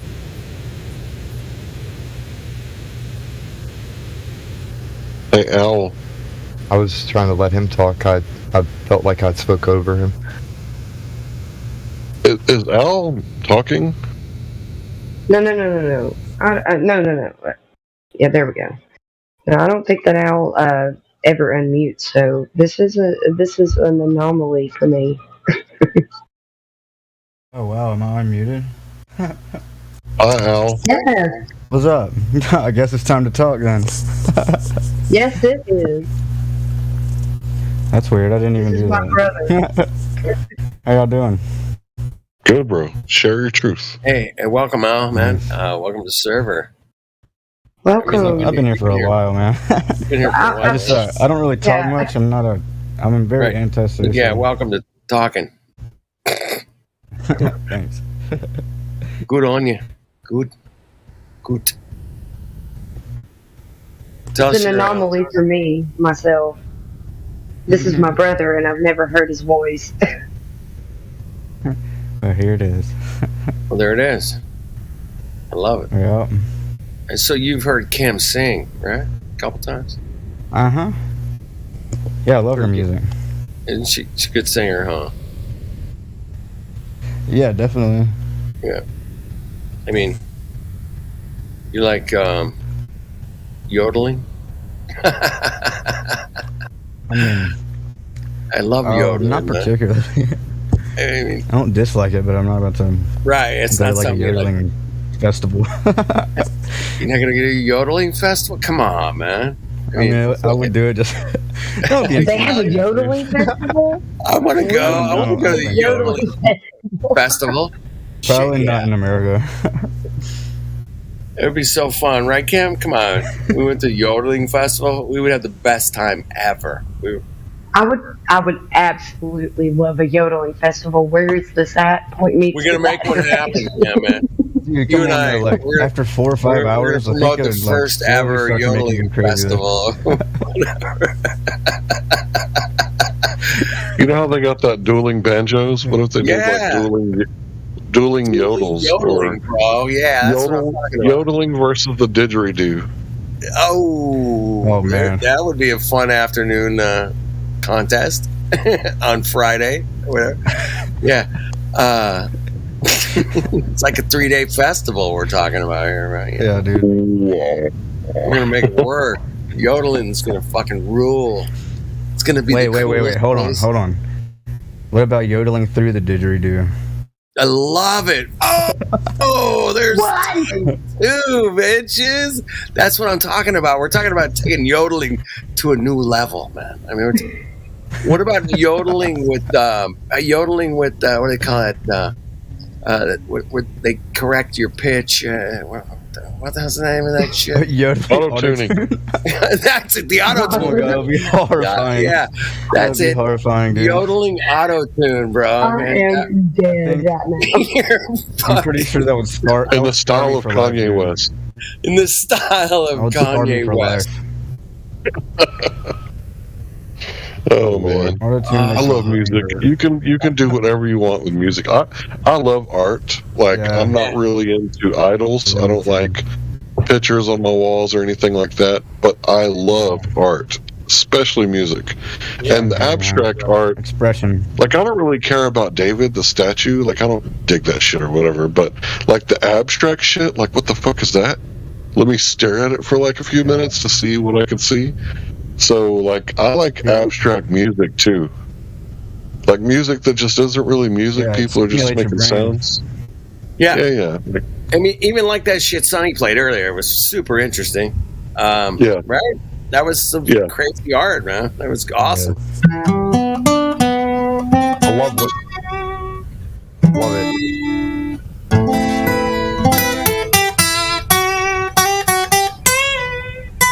Yeah, Sonny's got away with the guitar, man. He brings in those good vibes. Got it. Thank you, Sonny. So, Yodeling abstract convention. art. Well, you know, abstract music. I can do some yodeling. Check it out. Yodeling. Hold on, little Rusty.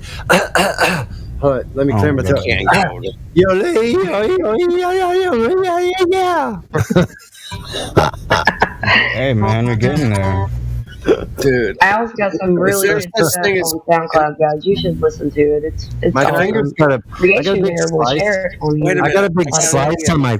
Listen, I got a big slice on my index finger, and sometimes only in certain positions, the string rolls right into that open sore, and it goes, oh shit!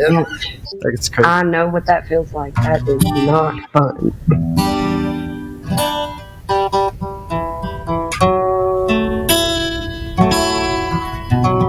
That's why we have calluses. Hey Kim, do you think you could play "She Talks to Angels"? Says she talks to angels How's it go? all around by her name. Oh, I mean, isn't that in D? Hold on, that's something like that. I think the chorus is B I was just and doing it. power chord. I was just doing It's in B. it. Wait a minute, it's in B and what? Says Okay, she so talks to angels. if you want to play the song, you got to tune your guitar to open E chord. E major. Open E. That's right. No, listen, open E. Open E. So you're basically going to tune your guitar instead of it being E A D G B. You know, you're going to tune the A string and the D string up a full step. Got it.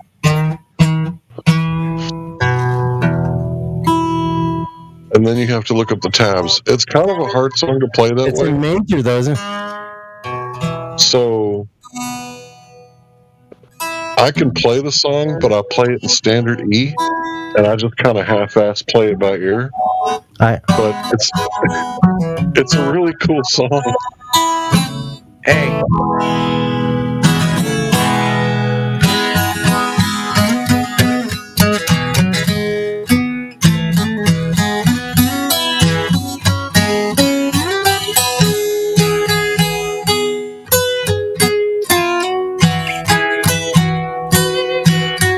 You need some tablature, bro. So She never mentions the word addiction It does something like that, right? in certain company. Holy shit, you're talking about the Black Crows here. Yes, What the fuck? still you season all time after you leave the family. Paints her eyes as black as night now. Put shades down.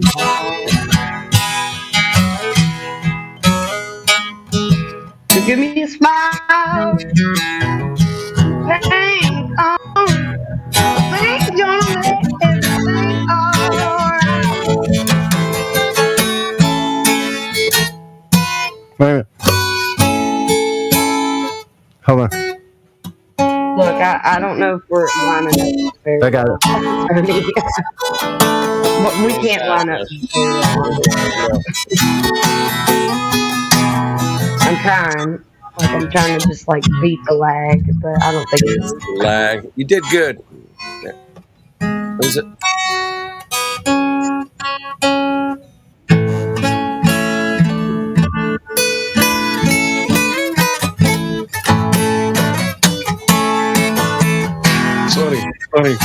Sonny, listen, I'll tell you how to play it. Listen, if you just tune your guitar to standard E and you play E, and then you switch it to A minor, dun dun dun dun dun dun dun, right?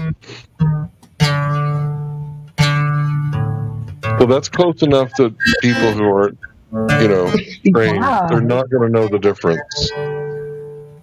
And then it starts out with. I thought it went to a major on the. I thought it went to a major on the 4, though. Actually, didn't it go to A major? I played it by ear, bro, and then I found out later that they tuned their guitar to standard E. Ain't nobody got time for that. So I just played it by ear like this, like I'm telling you now. So E to A minor, and you just flip your hand back and forth.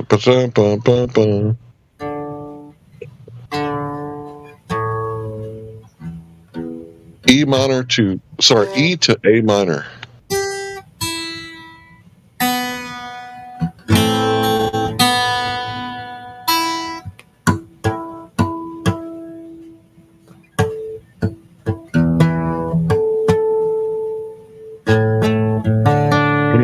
harmonic. Got you.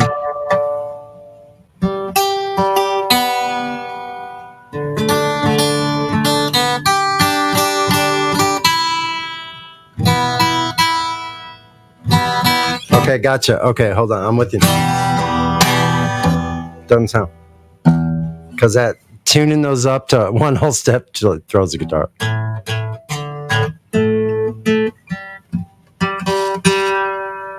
The G string, of course.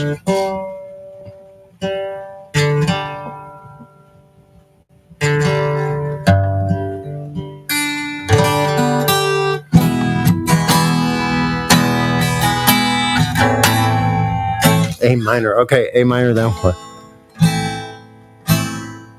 So it's E, E, E, A, E, E. E, it's a major E though, right? Doesn't it do it? It's not E minor, it's just E. E, right, got it. And then every time I say A, it's A minor. E, E, E, A, E, E.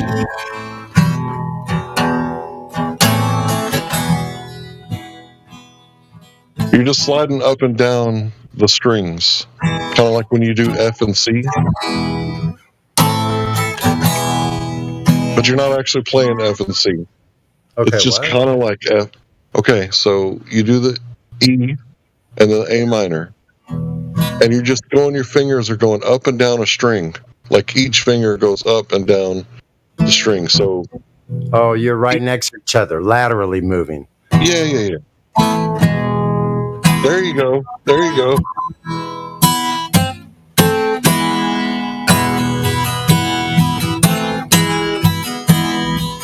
Dun, dun, dun, dun. Something like that. I don't know. Get the tablature, bro. Because it's a beautiful song. Like, it's so awesome. And then the chorus is do a power chord on A, 2nd fret. So that's the B note. And that's your power chord. The power chord is what? Say it again. A string, 2nd fret. So that's B. Yeah. So power chord on B. Yeah. And then dun dun dun dun dun dun dun. And then you go to A. You can play the A chord. And that's the chorus. Yeah. Starts angels. I haven't heard it in a long time. Yeah, it's a good song, bro.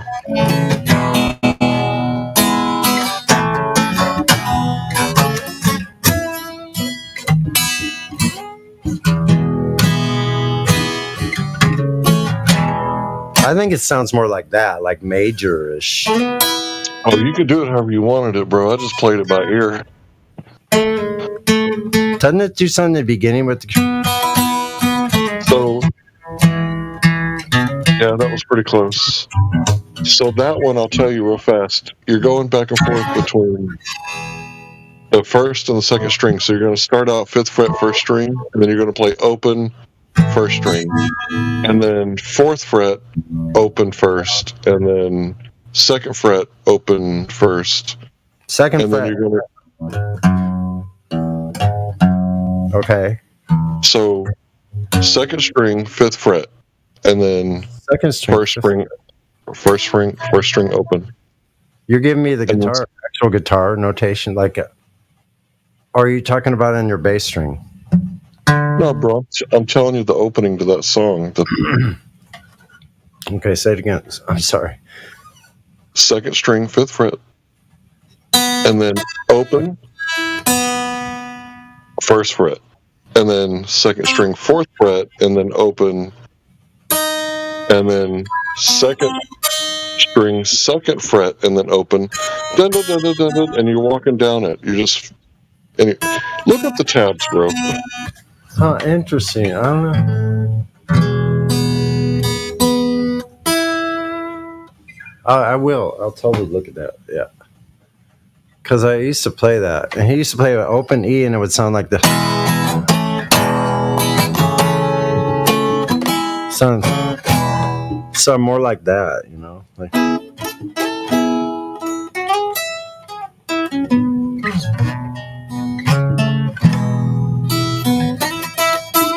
Something like that little country thing at the.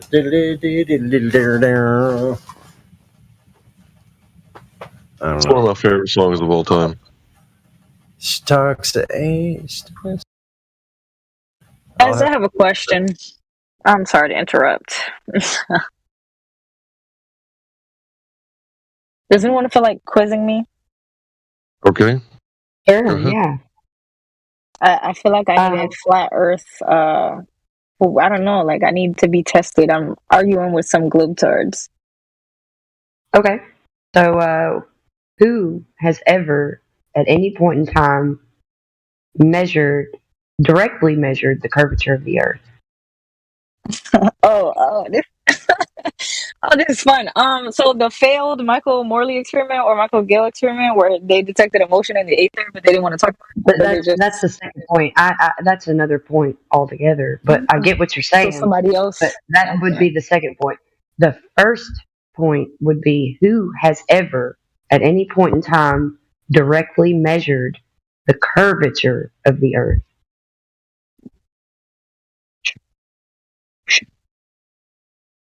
They're going to give you some sort of Eratosthenes. Oh, damn, yeah. With the sticks and the shadows.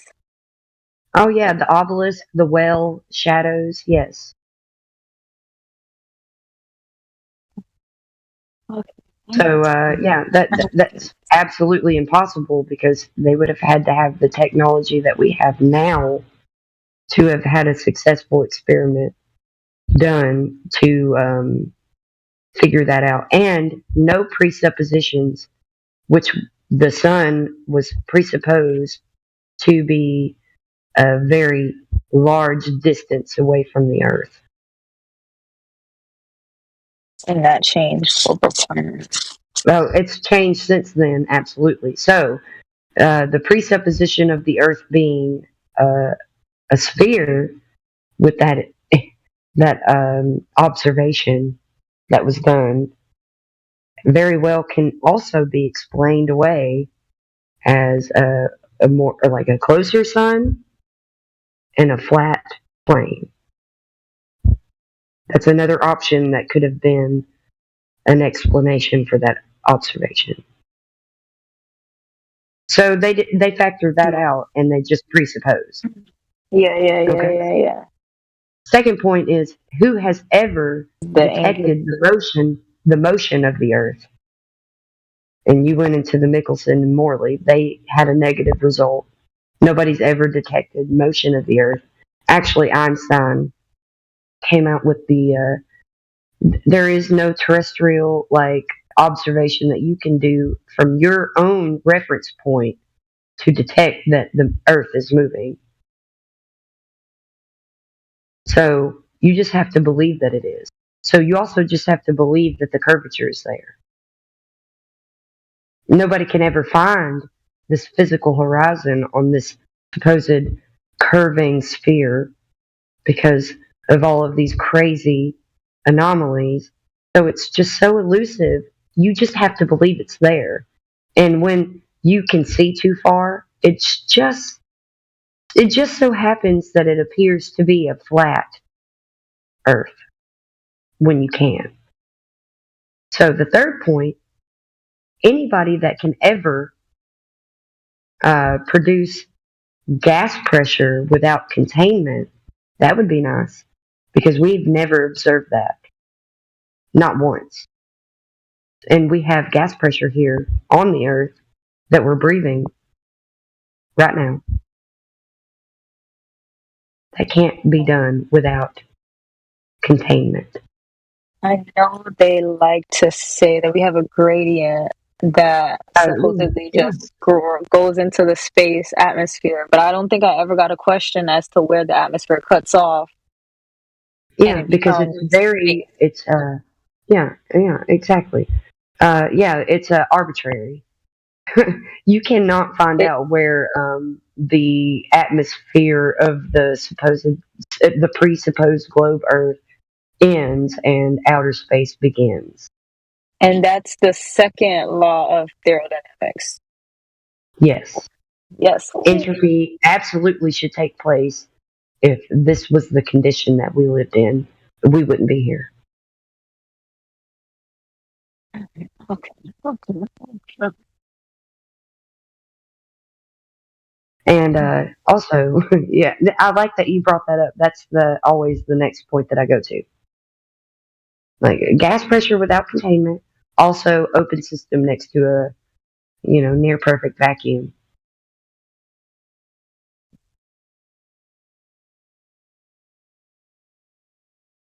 It's like when it's like when someone asks you something on the spot and like it takes you a second.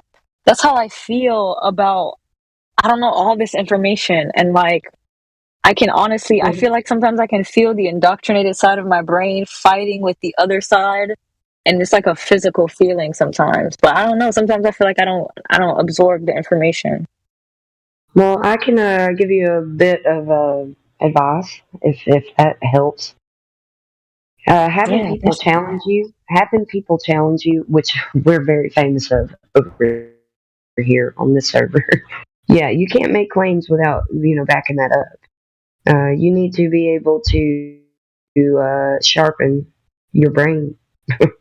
I do a lot of Sudoku. I play Sudoku a lot, so I have great memory. I don't know why. Maybe I was just blessed that way. I think I have selective great memory. That's understandable. Sometimes I don't remember stuff, so I'm not some special person or anything. I just my memory when I want to remember something, I will. I kind of feel like I have to like learn both models in a way. Like I have to know what the globalist, what the heliocentric model is exactly saying in order to apply it or deny it to a flat plane. And it's just it's basically learning two models. Yeah. Yes, you have to learn both models. Absolutely, you have to be able to falsify the globe because it's literally never been proven to begin with. It's worse than that. And if you were never taught the globe, you wouldn't even think that you live on a globe. And it is worse than that. I could go into a lot of things. You have to learn it so that you can globe smack them before you can even flat smack them.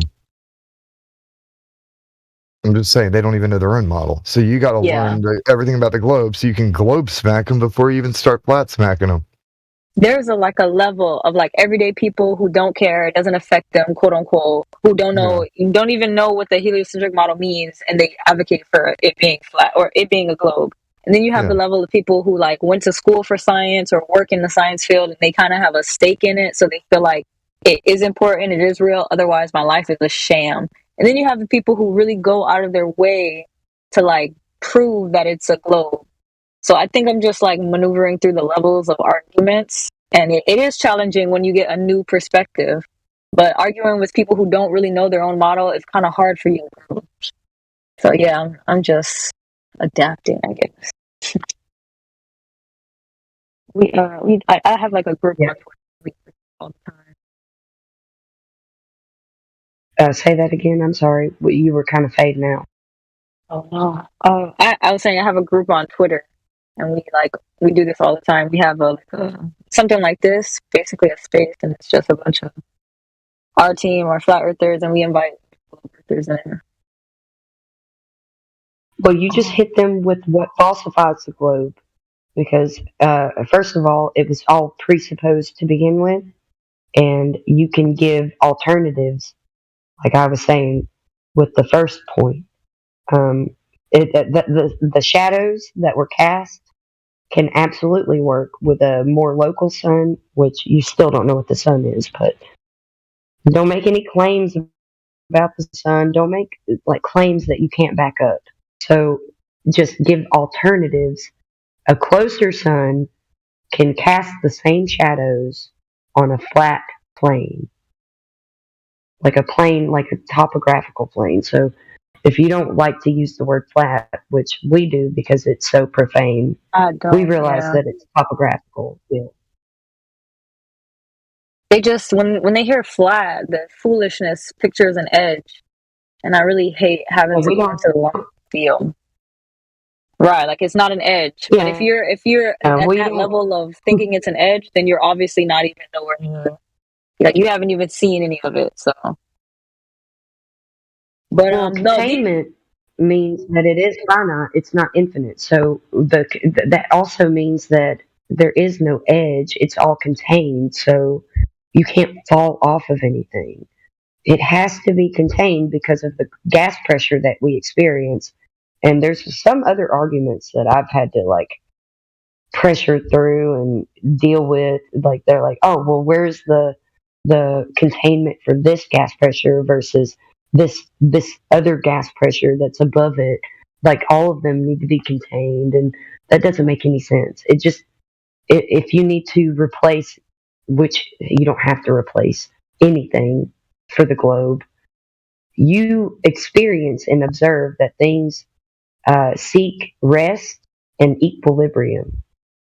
That is why things fall to the ground, roll, and stop. They're seeking rest and equilibrium. You don't need gravity. You just know that some things are more dense than the air.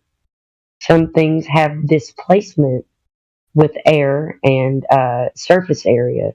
So that's why you have buoyancy. And buoyancy doesn't just work in the water, but it is a very, very good example with displacement and surface area for water. But that happens in the air too. That's why you see, things seeking equilibrium and rest. You blow up a balloon with helium, it's rising because it's less dense than the air at the pressure gradient of the earth where things are all constantly being made. That the earth is the reason why we have the gas in the air to begin with. It's coming from the earth, from the water, from everything that's on earth is producing the gas that is in the air, that is causing the pressure that's pressing against the containment that we live in and seeking equilibrium, just like you see certain liquids, how there's there can be a gradient in liquids, like the oil will rest on top of water, or and there's other factors in that, but you can see that kind of gradient in just a fluid of water or liquid. That's the same thing for the air because it's just those same things that are a different state of matter, which is a gas. They act fluid just the same. So they seek equilibrium, and buoyancy is a part of that, displacement.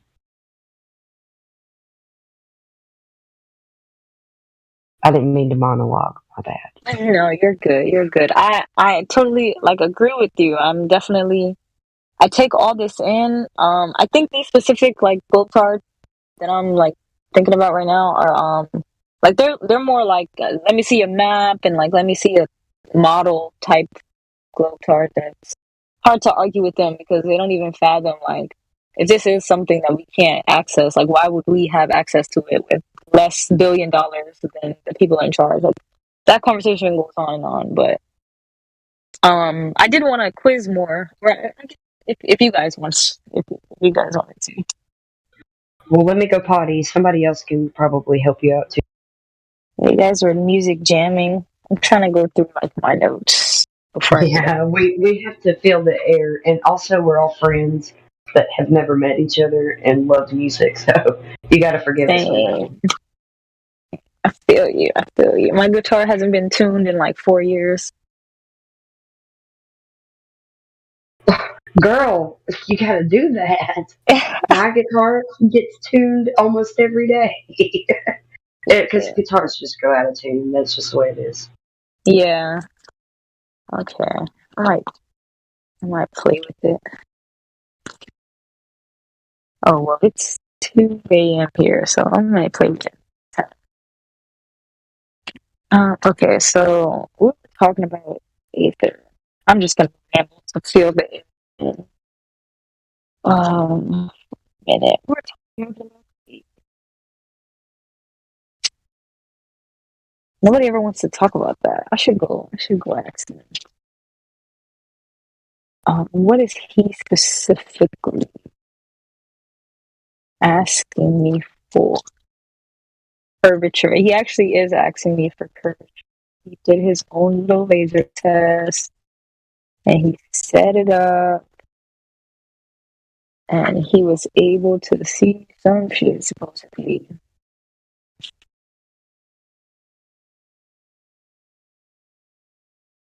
I took the laser and to be willing to buy it. My thing is, I don't like math. Is my least favorite subject. I did not go to school for math and science. I went to school for business and culinary, so it's just a completely different world. But the math for the curvature, we talked about this too, and like some of them don't want to use the parabola, but like I can't remember the definition. I know there's it's probably on Twitter. 1.22 times the square root of observer's height in feet is the parabola, like the Pythagorean theorem. Yeah, I never pronounced it. But It's there was another one. 1.245, something like that. 8 inches per mile square is like it's roughly exactly right. It's like 7.98. It's like 7.98 inches per mile squared. So you can just round up to 8.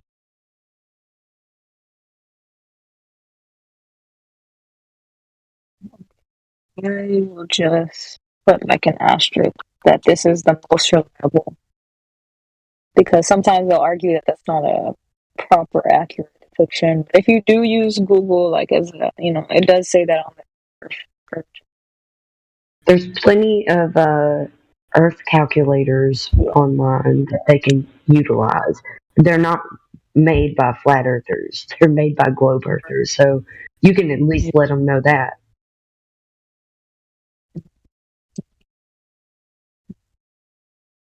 I have to find a buddy.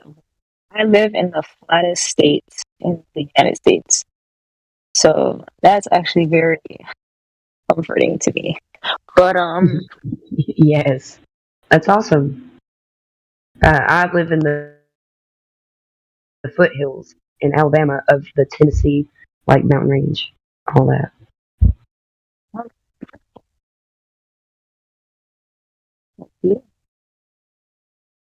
I'm sorry, I can't hear you. Oh no! Sorry, I couldn't hear you. Oh, I was saying it's beautiful, and that's like land and a view. Yeah, it's beautiful out here. I live in a beautiful area.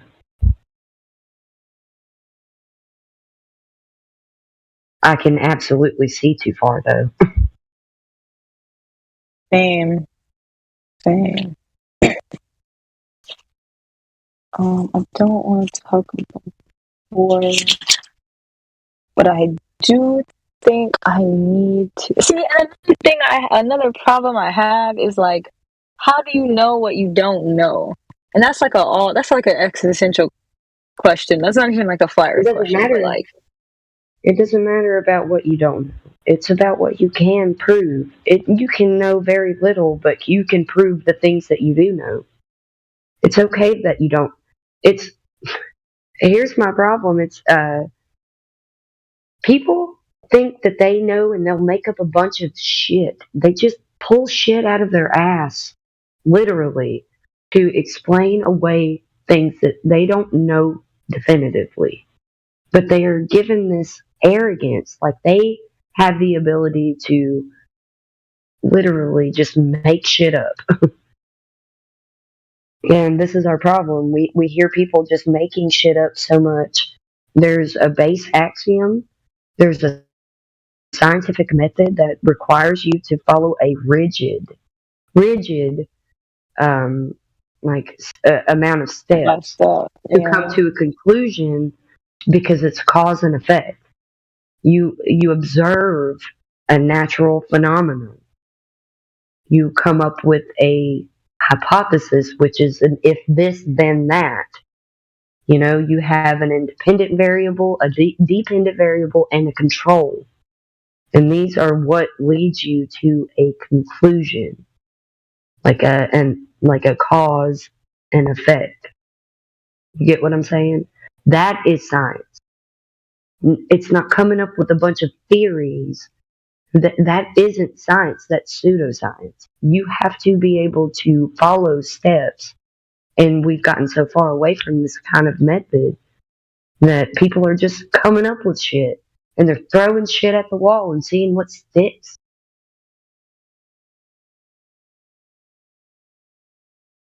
It only takes one truth to crumble a mountain of lies. And if you've got this one truth that crumbles the mountain of lies, you're not going to be favored in society. It's just the way it is. But if it isn't the truth, then you're going to feel trapped. So the truth sets you free. If it doesn't set you free, then it ain't the truth.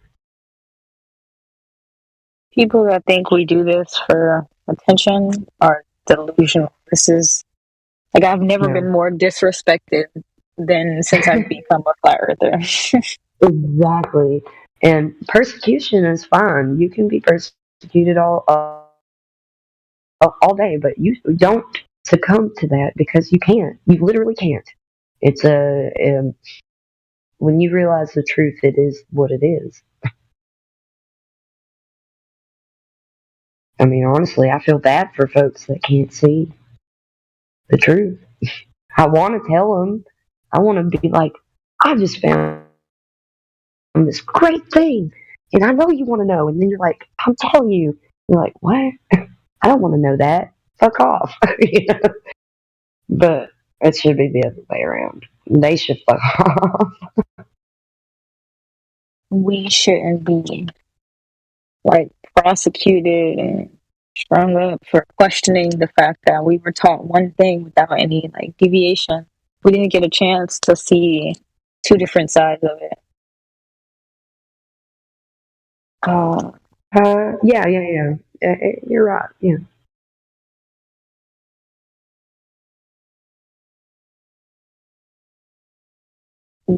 I suggest that you hang out. Sorry, go ahead. We basically go by the Newtonian theory or the theory of relativity. That's Einstein. The theory of special and general relativity is Einstein. Newtonian gravity is mass attracting mass. So Einstein, his explanation for gravity replaced that with the curvature or bending and warping of space-time. And space and time are concepts. They're not physical. They're not applied physical properties. They're concepts, you know? So you can measure the space between, you and me with like a measuring apparatus, like a yardstick or like something like that. That's something that is abstract. Just like, you don't have time in a clock. You just have time being measured by gears in the clock. Like, it's not the other way around. Time isn't in the clock showing you what time is. It's you coming up with a mechanism to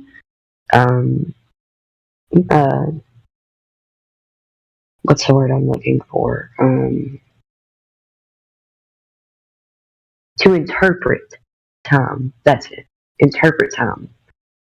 But really, the sky is our clock. It's a massive clock, like timepiece.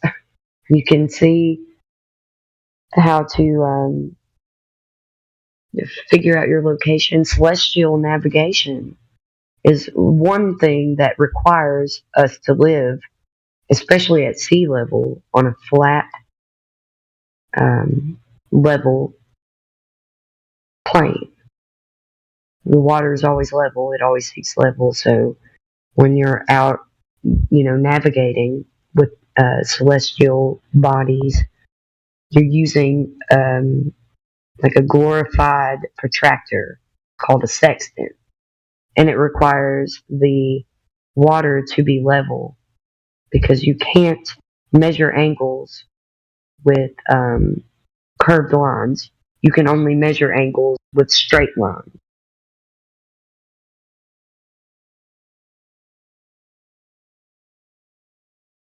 There's a lot to it. I really do recommend you hanging out here. I recommend you hanging out here. Yeah, There's some I've been in here for. It is a little late. There's some brilliant people in here that will teach you so many things that you can just go check for yourself. They're not making claims. They're just putting it out there, the information that is self-evident. So if you hang out here, you're gonna only become more knowledgeable about the whole idea. There's no argument. There's no debate. The Earth is what it is. The claims are from the globe, and we don't experience them or have any evidence of them. And we're just so late to the game to dispute it. It's almost impossible to just be like, hey, this is never proven, so yours is the claim. There's no burden of proof reversal. There's never been proof of the globe to begin with. This has a lot of implications. Even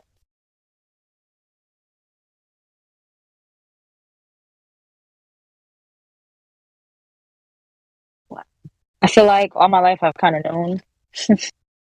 Suddenly, I even make jokes about it. I've caught myself like tweeting about it from years ago, just making jokes about flat Earth, not even realizing like I believed it internally from another dimension. Like I just knew. But I've only been really hard down studying this for like a year now. It's been a year now. It's been a year. Maybe fully. I've only realized that the Earth is flat for a year and some change.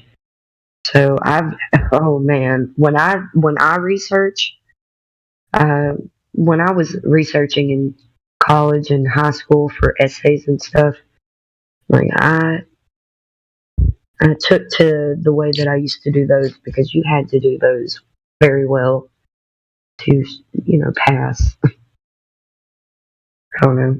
I took that knowledge with me in this research and really deep dived. I didn't take sources lightly. I went into them heavily and tried to understand fully. It was my poor husband had to deal with me for a long time figuring this stuff out, man. I was in a state of, I don't know how to explain it. Usually, people, we know what I'm trying to explain. It's a lot. Serious, because it's like right in front of you. It could all just be. Yeah, the truth is absolutely right in front of your face. And I like to say that I like how you're a skeleton in your image. I like to say that flat Earth is the skeleton key to all of the deception because it is. It literally is. Yeah, it's the platform of all the conspiracy. Well, it's just the one lie that all the others are built off of. If you can figure out this one thing, anything else is pretty easy to have discernment for. But I feel like we're coming into a time where people are waking up to this flat Earth and they're going to have something controlled. I don't know. I feel like we've got to really keep our head on a swivel. I could give you an idea of what I do, but I turn to Scripture. Scripture helps me have peace, knowledge, and discernment.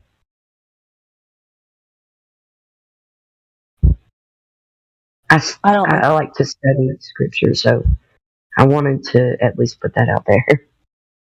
I don't understand how some people believe in half the conspiracy. Like they'll believe 9/11 was a psyop, but they won't go as far as believing that they lied about the shape of the Earth.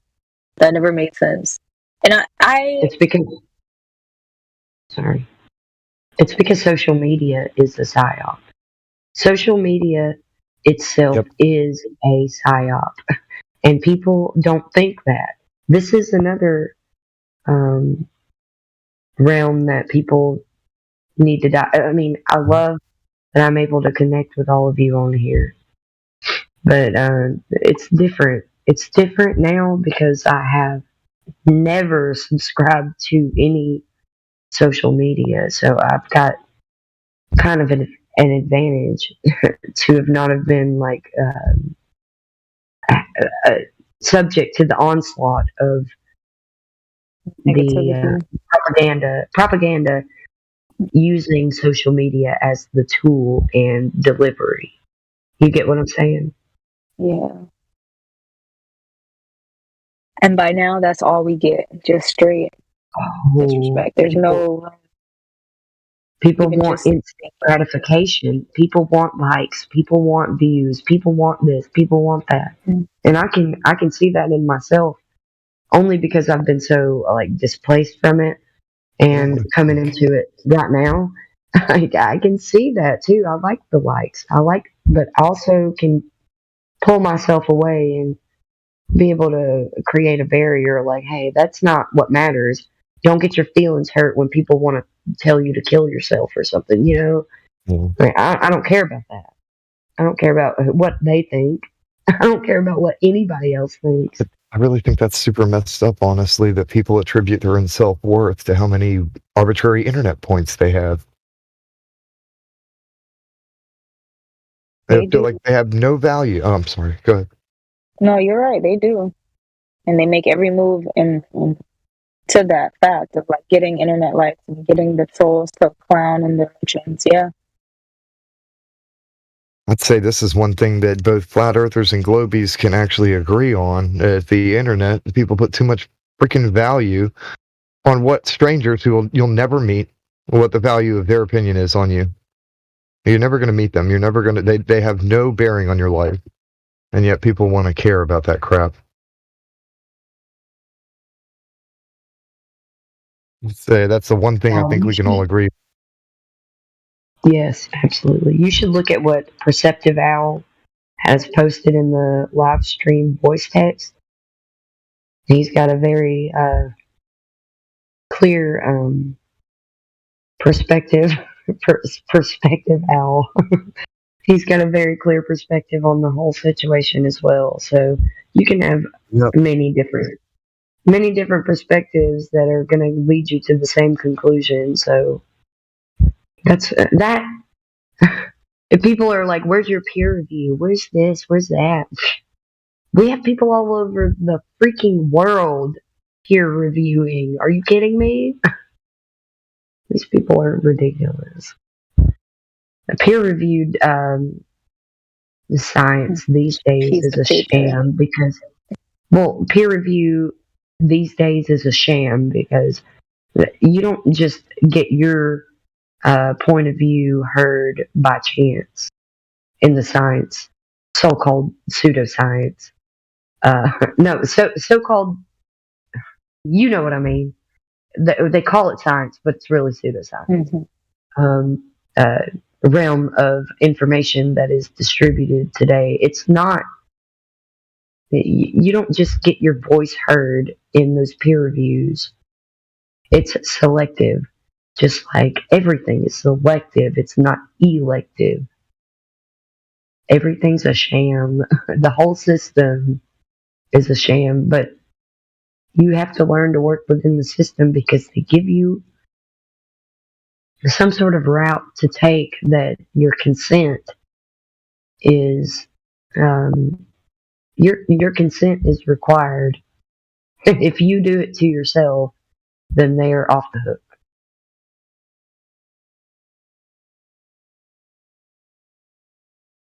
Yep. I think it's called the law of attraction, right? Yeah. You can't blame anybody else if you consented to doing something. If you did it yourself, it was your choice. You don't get to point a finger. That's kind of how they win. That's how they play their game. And that whole they thing, yeah. Anybody can be they. Anyone can be they. Yeah, well, it's not a mystery. The they, if you want to know who the they is, it's the central banks. It just is. Well, that's one of them. You don't have to point. You don't have to point to any secret society which is branched off of it, anyways. The central banks knew how to keep themselves central. No, I'm pointing out that, literally, I could be one of they if I wanted. Well, I'm just saying, like, this is they have the control of money, the control of the currency. If they can control the currency, they're the riverbanks, and the currency is the current of the water. If they can control that, they have the maritime law. The maritime laws apply to land. The soul currency. The education system, they have control of that. So what you're taught in school is central, just like the central banks are. It's all, you follow the money, you literally find the central banks. And we're connected to them through our Federal Reserve. It is what it is. Yeah. Yeah. My point was, anybody who they sell their soul to that system and they, trading it for the money and the power, and what anybody can be one of they. You just got to sell your soul. You sell yourself out. You become addicted to the money, and you go full head, dive in head first into it, and you obey whatever the bosses say above you so that you can keep making that money. Anybody can be they. You just have to worship money with your life. That's why dollar bills or currency bills from they all depict some sort of deity or ruler or something, Or they'll deify liberty itself.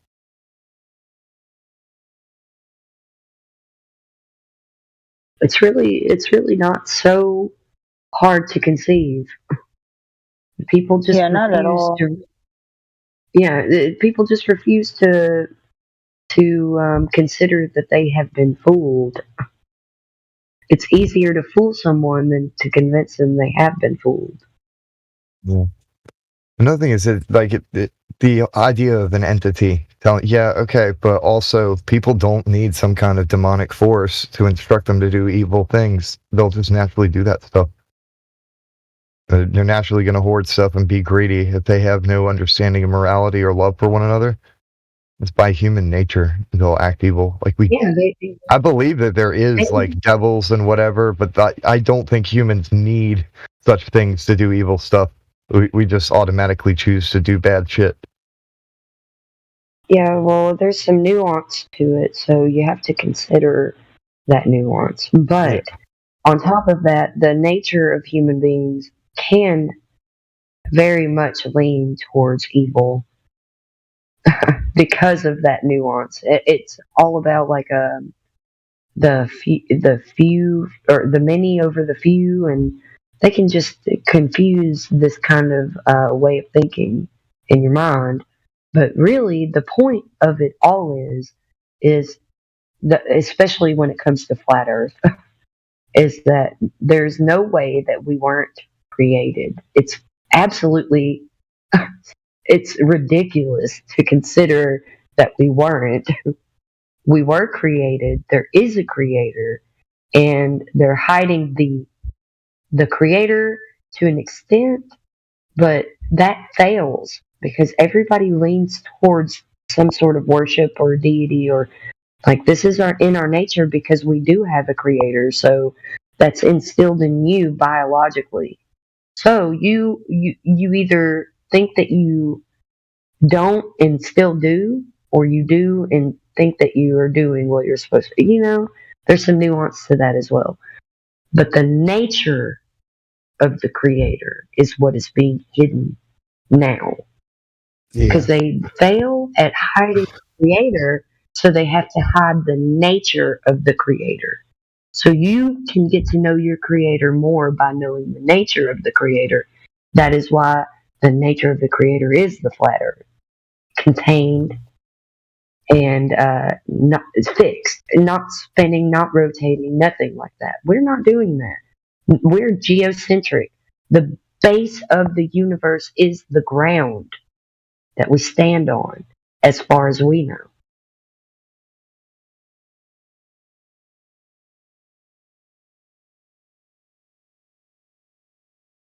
That was me digressing. Sorry. No, you guys are awesome. I needed like a mini pep talk. I like the religion part of it because it's like it's right there in plain text, literally on the first page. But a lot of the science guys Let's don't really. back off religion, because when it comes to religion, you talk about Bible specifically. What I want to say is, religion is about traditions, and it ultimately is never good to define yourself to a denomination of anything. There is objective truth. There is spiritual truth. Like, I really want to point people to objective truth, because I hope that it leads them to the spiritual truth that they need. I think that people should take a cue from the solo practicing Wiccans and witches. Christians need to take a clue from them. Read your book. Read your book. Let's do your own research. Yeah, Read your book. Stop reaching to the preaching. Reaching to the preaching to deliver the message of something that you don't even care to look into yourself. Yeah. Your body is the temple of God. So worship from within. Read your own book. There's so many believers, like you said, they want to hear the pastor tell them and translate for them. It's like, so you don't have access to the same spiritual connection that preacher man does standing by that podium? Come on, man. Read your own book.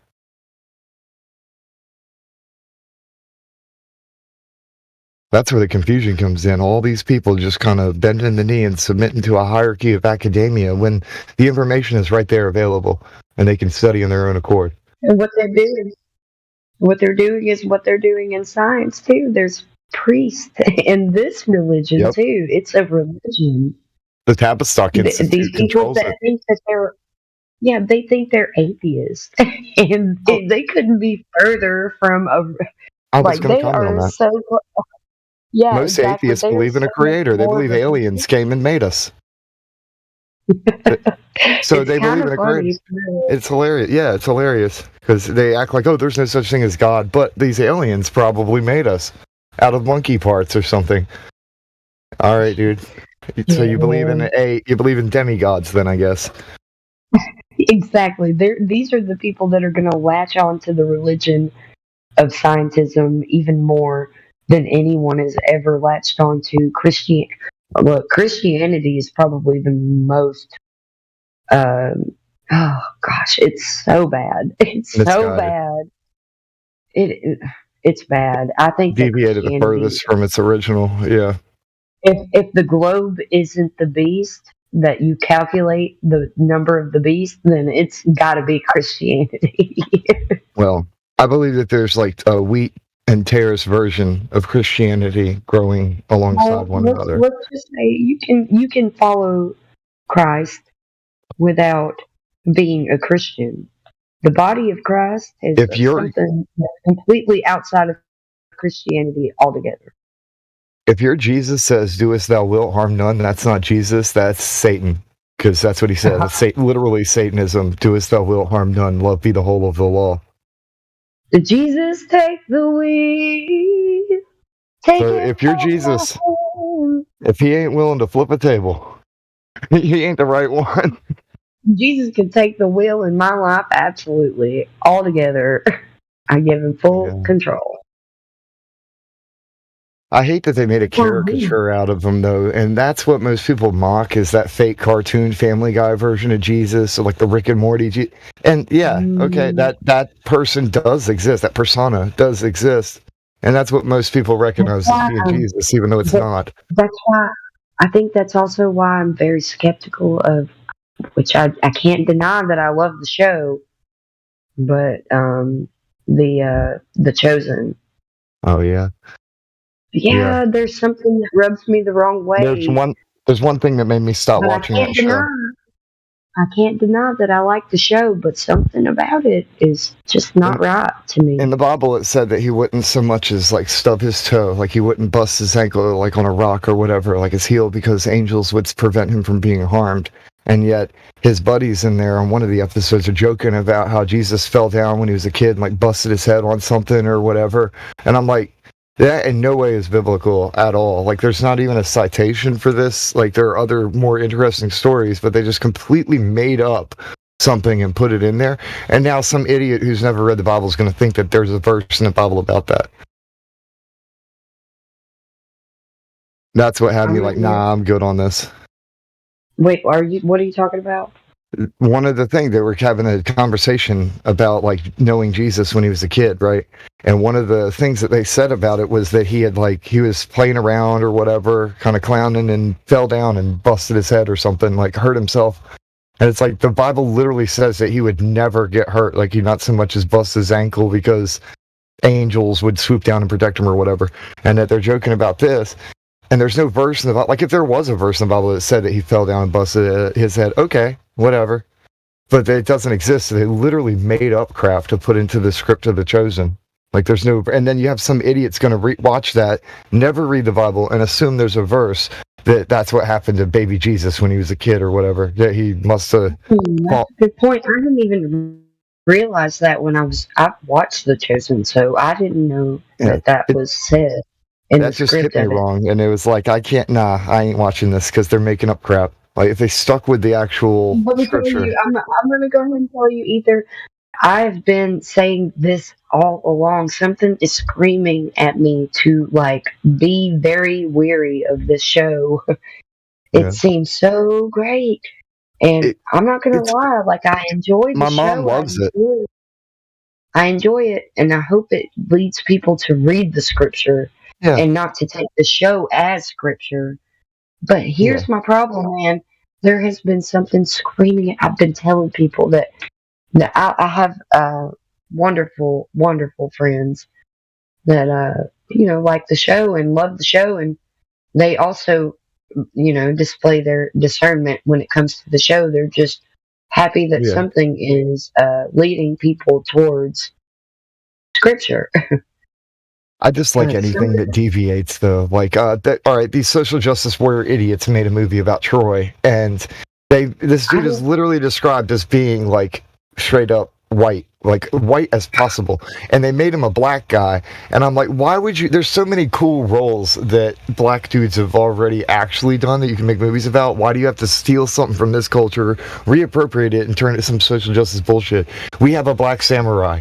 We have this dude who took over a freaking Confederate boat, and he, like, straight up, like, freed a whole bunch of, like, come on, there's other ones too. There are just really badass events that involve a black lead character, and they've never made a movie about it. What the hell is wrong with you people?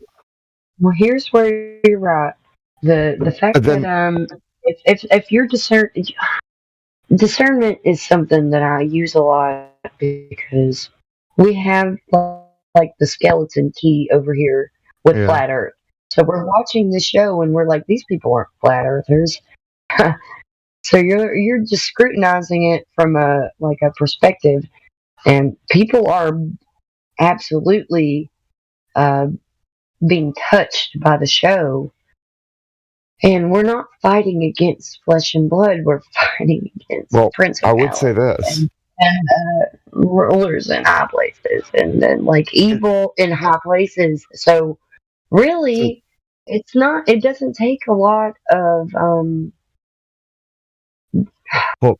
his disciples, it doesn't take a lot of knowledge about the Bible. It takes really about your spiritual connection to the Creator. Like, God, the the God of all, who sent his own son, who is the human form of God. So this is like you don't have to get into these denominations of Yeah. Trinitarianism or universalism or all these other things, but this happened. This happened. You don't know why or how because you're not God. You're not the creator.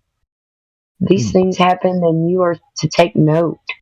Take note. Take the knowledge One and thing take the the disciples discernment said, from it. because this reminds me of something, they had come to him, and they found some other people who were preaching the same thing that Jesus was preaching, and the disciples were kind of butthurt over it. They're like, oh, well, these guys do, and Jesus is basically like, he's saying the same thing that we're saying. They're not working against us, like, leave them alone, kind of thing.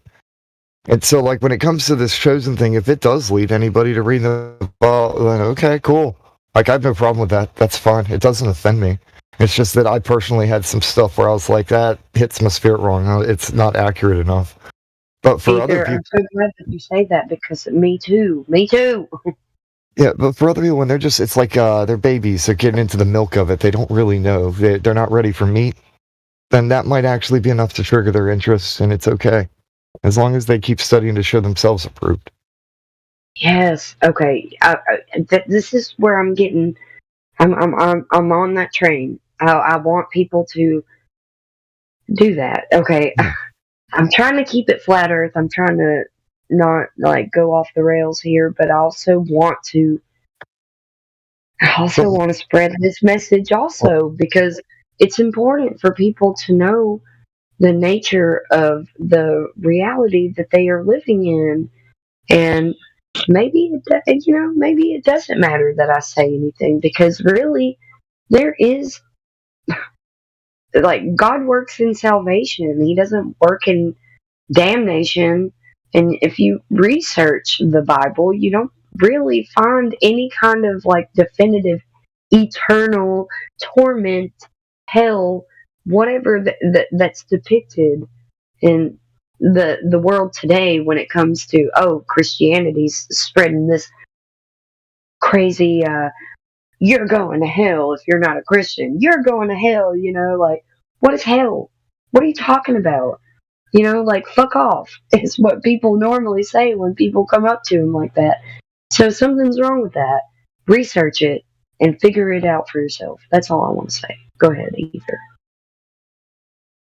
Yeah, I'm responding to somebody in the YouTube chat. This got Dave Shaw being a smart ass. He said, why no 24 live feed from heaven? I'm about to say, well, I said the kingdom is supposed to fly down from the sky and establish itself here on earth. At that point, an eternal day begins. I reckon that would be when the 24/7 heaven stream begins. It's not biblically inaccurate. I'm just kind of giving the gist. Well, I'm not really worried about everybody's salvation to the point where I'm worried about like people knowing the truth now. Like I want people to know the truth. The truth is something that is not popular. It's not popular. I think it's more important that they want to seek the truth rather than actually know the whole truth. I don't believe that there's hardware limitations on your computer. You can only have so much RAM and hard drive space. I don't believe it's possible to know the whole truth. The hardware limitations of the mind. But to seek it, to want to know, that's good enough. That's what we should be. We should be seeking the truth. Nobody's going to know everything. I think that everybody here does an excellent job of at least encouraging people to look.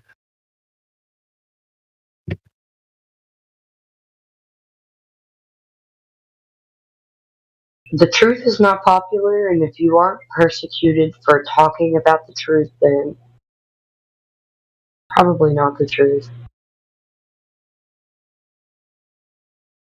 Nobody really wants to hear the truth because the truth is kind of inconvenient.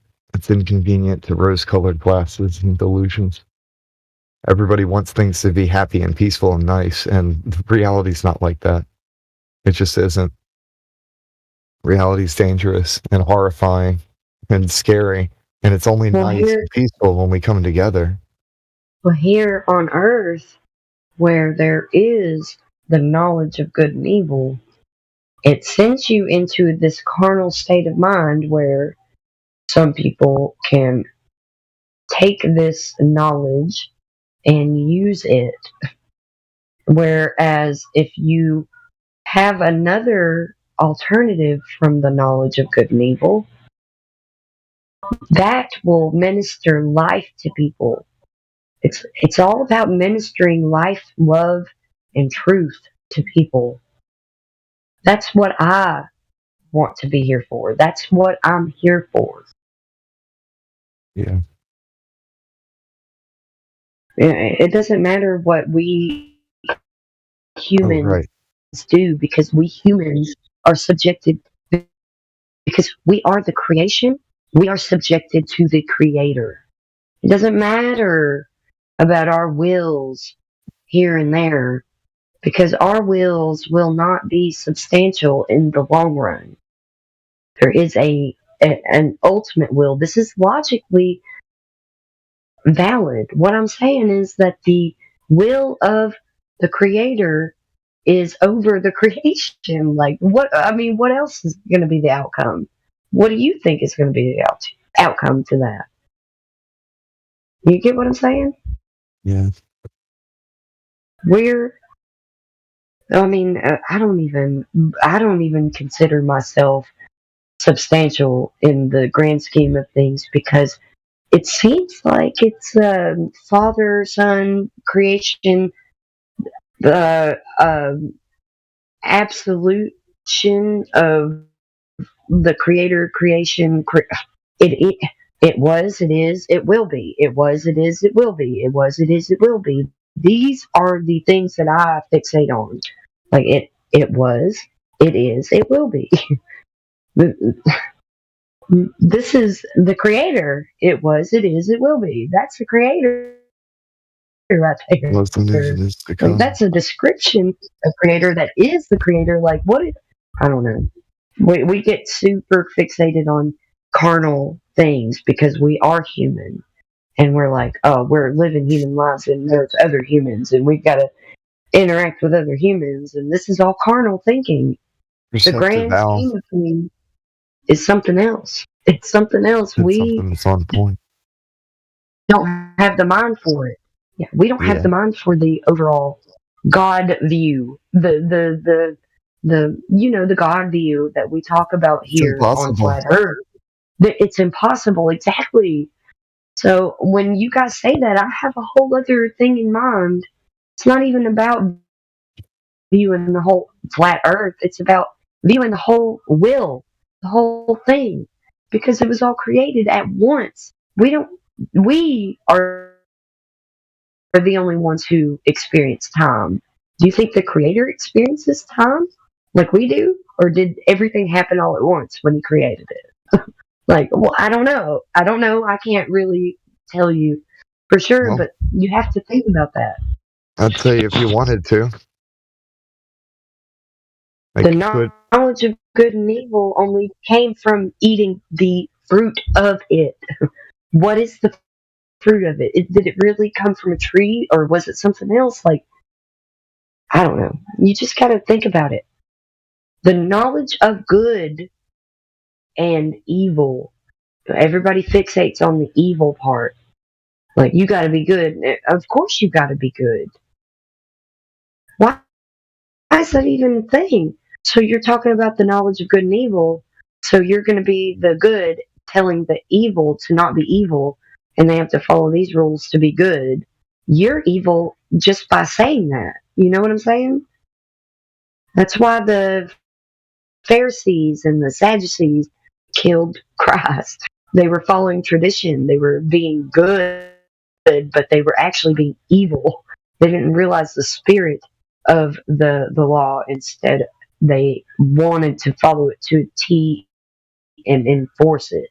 They forgot to be, by following the law, they broke the law. Do you get what I'm saying? Yeah. It's something, man. We got off on a tangent. I'm sorry. I can do that sometimes. No, it's okay. I would encourage people to look more than, because they automatically assume that we're just thumping the Bible and thumping the Bible and thumping the Bible, and that's not true. Yeah, there's plenty in there No, that we believe. I want to point out Like, we agree my with it, but flaws so other people feel better about theirs. I want Yeah. to point out my flaws so that other people feel better about theirs, because we're all in the same boat. We're all doing it together. We're all trying to figure it out together. It's not like somebody has it better than others. That We was can my all know point. the truth and still be destitute and not have any kind of advantage in life. So, And I I mean, believe all who are religions you? are You're connected not better too. than anyone. Like, there's some kind of connection between all religions, whether it's the antithesis of one thing, one subject, or they're directly bridged together in another way. But all of it's connected to history, science, and like the spiritual connection of existence itself. And when people just Well, grab there's one no. book, right, and they get stuck like Mhm. tunnel vision on that one thing, they miss out on so much. Like, if they pick up the King James Bible, right, but they're picking it up after Enoch and the other books have been removed from the canon. Now they got this tunnel vision, narrow-minded look where their mind is just as narrow as that book. Exactly. Here's my point. You have to put in your experience and nuance in life to be able to understand anything. Yeah. Your experience helps you understand life. So you're applying something that is outside of experience to interpret something that is meant to help us and guide us. You get what I'm saying? No, the interpretations of this one subject is what has ruined it, because it's not about your interpretation, it's about your being able to apply it to real life. It's not outside of real life, it is real life.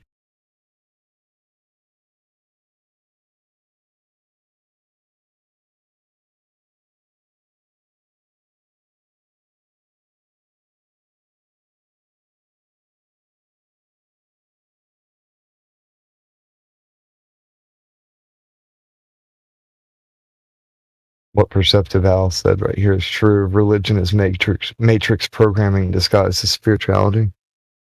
And that, like, I'd kind of have a yes and to add to that. Hey, there's these there's a lot of people who claim to be spiritual, but demons are spiritual, so they might want to be a little bit more specific.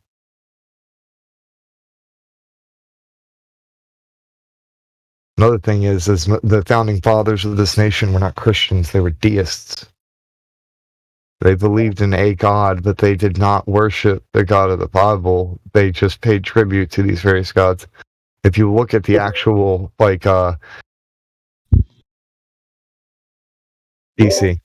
Yeah, Benjamin Franklin was in that Hellfire Club, and Thomas Jefferson rewrote the New Testament, I think, on his own.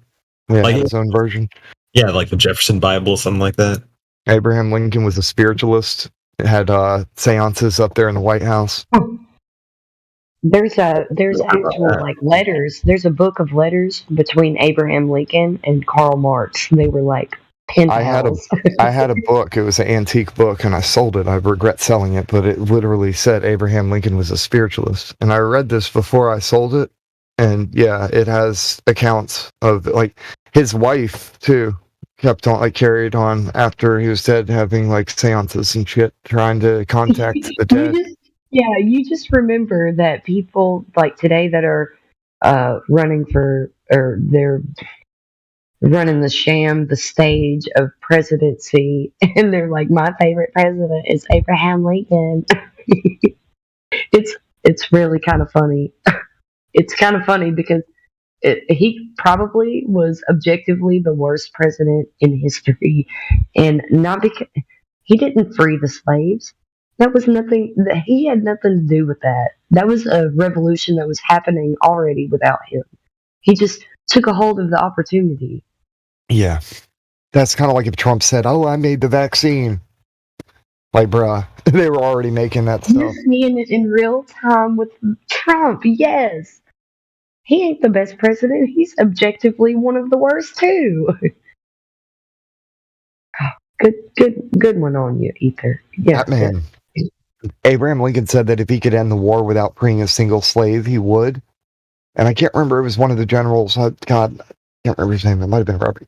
One of them said that if he could buy all of the slaves and free them himself just so that he can make sure that nobody would die as a result, that he would.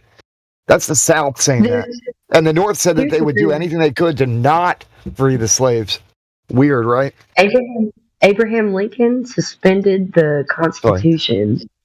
He suspended the Constitution, and I don't know of any other person ever reinstating the Constitution. So That's true. everything in the Constitution is now a privilege. It's not a right. It's not constitutional. It's just a privilege now. So thank you, Abraham Lincoln, for being probably the worst president ever. Some say that we've been under martial law ever since, and they never actually stopped it. They just kind of maintain the illusion that we aren't.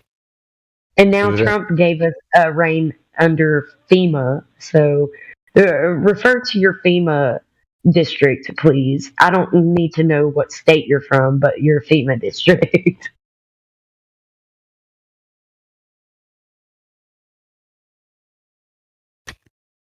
I don't believe that we're under that same Civil War law. I actually do believe that we're under a form with the Constitution, but it's watered down. But they are setting up for a martial law scenario, and you can't just predict something like that. They're just setting up for it to be able to. It's obvious. Well, FEMA was put in place during Trump's reign. He gave up the because of the national emergency. Yeah. Yeah. So FEMA is actually in control. Has never been out of control since Trump put them in control. So we don't really have a president. That's why we have Biden, who is a belligerent idiot. I believe that we always have two presidents. There's like the concept of a shadow presidency, and like with Obama they were talking about. Like Obama didn't start that crap. They've been doing the two president shit. That's why there's two heads on the freaking Phoenix. Like this is the same empire.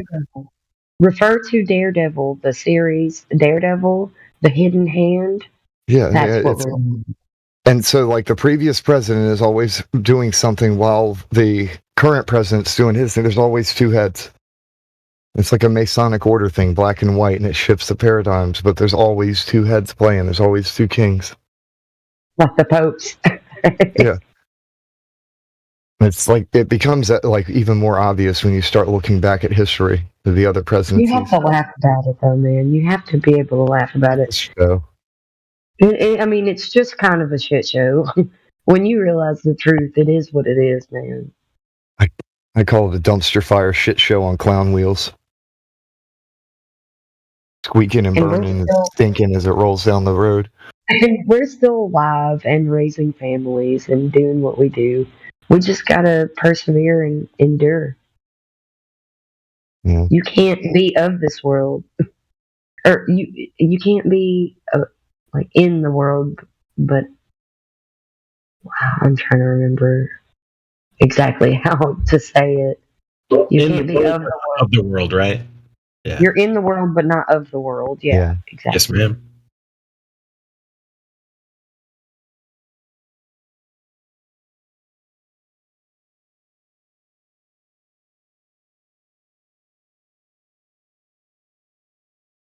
I mean, what else can you do? I mean, when you realize the truth sets you free, but you're still in the world.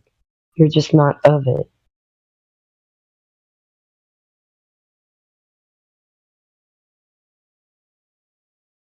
A lot of the problems in the world come from people refusing to admit that they're wrong or that they have made a mistake, and instead they double down and then they argue with others over what the truth is because they refuse to admit they were wrong.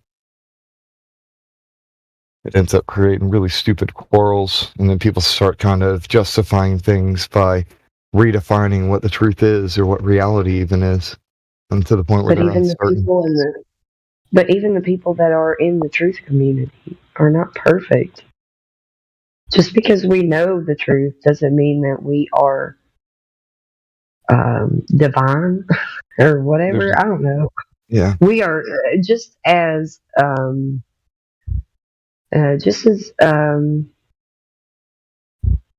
not worthy as the next. Doesn't make us special. It doesn't make us special in any sense. It seems like we do get pulled in a closer to true direction by not being spiritually blind, though. You know, like we're a little less likely to fall for some of these ruses. Like That just means we're blessed. That doesn't mean that we're above anyone that isn't. Oh, yeah. No, I know. I'm just saying, like our BS radar is a little finely tuned, a little more. Yes. Yeah. Yeah. That's all I'm saying. No, I agree with you. I like to humble myself and humble others because we're all still in the same boat, whether we know the truth or not. That's fair. A lot of people in the truth community have this almost like a holier than thou attitude, and they think everyone else is stupid. But we were all once there, right? So maybe that's what you're trying to say. Well, yeah, we were definitely all once there, but we still are in the same boat.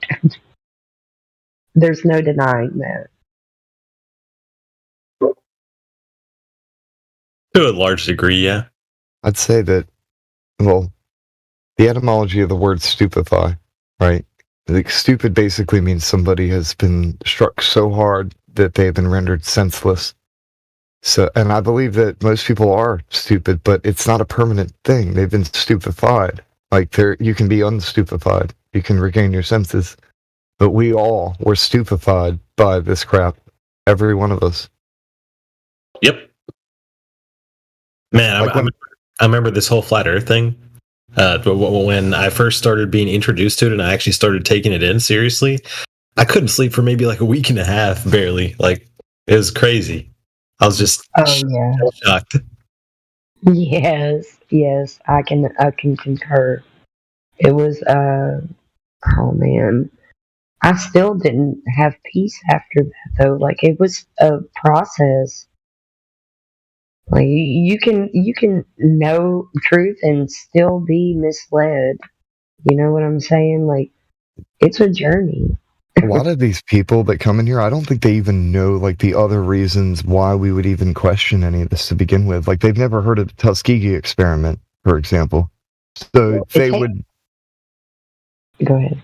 I was just going to say, so they'd never question whether or not the government would have your best interests at heart when it comes to medical type things, because they've never heard of the Tuskegee thing. Yes, exactly. And that's here in Alabama, where I'm from. I'm in Alabama. That's where that happened. Yeah. So yeah. And they've never heard Bill Clinton apologizing for it.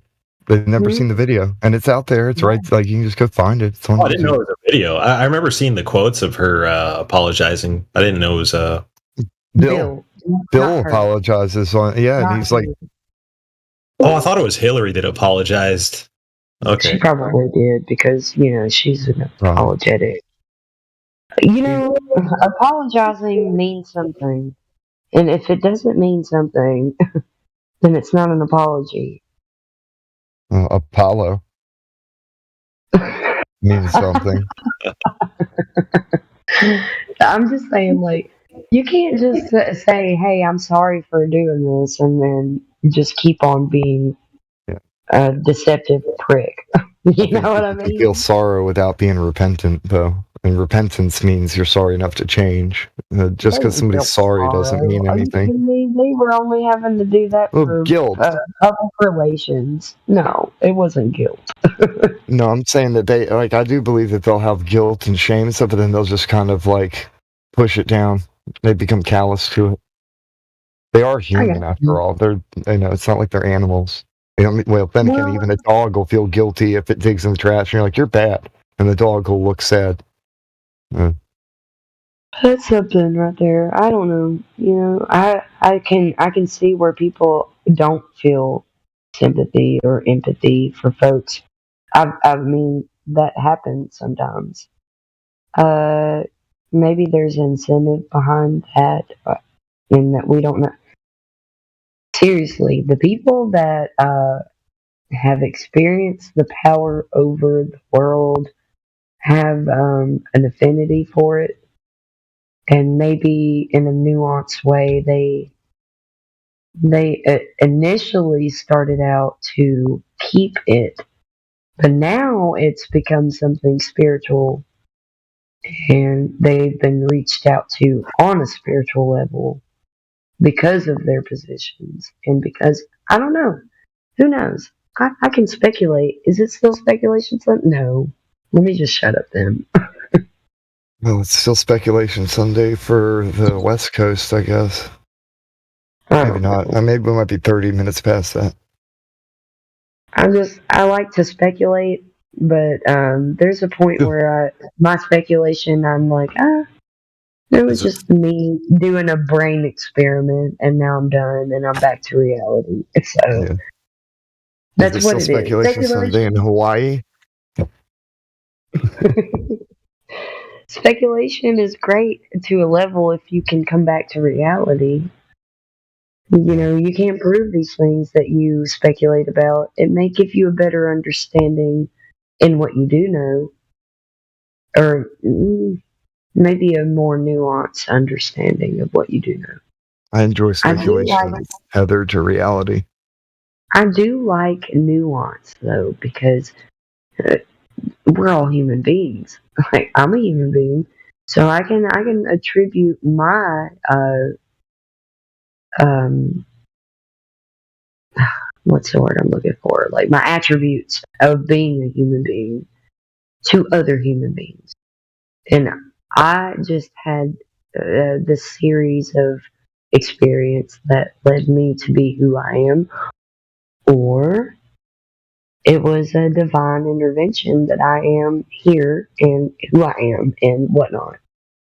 And I do like to take that route where, you know, what I have become is not something that I would have been ever able to do on my own without the help of the creator. So I don't give myself credit for any of it. So that's where I'm coming from that angle. So maybe I was somewhat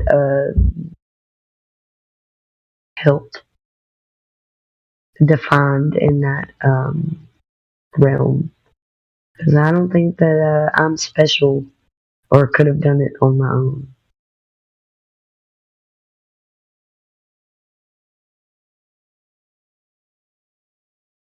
I don't know if that makes sense. Does that make sense?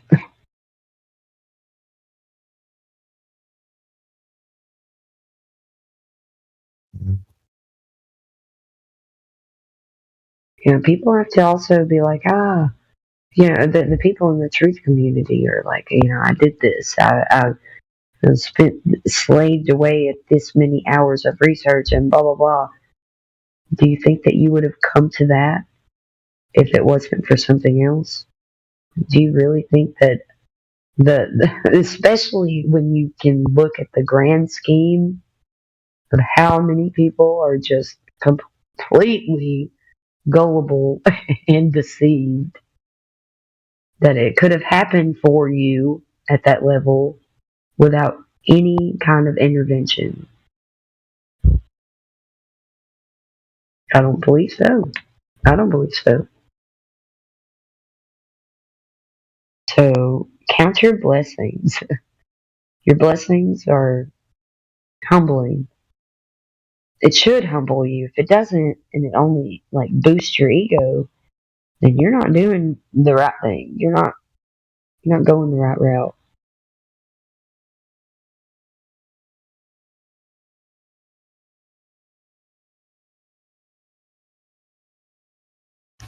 Hey! Here's the thing.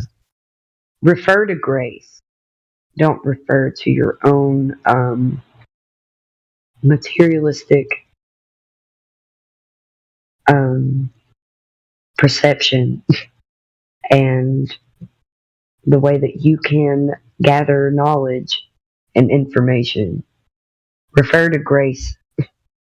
Grace is where it's at, and it's not of you, it's of something else. And it's up to you to figure out what that is.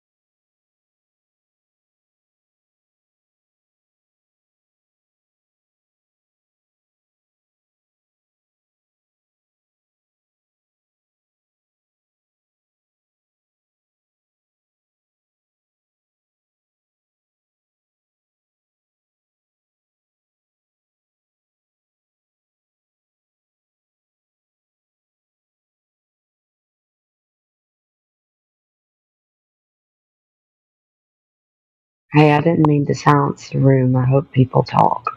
My bad. I was sorry. I'm on the verge of falling asleep myself. Me too. I just, man, I love the conversation we were having. It was so good. It felt good. Agreed. But I should probably take off before I end up being up at 4 a.m. You know.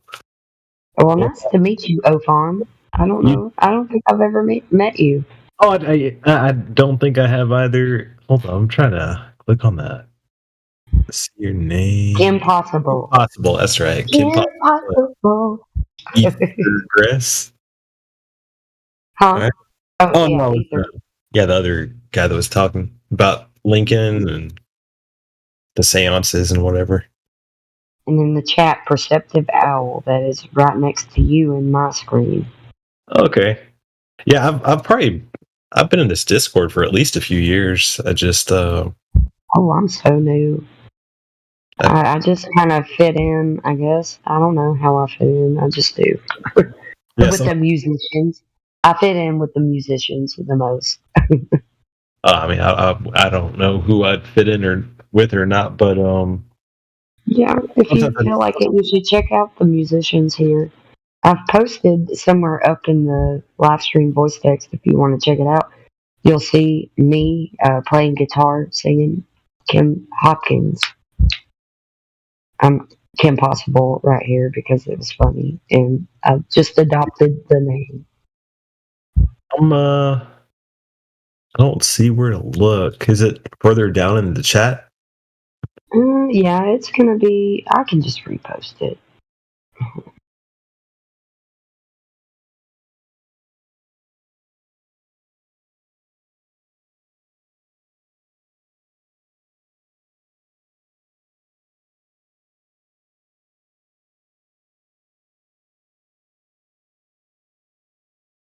My gosh, this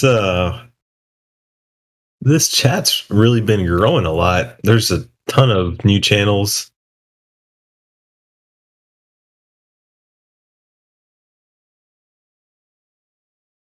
All right, there you go. That's me.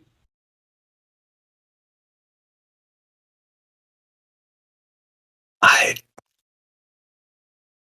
don't know where I'm supposed to be looking. The live stream voice text. I just posted my YouTube. Right here. I got it. The day. Cool. Okay, cool. I got it. Thank you. Yeah. There's some musicians up in here.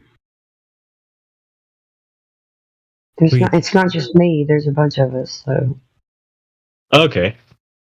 I dabble a bit with guitar, but I'm not. I wouldn't call myself a musician. I'm pretty bad. I love playing I guitar, man. It's not bad. Yeah, I probably have played in at least 3 months or so. Cool. If I went 3 months without playing, I would. I don't know what I would do. I would be very depressed.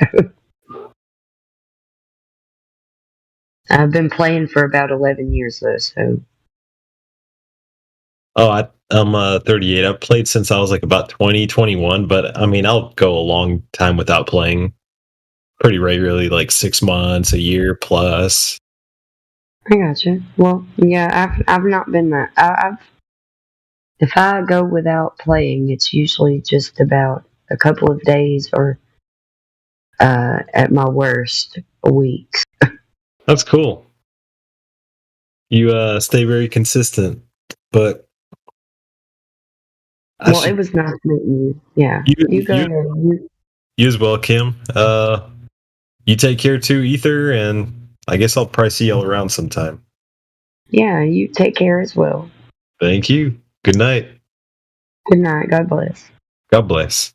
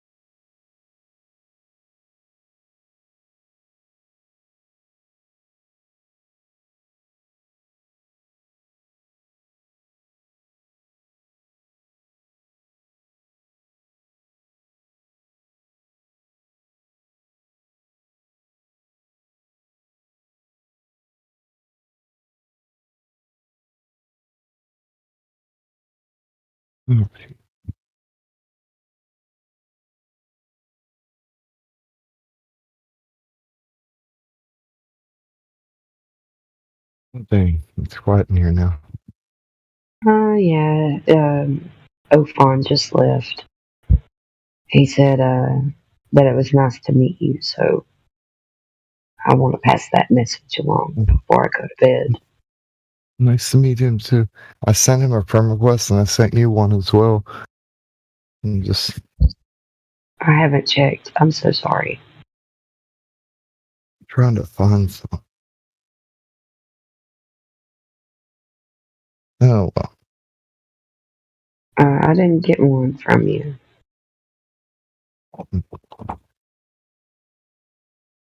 That's alright. Unless I'm already friends with you. That's weird. It says friend request sent. Oh, yeah, there it is. And accepted. So there you go. All right. I am friends with Matthew Learns. I can't believe that. It's funny.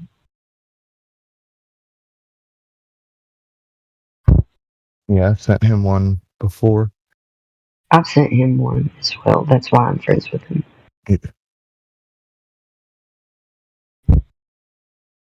Not that, like, I could ever, like, get him to see the light. You calculate the number of the beast.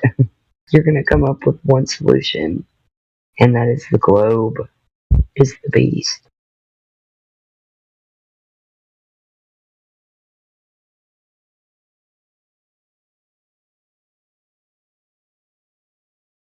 The entire beast system is designed to keep people enslaved. Sasha, you changed your picture.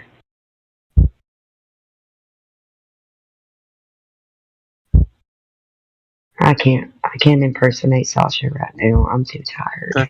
That's my original one. Oh, I didn't know. You know, I've not Yeah. seen your original one. It was that That's glass flag of of water. mine. That's flag of mine, non-existing country.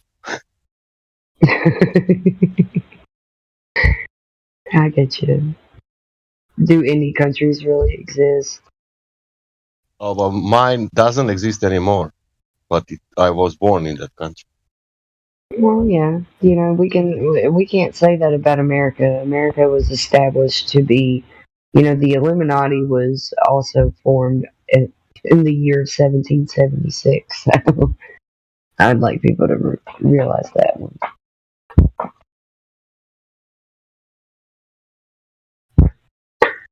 Okay, I am back and I am ready for another question. All right, what's that before I go to bed? Oh, I meant like a quiz question. I'm trolling. No, Have go some ahead. gin- Oh, I don't know. Oh, well, I did want to know like Star Trails, but that's a lot. That's a lot. I kind of have an answer for that one, but you have to take into account that time zones are manipulated in the areas that nobody inhabits, and magnetic declination are to attribute those time zone manipulations, and that's why your your magnetic declinations are just a way to hide the true magnetic north, which is what your compass says it is. It doesn't matter what anybody else says. Also, star trails, they generally have a cyclical nature to them. They all follow a pattern, and it is cyclical. There are wandering stars that follow a pattern that would mimic parallax, and that is what they call the planets, but they're just wandering stars. And if you follow their patterns, they're like patterns of petals of flowers, man. Pretty cool. That just goes and leads you to the magnetic nature of what we live in. We all experience a dynamic and magnetic nature. So, people like to say that the stars go from east to west, but you have to attribute that to the true magnetic north.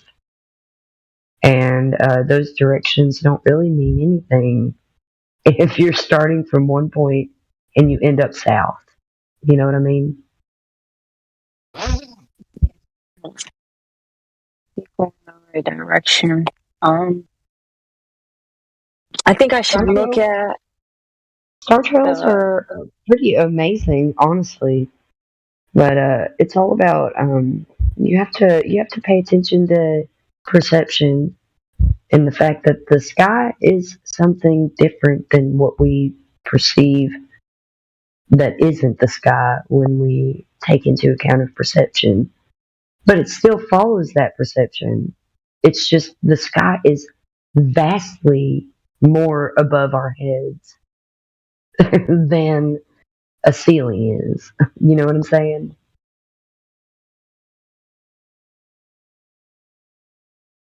we don't really know what we're looking at from a 2D. Or like, Well, or like you this. don't have to know. Or like Go this, ahead. stars is doing what it's doing. You know, they are moving east to west, and that path, it's that path. You know, but it will not.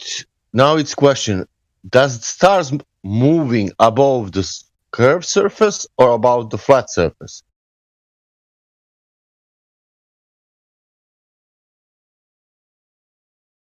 Because whatever stars are doing, they will not influence the surface of the Earth. That's true. They could be even a reflection of the dome in a way. But practically, it's a clock. Yeah. Yeah, and like I was saying, you can't attribute the motion in which the stars move, because there are certain stars that don't move in that motion and they will do something else.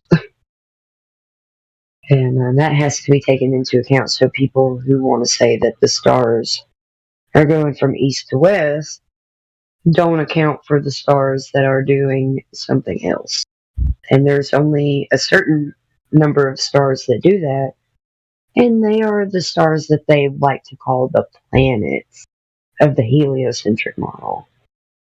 They have another cyclical motion. It's still cyclical, but it will move in a certain way that it doesn't have the same attributes as the other stars that do move in a cyclical manner from let's just say that they're clockwise. You don't have to say east to west. You can just say clockwise.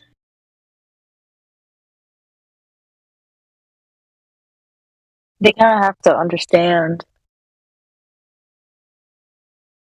a direction, because clockwise is still like referencing flat. Well, of course, yeah, and they like to say something about the Southern Cross and. Well, there you go. This is why I was bringing up the magnetic declination on maps and stuff that you have to account for, and time zones. These are the things that are manipulated on maps, because this is something that you have to look into. You have to research and know it pretty well to know how they are able to do what they're doing to conform everything to a globe, because it all matches it. If you don't, and it like go out and experience it, or at least reference someone who has. So if somebody's like sailing and circumnavigating east to west, west to east, all the things, these people will, like if they're paying attention, they will tell you, hey, there's this place where we don't account for the time zone, and it seems to follow the same pattern as everything else, but we're told that it's this and on the maps, and we're sailing and we don't have to account for it because we just have to figure out what the heck we're doing on these crazy seas where we're constantly working to be able to navigate anyways. You're not gonna realize what's manipulated unless you have the experience in that realm. So magnetic declination and time zones are things that you have to look into.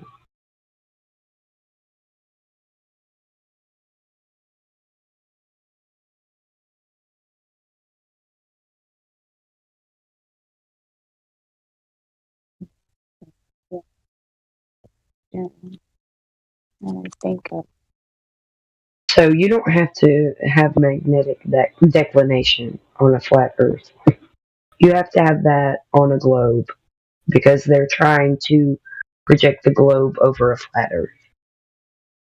It makes sense to not have a magnetic declination and just follow your magnetic north and navigate that way. If that makes more sense.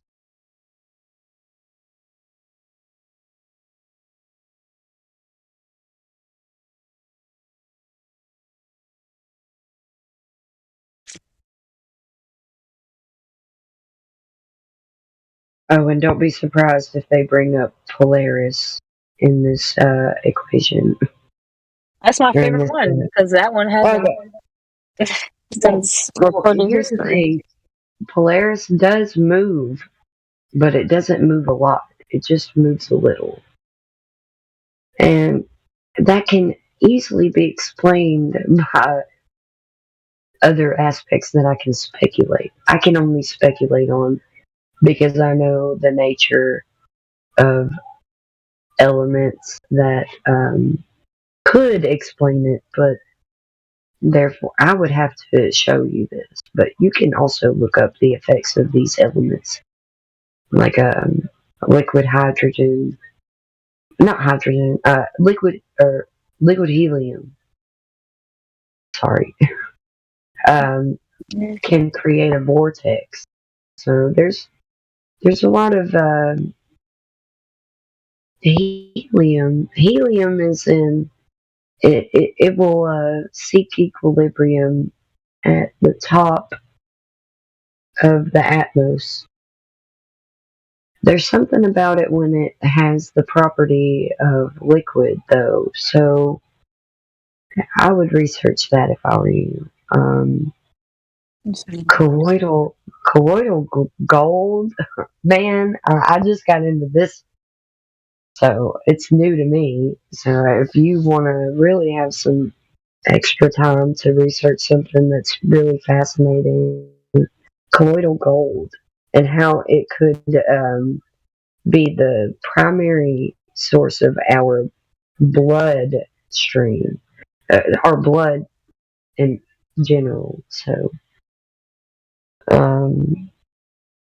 that's why it's the most valuable element, and why we would back currency with such a thing. I've got to go to bed, though. I'm kind of talking Thank out you my so head. much. I don't I needed attribute this. any of don't attribute anything that I've said to you as my own. I've learned a lot through individuals on this server. They are just wealths of knowledge, and they'll make me go and research something and confirm what they're saying. Oh man, it's great.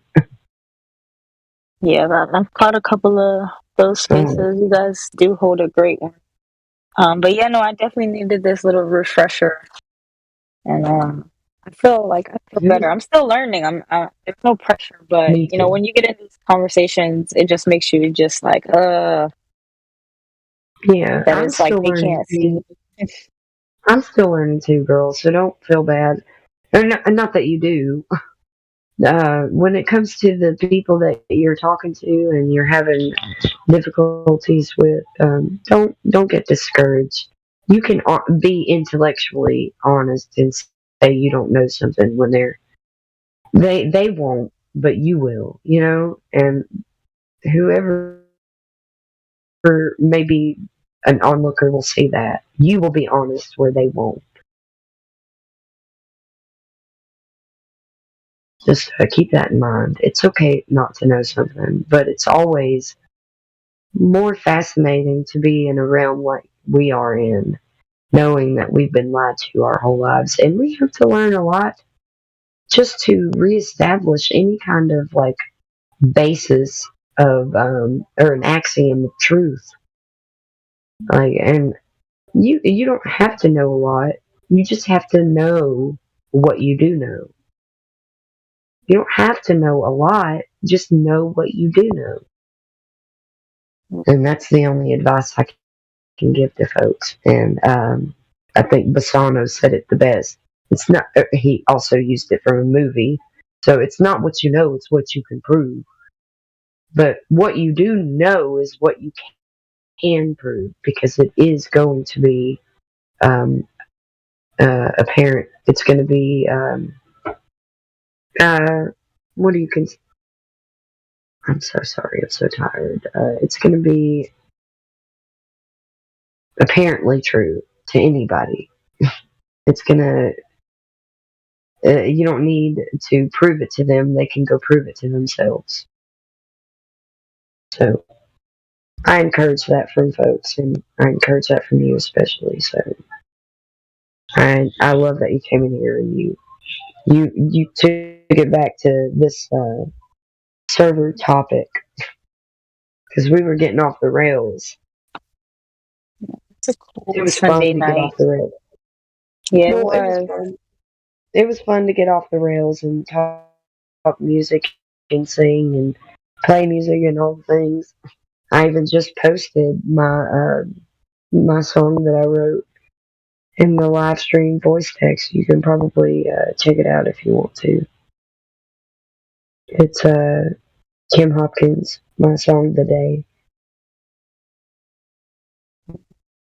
But I love you all.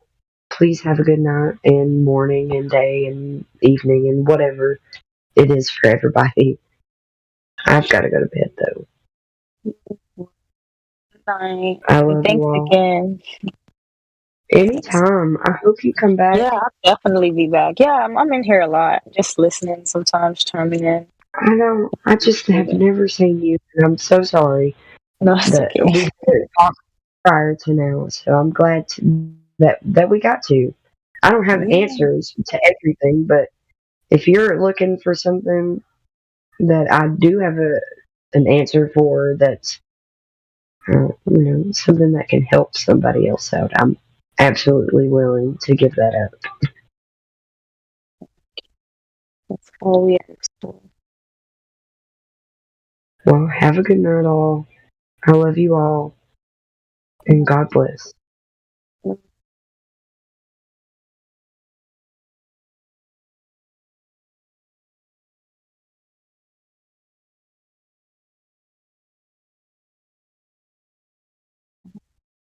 Yes, I can go into. I'm scared to go in there.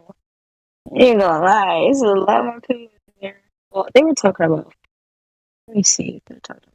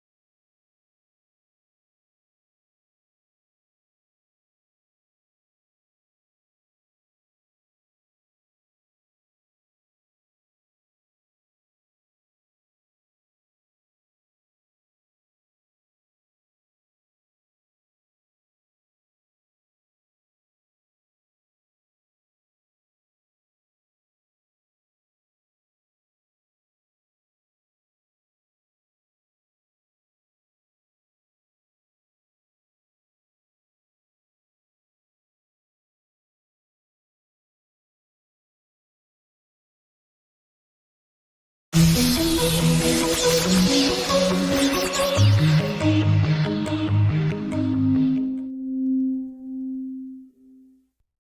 everyone, it's Mark Sargent, and I'm doing a quick video on what I consider to be a Flat Earth ally, and that would be The Atlantic magazine, more specifically a writer named Sam Kriss, Kriss, who published a recent article called, and it sounds like it's an anti-Flat Earth article, called Flat Earthers Have a Wild New Theory About Forests. What it means to believe that real trees no longer exist. And he's very well spoken, very articulate, and so you're going to have to bear with me because he uses vocabulary that I do not use on a regular basis. So let's just get right to it. I'm going to read the article in its entirety, and hopefully you guys will enjoy it. So it starts out with, something tremendous is happening. Over the last few weeks, without too many of its globe-headed detractors noticing, a surprisingly vast community on the tattered fringes of intellectual orthodoxy is in turmoil. A bizarre new theory has turned the flat Earth upside down. The flat Earth is still flat, but now it's dotted with tiny imitations of the truly enormous trees that once covered the continents and which in our deforested age, we can hardly even remember. I've always been mildly obsessed with the Flat Earth Truth movement, the sprawling network of people utterly convinced that the world has been lied to for centuries about its own physical shape. The particulars differ, but here everyone takes it as a given that a conspiracy reaching from your first school teacher to NASA to the metaphysical beyond has deluded humanity, making us believe that we're nothing more than something that grew on a rock, a layer of biological grease moldering on the surface of a ball suspended in empty space when we're actually living on a flat plane. Part of this fascination is anthropological.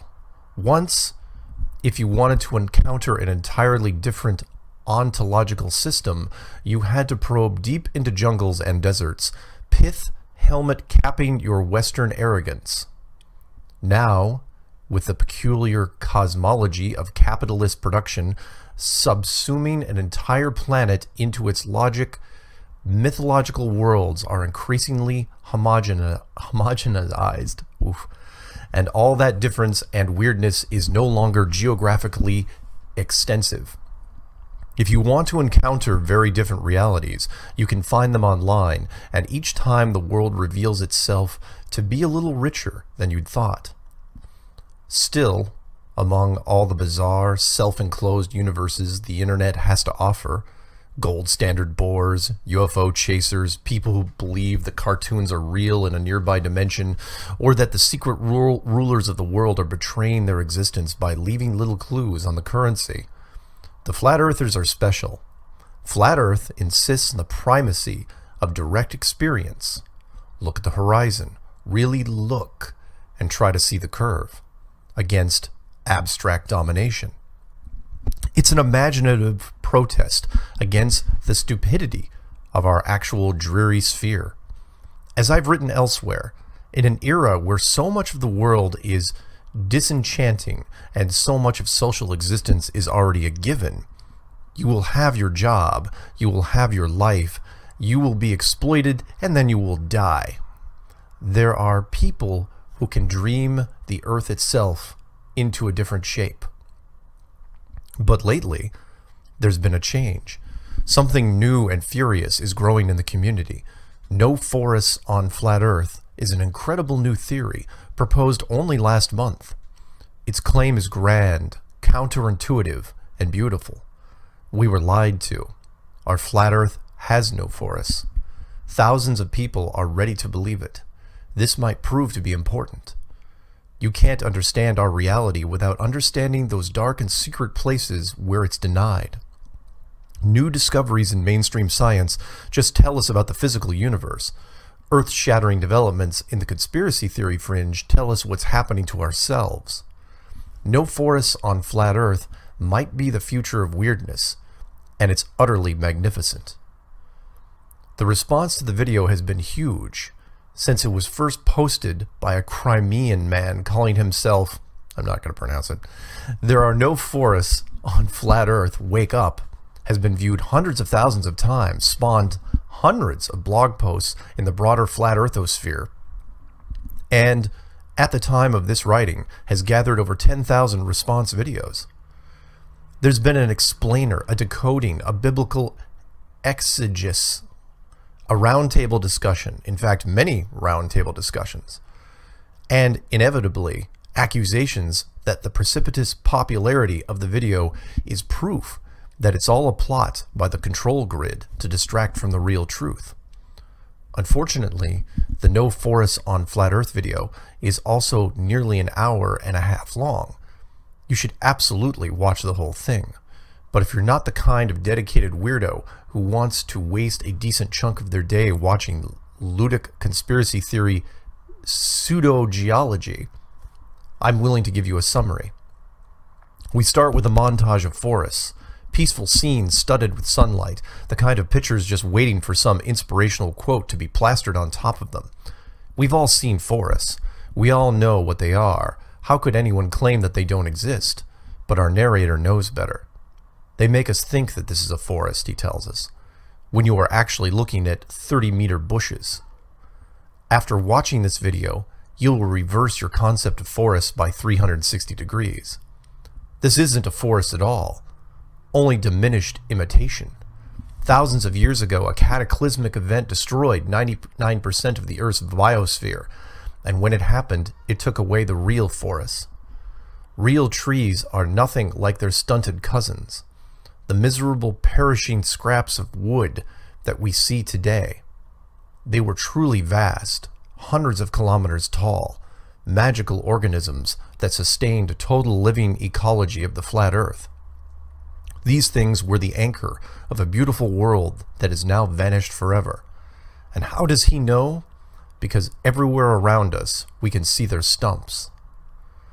The first piece of evidence is Devil's Tower in Wyoming, USA, a great geological stub rising out of the rolling lowlands on all sides, 400 meters of towering igneous rock that may have been formed as a volcanic plug rising out of the ground as a sedimentary stone that surrounded it, slowly eroding away. Or so they want you to think. See its intricate hexagonal columns curving up in a way that looks almost organic. See the perfection of its sheared flat summit. Doesn't this remind you of something?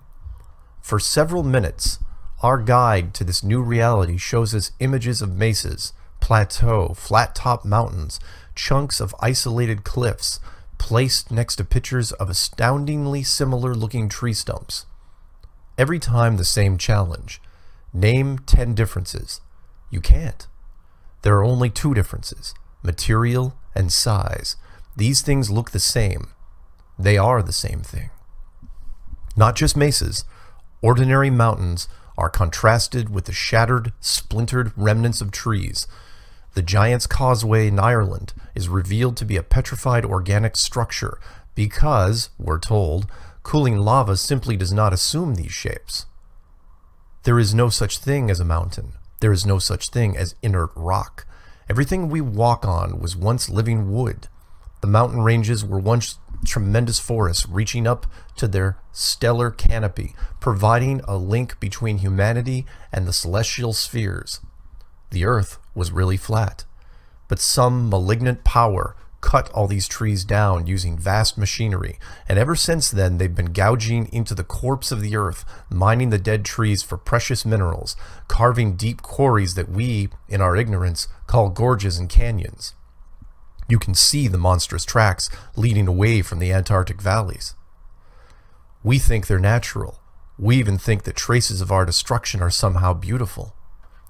At this point, the video starts to lose focus. The narrator alleges that a nuclear war took place in the 19th century, that large bathtubs are proof of the technological complexities of previous ages, that volcanoes are massive slag piles boiling with reactive chemical waste. All of this is obvious nonsense, but it's worth thinking about why it's had the impact it has.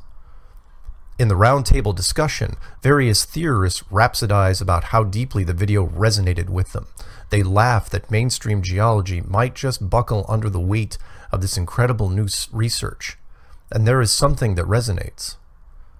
Against both the panpsychism of hippie ecology, the bleary-eyed invocations of some dismally all-encompassing Mother Earth, and the pedantic materialism of most sciences as they're actually practiced, No Forest on Flat Earth proposes a kind of hylothanicism, a pessimism for our own weary age. This world was once alive, everything was once beautifully connected, but not anymore. This Earth has been dead for millennia. What we think of as progress is just the rot spreading through the cadaver of the world. There are mythic assonances here. Beyond the familiar world trees of North cosmology, the notion of a world built on a corpse has always fascinated people. Babylonian mythology, for instance, has the entire universe butchered out of the body of Tiamat, the primordial mother. Its mode of argument, this thing looks like the other thing, therefore they're the same thing, is also familiar. In the order of things, Foucault describes the medieval episteme. It was resemblance that organized the play of symbols, made possible knowledge of things visible and invisible, and controlled the art of representing them. The world was configured as one single text, a great chain of being explicable to those who knew how to read the signs. Bestiaries would record not just the physical characteristics of various animals, but their symbolic attributes. If a plant resembled a part of the human body, it could be used to treat its diseases. The map of the cosmos is also a map of the human body, and the pattern of the stars is also a horticultural manual. Foucault quotes Crollius. Just as each herb or plant is a terrestrial star looking up at the sky, so also each star is a celestial plant in spiritual form, which differs from the terrestrial plants in matter alone. Foucault himself has a very No Forest sadness for the loss of this world, being interlinking resemblances in the 16th century, lamenting that there is nothing now that still recalls even the memory of the being. Nothing except perhaps literature. The experience of modernity is one of a lost unity, and with an emerging capitalism came a world no longer required to be explicable, only fungible. But this lost world is not just something that falls away with modernity, as Freud points out. The formation of the conscious mind is similar. The ego is a precipitate of lost objects. Freud occasionally talks about an oceanic feeling of unity, a remnant of very early childhood, when the mind is unable to distinguish itself and the outside world. In the oral stage of psychosexual development, the child considers its mother's breast to be as much a part of itself as its own body. We are what we are because something else went away, and when we become ourselves, we lose the vastness of everything else. There's a sense in which No Forest could be seen as a way of getting this feeling back. If you believe in giant trees, if you follow the chain of resemblances back to its megadendric origin, then you too can participate in the unity of all things on our flat Earth. But at the same time, it refuses the impulse to simply regress back to childhood. The trees are gone forever, and we're not getting them back. We mourn for them, but the question of what we can possibly do now is unmasked and unanswerable. No Forest doesn't give us cheap and easy solutions. Instead, it just simply and starkly provides a map and mirror for our abandonment.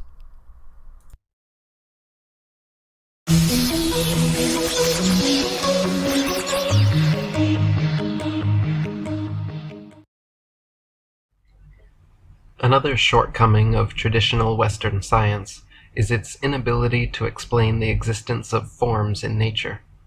No matter how we magnify or manipulate the material world, no mechanical model explains the emergence of the variety of unique and semi-unique forms in nature. Every type of rock, plant, animal, organism, bacteria, all aggregate themselves into distinct and definite types with traits and characteristics semi-unique to their form and completely unique to them individually. For example, each oak tree has many semi-unique features that characterize it clearly as an oak and not a pine, like the shape of its leaves, being non-coniferous, etc. These features are semi-unique as all oak trees share them. However, on another level, no two oak trees are exactly alike either. Exact size, shape, dimensions, growth patterns, ring patterns, etc. are completely unique to each tree. So what is the mechanism in nature which constantly creates these unique and semi-unique forms? Newton's model, nor the 300-plus subsequent years of material science since, have been able to explain this. British biologist Rupert Sheldrake's concept of morphogenic resonance, however, seems to be our best current theory. Stanislav Grof wrote, "British biologist Rupert Sheldrake has offered an incisive critique of traditional science. He pointed out that in its single-minded pursuit of energetic causation, Western science neglected the problem of form in nature. He pointed out that our study of substance alone cannot explain why there is order, pattern, and meaning in nature any more than the examination of the building materials in a cathedral, castle, or tenement house can explain the particular forms those architectural structures have taken. No matter how sophisticated our study of the materials, we will not be able to explain the creative forces that guided the designs of these structures." Sheldrake suggests that forms in nature are governed by what he calls morphogenic fields, which cannot be detected or measured by contemporary science. This would mean that all scientific efforts of the past have totally neglected a dimension that is absolutely critical for understanding the nature of reality. As an example, Sheldrake asks us to consider the complexity of the human body. For instance, take notice of your arms, how they twist, bend, and rotate. Notice how your fingers separate and clasp with opposable thumbs, giving your upper limbs unique function and purpose. Now take notice of your legs, how they are designed, how they bend and move. Notice your feet and toes, and how your lower limbs perfectly serve their unique function and purpose. Arms and legs look different, have different functions and locations, but the DNA, chemicals, nerves, cells, and molecules composing them are exactly the same. So how did they become different, and why? What property within leg cells determined them to become a leg, and what property within arm cells determined them to become an arm? Eric Pepin wrote, "Sheldrake proposes a theory he calls morphic resonance. This theory basically states that there is a field of energy surrounding and permeating an organism, which contains, among other things, the form of the organism. He writes that each species has its own field, that there are fields within fields, and that these fields have built-in memory, based upon what has happened in the past, derived from previous organisms or forms of a similar kind. In other words, each organism on the planet shares fields of similar energy, or we could say a specific frequency. What biological mechanism recognizes, stores, and develops the evolution and various adaptations of a species? If a species of insect develops camouflage coloration like nearby foliage to hide from predators, where is that information stored? If a species of bird develops curvature in its beak to assist in gathering low-laying food and materials, what mechanism informs new beak cells to curve? The typical answer is that this information is stored and transmitted by genes and DNA. However, no biologist can explain how this occurs. Sheldrake compares it to studying building materials at a construction site and attempting to determine the structure of the house to be built. Lynn McTaggart wrote, "British biologist Rupert Sheldrake has mounted one of the most constant and vociferous challenges to this approach. Current genetic theory also doesn't explain, he says, how a developing system can self-regulate or grow normally in the course of development if a part of the system is added or removed, and doesn't explain how an organism regenerates, replacing missing or damaged structures. In a rush of fevered inspiration while at an ashram in India, Sheldrake worked out his hypothesis of formative causation, which states that the forms of self-organizing living things, everything from molecules and organisms to societies, are shaped by morphic fields. These fields have a morphic resonance, a cumulative memory of similar systems throughout cultures and time, so that species of animals and plants remember not only how to look but also how to act. Morphic resonance is, in his view, the influence of like upon like through space and time. He believes these fields are different from electromagnetic fields because they reverberate across generations with an inherent memory of the correct shape and form. The question of form and process in nature is still a complete mystery, no matter how many fancy explanations or Latin terms scientists create. How do embryos develop from fertilized eggs? How does a tiny seed grow into a huge tree? Inside every apple seed there is the potential to grow an entire apple tree with deep roots, winding branches, colorful leaves, and hundreds of apples with thousands more seeds inside. Where is this amazing blueprint in those tiny seeds? How does part of the seed become a root, another part become a branch, another part become a leaf, and another part become an apple? Eric Pepin wrote, "Imagine a little acorn planted in the ground. The form and shape of that little acorn, hidden in the earth, is vastly different from the giant tree it will become, with branches sticking out in every direction, leaves and bark, roots reaching far into the earth. We could say that the acorn contains some kind of genetic program that tells it how to grow and how to form, but where is this program? If we said this genetic program was within the DNA, science and biologists such as Rupert Sheldrake tell us we would be wrong. DNA codes for proteins and the microcomponents which make up proteins. Coding the structure of single solitary parts that make up organisms, such as proteins, is very different than coding the shape and structure of an entire organism." In 1921, an interesting phenomenon relative to morphic fields was first observed in Southampton, England. In the morning, when people came out to get the milk from their doorsteps, they found the cardboard lids torn to shreds and the cream disappeared from their bottles. It turns out, blue-tit birds in the area had learned to perch atop the bottles, pull off the cardboard lids with their beaks, and drink the cream. Several months later, this phenomenon began occurring elsewhere in Britain, about 50 miles away, then later about 100 miles away, then again and again in many diverse locations throughout Europe. Eric Pepin wrote, "Whenever the blue tit phenomenon turned up, it started spreading locally, presumably by imitation. However, blue tits are very home-loving creatures, and they don't normally travel more than 4 or 5 miles. Therefore, the dissemination of the behavior over large distances could only be accounted for in terms of an independent discovery of the habit. The people who did the study came to the conclusion that it must have been invented independently at least 50 times. Moreover, the rate of spread of the habit accelerated as time went on. Here is an example of a pattern of behavior which was spread in a way which seemed to speed up with time, and which might provide an example of morphic resonance." Decades later, further evidence for morphic resonance was provided by Dutch blue tits. Due to the German occupation of Holland during World War II, their milk delivery ceased in 1939, not to resume again until 1948, 9 years later. Since the average lifespan of a blue tit is only 2 or 3 years, it is safe to assume that none of them alive in 1939 were still around in 1948.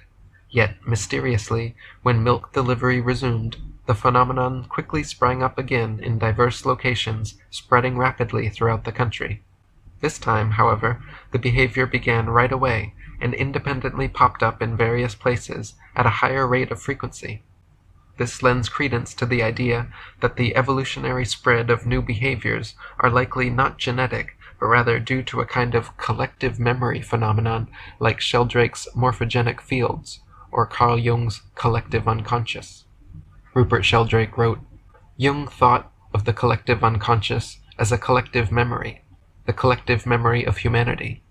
He thought that people would be more tuned into members of their own family and race and social and cultural group, but that nevertheless there would be a background resonance from all humanity. a pooled or average experience of basic things that all people experience, for example, maternal behavior and various social patterns and structures of experience and thought, it would not be a memory from particular persons in the past so much as an average of the basic forms of memory structures. These are the archetypes. Jung's notion of the collective unconscious makes extremely good sense in the context of the general approach that I am putting forward. Morphic resonance theory would lead to a radical reaffirmation of Jung's concept of the collective unconscious. Biologist Lyle Watson, in his book Life Tide, also offers evidence in support of Sheldrake's theory with his discovery of the 100th monkey effect. This phenomenon was first observed during an experiment on a remote Japanese island where scientists were leaving sweet potatoes on the beach to feed macaque monkeys. These particular monkeys had never eaten sweet potatoes before. They enjoyed them very much, but didn't like eating the beach sand covering them. Soon one intelligent monkey started taking his potatoes to the shoreline and scrubbing them underwater, which both removed the sand and gave them a desirable salty taste. Shortly after this, more and more monkeys began to copy the potato washing habit until the entire island's monkey population was doing it. Next, strangely, whole communities of macaques on many other unconnected islands, not part of the experiment, macaques who already ate sweet potatoes as a staple food, spontaneously began washing their potatoes in the sea as well. There was no possible connection or communication between the islands or various communities of macaques. So how and why did this behavior spread? Rupert Sheldrake wrote, "Consider the hypothesis that if you train rats to learn a new trick in Santa Barbara, then rats all over the world should be able to learn to do the same trick more quickly, just because the rats in Santa Barbara have learned it. This new pattern of learning will be, as it were, in the rat collective memory, in the morphic field of rats, to which other rats can tune in, just because they are rats, and just because they are in similar circumstances, by morphic resonance. This may seem a bit improbable, but either this sort of thing happens or it doesn't. Among the vast number of papers in the archives of experiments on rat psychology, there are a number of examples of experiments in which people have actually monitored rates of learning over time and discovered mysterious increases. In my book, A New Science of Life, I describe one such series of experiments which extended over a 50-year period. Begun at Harvard and then carried on in Scotland and Australia, the experiment demonstrated that rats increased their rate of learning more than tenfold. This was a huge effect, not some marginal statistically significant result. This improved rate of learning in identical learning situations occurred in these 3 separate locations and in all rats of the breed, not just in rats descended from trained parents. Monica England of Nottingham University's psychology department knew about Sheldrake's theory of morphic resonance and devised an interesting experiment to test for collective consciousness in humans. She reasoned that if morphic resonance is occurring, it should be easier to do today's newspaper crossword puzzle tomorrow than it would have been yesterday. London's Evening Standard newspaper provided their crossword in advance for her experiment. First, students all completed a control crossword to measure their ability. Then, half were tested in Nottingham the day before, and half the day after the crossword was published in London. Amazingly, the students who did the already published crossword, the puzzle that had already been completed by thousands of Evening Standard readers, improved their scores by an average of 25%. What can account for this huge jump in scores? In another similar study, 2 teams from Australia and Britain did an experiment with face recognition. They created a photo image with over 100 faces in it, big ones, small ones, faces within faces, etc., then asked people to point out as many faces as they could find within an allotted time. Because they were so well hidden, a control group of several hundred Australians could only see about 6 to 10 faces total. Then, back in England, the other team of researchers showed a group of volunteers the picture on a closed-cable BBC TV station with a narrator pointing out one by one every single face. A few minutes later, the Australian team repeated the experiment with several hundred more volunteers ready and waiting. Amazingly, this time, most people were able to find not just a few, but the majority of faces within the allotted time limit. What could account for this, other than some mechanism like Jung's collective memory or Sheldrake's morphic resonance? The typical DNA explanation is insufficient. Rupert Sheldrake wrote, "As we will see, this model does not work very well. The genetic program is assumed to be identical with DNA, the genetic chemical. The genetic information is coded in DNA, and this code forms the genetic program. But such a leap requires projecting onto DNA properties that it does not actually possess. We know what DNA does. It codes for proteins. It codes for the sequence of amino acids which form proteins. However, there is a big difference between coding for the structure of a protein, a chemical constituent of the organism, and programming the development of the entire organism. It is the difference between making bricks and building a house out of the bricks. You need the bricks to build the house. If you have defective bricks, the house will be defective. But the plan of the house is not contained in the bricks, or the wires, or the beams, or cement. Analogously, DNA only codes for the materials from which the body is constructed, the enzymes, the structural proteins, and so forth. There is no evidence that it also codes for the plan, the form, the morphology of the body. More scientific verification for Sheldrake's theory came from Yale University with Dr. Harold S. Burr's studies of electromagnetic radiation fields. He discovered that there are electrical fields surrounding all organisms, from molds, bacteria, and plants, to salamanders, frogs, and humans, and that within these fields there exists an observable energetic blueprint of each organism's future. For instance, plant seedlings have electrical fields which resemble the eventual adult plant. Baby salamanders possess energy fields shaped like adult salamanders, and the energetic blueprint can even be seen in an unfertilized egg. Rupert Sheldrake wrote, "Each species has its own fields, and within each organism there are fields within fields. Within each of us is the field of the whole body. Fields for arms and legs, and fields for kidneys and livers. Within are fields for the different tissues inside these organs, and then fields for the cells, and fields for the subcellular structures, and fields for the molecules, and so on. There is a whole series of fields within fields. The essence of the hypothesis I am proposing is that these fields, which are already accepted quite widely within biology, have a kind of inbuilt memory derived from previous forms of a similar kind. The liver field is shaped by the forms of previous livers, and the oak tree field by the forms and organization of previous oak trees. Through the fields, by a process called morphic resonance, the influence of like upon like, there is a connection among similar fields. That means that the field structure has a cumulative memory based on what has happened to the species in the past." Elmer Lund at the University of Texas discovered that he could control the regeneration of limbs in hydras using electrical fields. By applying an electrical current strong enough to override the hydra's natural morphogenic field, he was able to cause heads to form where tails should be, and vice versa. Similar experiments have been performed on flatworms, salamanders, and other organisms, all of which have had their natural genetic or morphogenic data reprogrammed by electrical frequencies. This provides yet more evidence that all organisms must be involved in some type of energetic data transference that determines things like form and process in nature. It seems DNA holds the blueprint, but rather than being set in stone, it is constantly being edited and reworked by various fields of influence, both from within and outside our bodies.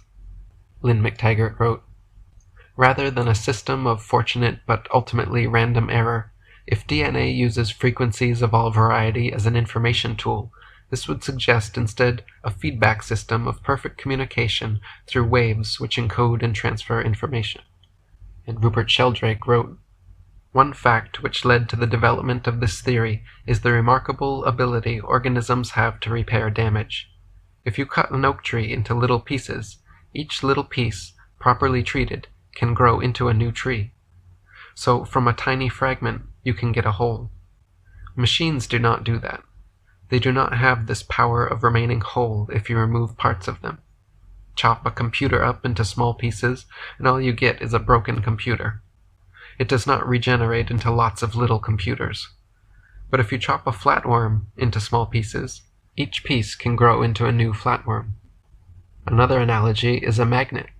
If you chop a magnet into small pieces, you do have lots of small magnets, each with a complete magnetic field. This is a holistic property that fields have that mechanical systems do not have, unless they are associated with fields. Still another example is the hologram, any part of which contains the whole. A hologram is based on interference patterns within the electromagnetic field.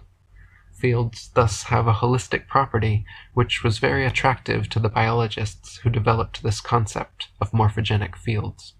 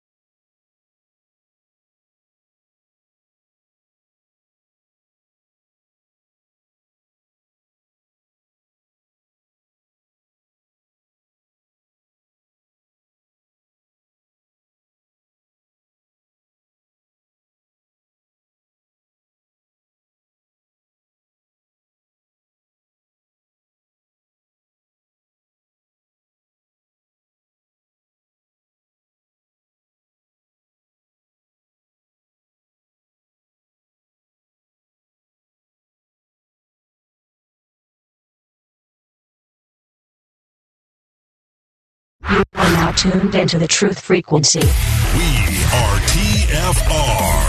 TFR. Truth Frequency Radio.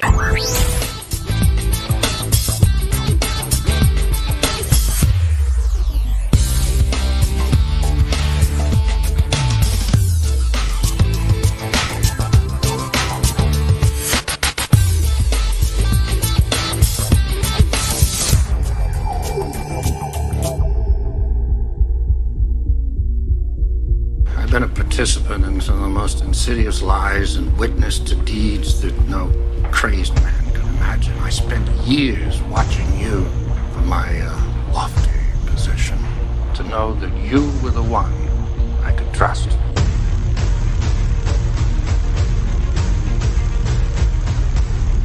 And why did you lie to me? There still exist some secrets which should remain secret. Truths that people are just not ready to know. Who are you to decide that? The world's reaction to such knowledge would be far too dangerous. Dangerous? You mean in the sense of outrage? Like the reaction to the Kennedy assassination, or MIAs, or radiation experiments on terminal patients, Watergate, Iran-Contra, Roswell, the Tuskegee experiments. Where will it end? You want answers? I think I'm entitled. You want answers? I want the truth! You can't handle the truth! Get out! Or what? You'll kill me? Always remember, dissension's the greatest form of patriotism. The very word secrecy is repugnant in a free and open society. And we are, as a people, inherently and historically opposed to secret societies. We have before us the opportunity to forge a new world order. Yes, we can. And you say. Let us never tolerate outrageous conspiracy theories. A lie is most convincingly hidden between two truths. Well, I guess it won't end. No! I don't have time for this. This is about saving the future of humanity. We know things are bad, worse than bad. We know the air is unfit to breathe and our food is unfit to eat. I don't want you to protest. I don't want you to write to your congressman because I wouldn't know what to tell you to write. I don't know what to do about the depression and the inflation and the crime in the street. All I know is that first, you've got to get mad. The line must be drawn here. This far, no farther. I want you to get up right now. Go to your windows, open them, and stick your head out and yell, I'm a human being. My life has value, and I'm not going to take this anymore. You shall not! You're listening to the Revolutionary Radio Project with your host, Rob Skiba.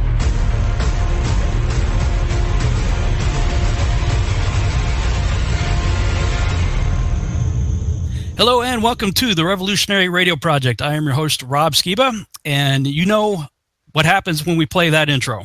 Whenever I play that intro, we're going to be talking about some sort of conspiracy. And this evening, the topic is heliocentricity versus geocentricity. What if it's really a geocentric universe, cosmos, whatever you want to call it, as opposed to the heliocentric model that we have all been taught growing up in school? That's the subject for this evening, and my guest is Dr. Robert Sungenis. Is it Sungenis or Sungenis? You just had it right. The accent's on the gen, so it's Sungenis. Yeah. Sungenis. Okay. I think I hate when the accent's put on the first syllable. I think I've said it wrong quite a number of times, so I apologize here and now. Dr. Robert Sungenis. Right. Okay. We have never actually spoken before. This is our first time connecting face-to-face and audibly. We have exchanged a few emails, but you guys have probably seen a lot of exchanges on YouTube with threats of debate and all kinds of other nasty talk out there. And so we kind of wanted to do this show just to say, hey, we don't hate each other. Let's talk civilly, hopefully, and have some interesting dialogue. But I wanted to bring Dr. Sungenis on to discuss, first of all, sort of the topics that got me introduced to him in the first place, and probably many of you as well, and that is his documentary, The Principle, and his work regarding Galileo was wrong. So let's just go ahead and get started. Dr. Sungenis, thank you for joining us on the Revolutionary Radio Project. Oh, great. It's nice to be here, Rob, and I hope we can have a great program together. and coming from opposite viewpoints on a couple topics maybe, but hey, we're all struggling and we're all seeking for the truth, and I think this is one way that God helps to bring out that truth, as we can discuss it in a friendly manner, and bring out as much information as we can, and people learn from it, and who knows, someday we all may believe the same truth. Well, I have to say, just from what I have read, and I haven't read a lot of your work, and I haven't seen a lot of your work, you have a little bit of an advantage on me, in the sense that I've been out there with stuff for 3 years, and you've had the opportunity to look at a lot of it. You just recently published a 700 and something page book, and I've barely scratched the surface of going through it. So I'm actually looking forward to dialoguing with you. But from what I have seen, and again, it's not a lot, seems to me you're already about 80% in favor of a lot of the same things that I am. So it seems to me that we have more in common than not. Yeah, well, if the Bible is your base from which you get your information from, you're going to agree more times than you're going to disagree. Unfortunately, the Bible's written in such a way where it's sometimes difficult to understand, and that's where we diverge. Even as Protestants and Catholics, and St. Paul said that we're justified by faith and apart from works of the law, and then James comes along and says we're not justified by faith alone, but by works. I mean, come on, fellas. Give us a break here, would you?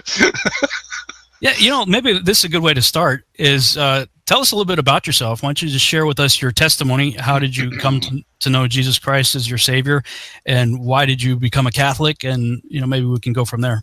Yeah, sure. I'd like to do that. I was born and raised a Catholic, baptized in the Catholic Church many years ago. And I had a very intense spiritual experience when I was in college. I was reading the Bible, the Good News for Modern Man Bible, the easy to read Bible with stick figures in it. And I had won that Bible on a bet, as a matter of fact.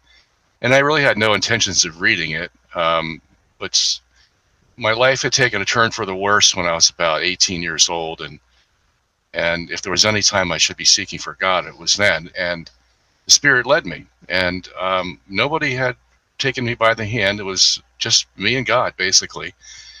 And I got this Bible, and I started reading it. About 6 months later, I had an experience in my college dormitory at George Washington University that I'll never forget to this very day. And that was, almost 4 decades ago now. Read the Bible where Jesus says in Matthew 11:25, "Come unto me, all ye that labor and are heavy laden, I will give you rest." And a little bit more after that. And read that and fell asleep with that verse on my mind. Woke up the next morning. I remember I was sitting up in my bed, looking around the room, and I said to myself, I am not the same man I was the night before I went to sleep. I said to myself, I feel like I've been born again. And I didn't even know what those words were. I never heard them before. But that's what I said to myself. And from that day onward, my whole life just changed dramatically. It was just as if Jesus was in my college dormitory room speaking to me, saying, "Come unto me." And I did. I changed my whole life then. Excuse me.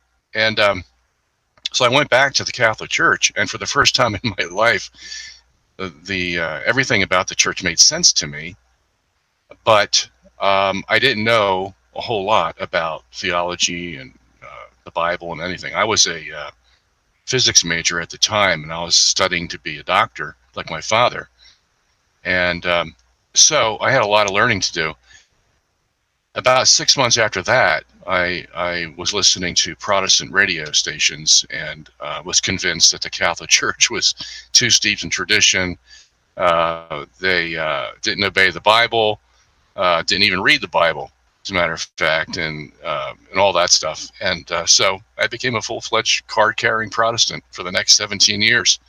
And I was in and out of different Protestant churches. I think the first one I went to was a Baptist church. Then there was the fundamentalist Bible churches. I went to a few of those, and I even went to a Bible college actually for a year.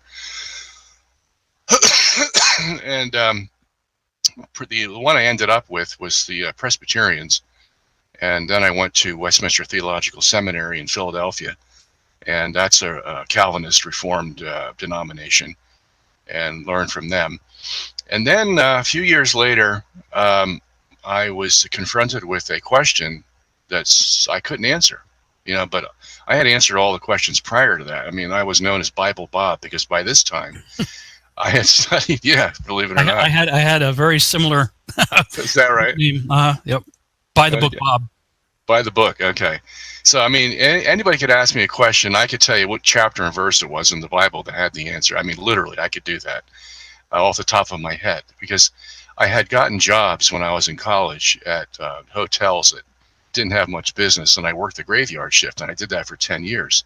And all I did basically was study the Bible 8 hours a night, 7 nights a week for the next 10 years, and while I was going to college.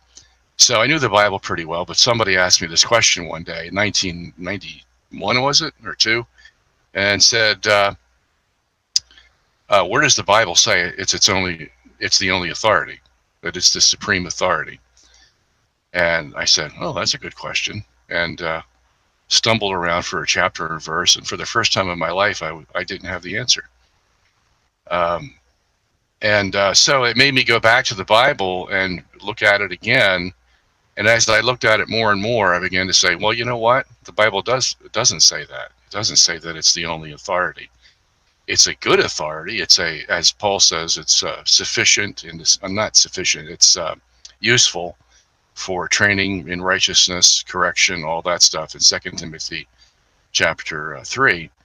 But it never said it was the only authority. So, I mean, that took the floor right out from my foundation.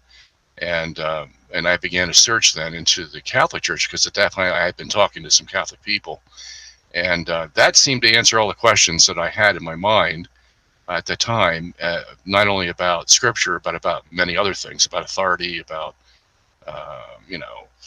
the sacraments, everything, and it all made sense to me. And at that time, I decided I was going to convert to the Catholic Church. And that was, 25 or so years ago. So that's my trek. Okay, so immediately I have a few comments and questions. First of all, in your book, I did see that you referred to me as Protestant Rob Skiba, which is not actually true. Oh, really? Okay. Yeah, well, the Baptists were never part of the Catholic Church, so they were not part of the Reformation. They weren't protesters. They pre-existed all of that. So Baptists would never consider themselves to be Protestant, even though it seems to be these days that everybody says either Catholic or Baptist or Presbyterian or Methodist, or, it's like Catholic and then like everybody else. So that would be a correction I would say you probably need to edit in your book. I'll put Baptist Bob. How's that? Yeah, Baptist Bob. Yeah, that's cool. So, it's interesting you had that question about the Bible, because I've had similar things. In fact, I did see you also brought up something about the non-canon book of Enoch and how you were kind of writing it off as not being canon. I'm going, wait a minute, he doesn't think he's not sola scriptura, so that seemed kind of contradictory to me that you would then write off Enoch. But in that regard, I don't understand that. How would that add up? Well, because you were saying, because I was making some cases for my position from the Book of Enoch, and you were basically writing the Book of Enoch off as not having any authority. Right. And I'm going, well, but people throughout the centuries have given it authority. There are church fathers who reference it as Scripture. The Ethiopian Coptic Church has it in their Bible even to this day. The prophet or the apostle Jude quotes directly from it. And I know the arguments as well, maybe it's not from the book, it's maybe just from the prophet or through, people, what they remember or whatnot. But in any case, the question that usually comes my way, or the accusation, is, well, that's not canon. And similar to you, I said, well, show me anywhere in the Bible where God ever told anybody to make a Bible, to create a canon, and to limit it to 66 books. Right. When you've got that answer, come back to me, and then we can have this. Well, I got the answer for you. Yeah, I got. All right. Easy. That's an easy one. Let's go. Yeah. So that's basically what made me Catholic. Is the Catholic Church says that it follows what Jesus told them before he left, which was, I will lead you into all truth. I will send the Holy Spirit. He will be your counselor. He will take you into all truth. So if that's the case, then we're going to have to know what the Bible is before we start quoting the Bible. And the church took this very seriously, and at the Council of Rome in 380 AD, after all the discussions among the fathers and all the debates, it just settled on a canon. Said, here's our canon. 27 books in the New Testament, this is our canon here. And then the Old Testament, 66 books, or 73 books. And this is our canon. And that was confirmed at the Council of Orange in 419, the Council of Nicaea, 787, the Council of Florence, 1440, then finally at the Council of Trent, 1563. So, and the canons were the same. At each council, they were all the same. And so how would that be? How could that come about? Well, the only way that could come about is if the Holy Spirit intrudes into the church and gives the council with the Pope the authority and the knowledge that this is the canon. There is no question about it. Here is the canon. Now, it came about by normal means, but when it was finalized, the stamp of divine approval was put on it because this is what the Holy Spirit had given the church. Now, the question is the Holy Spirit going to lead the church or not? There's no in between. Either he's going to give us a canon or he's not going to give us a canon. And if he's going to give us a canon, it's going to have to be a perfect canon. It can't have one or two books in there that shouldn't belong in there. It has to be a perfect canon, and it has to have all the books that we need for the canon. Otherwise, we have a fallible canon. And how can you go by a fallible canon? How can you hold your Bible up and say, "Thus saith the Lord," when you don't even know the book that you're reading is canonical, is stamped by the Holy Spirit? So the church says, look, this is an all or nothing game. Either we have the canon or we don't. We believe that because Jesus loved the apostles and the councils and the popes and all this, this is the canon he gave us, and we're going to use this canon for the rest of Christianity, which we have done. And so, I don't see any way out of that, basically, and that's what makes me Catholic. Well, yeah, but that presupposes the Catholic Church is the authority, and I know as a Catholic you're going to say that you believe that. Of course, I have to presuppose that too. Well, yeah. As a Baptist, I would say, no, that's not true. I understand that, but it's all one ball of wax. But my initial question was, where in the Bible does it say anywhere to make a Bible, to create a canon, and to limit it? That's just the point, that the Bible doesn't say that. Correct, it doesn't. So it was to go to an outside authority in order to make the Bible. Boom. And the only outside authority we have is what Jesus and the apostles gave us. And we have this succession to prove from all the fathers and everything that they were all Catholic. There was no other denomination then to be a member of at that point in time. Actually, that's not true either. There would be what was called the Way in the first century. And the Way was being systematically destroyed and wiped out by the Romans until Constantine shows up and says, hey, you know what? I'm a Christian now. And let's just welcome everybody in. Yeah, I realize that's one theory out there, but it's kind of hard to go that way. I mean, because if I know it's an historical fact that there were other factions out there. There were the Manichaeans. There were all kinds of factions out there. The question is, can they all be truth? Be saying all different things? There can only be one truth, and if the succession is, we see the succession in the main church of that day, the Catholic Church, and there is no other church that can claim a succession. Wait, you're putting a label on. You're saying the Catholic Church. Now, I understand Catholic means universal, so you're saying the universal church. Maybe I should ask it this way. When do you define the origin of the Catholic Church? Well, Jesus gave Peter the keys of the kingdom of heaven and said, whatever you bind shall be bound, whatever you loose shall be loosed. Following Peter came a guy named Linus, and that's an historical fact. After him came a guy named Anacletus. After him came somebody else, and so on and so on. So we have a succession of authority that starts from the apostles and goes right down the line, and it hasn't been broken. So that, to me, is enough evidence to say, okay, this is the pedigree that I'm going to follow, and let's see what these people have to say. Well, these are the same people that said the canon is the canon. These are the same people that said Scripture is to be interpreted in this way and not that way. This is the same church that called Arians heretics, and called Manichaeans heretics, and all these other things heretics, because they weren't following, if you want to use the word way, they weren't following the way that had been prescribed in this succession of authority. Yeah, but you are assigning, okay, we recognize that Peter was an authority. Absolutely. He was a leader in a church, as were other apostles leaders in a church. But what is the church is the big question. Is what is Stephen talking about in Acts 7:38 when he was referring to the church in the wilderness? Well, when did the church begin? Did the church begin with Jesus' conversation with Peter? Or did it begin on Mount Sinai? Or did it begin at the Pentecost? You know, various denominations each have a different claim to when the church started, or the official creation of a Catholic institution, as in a building with a headship with the Pope and whatnot. You know, that takes you into 300 AD time frame.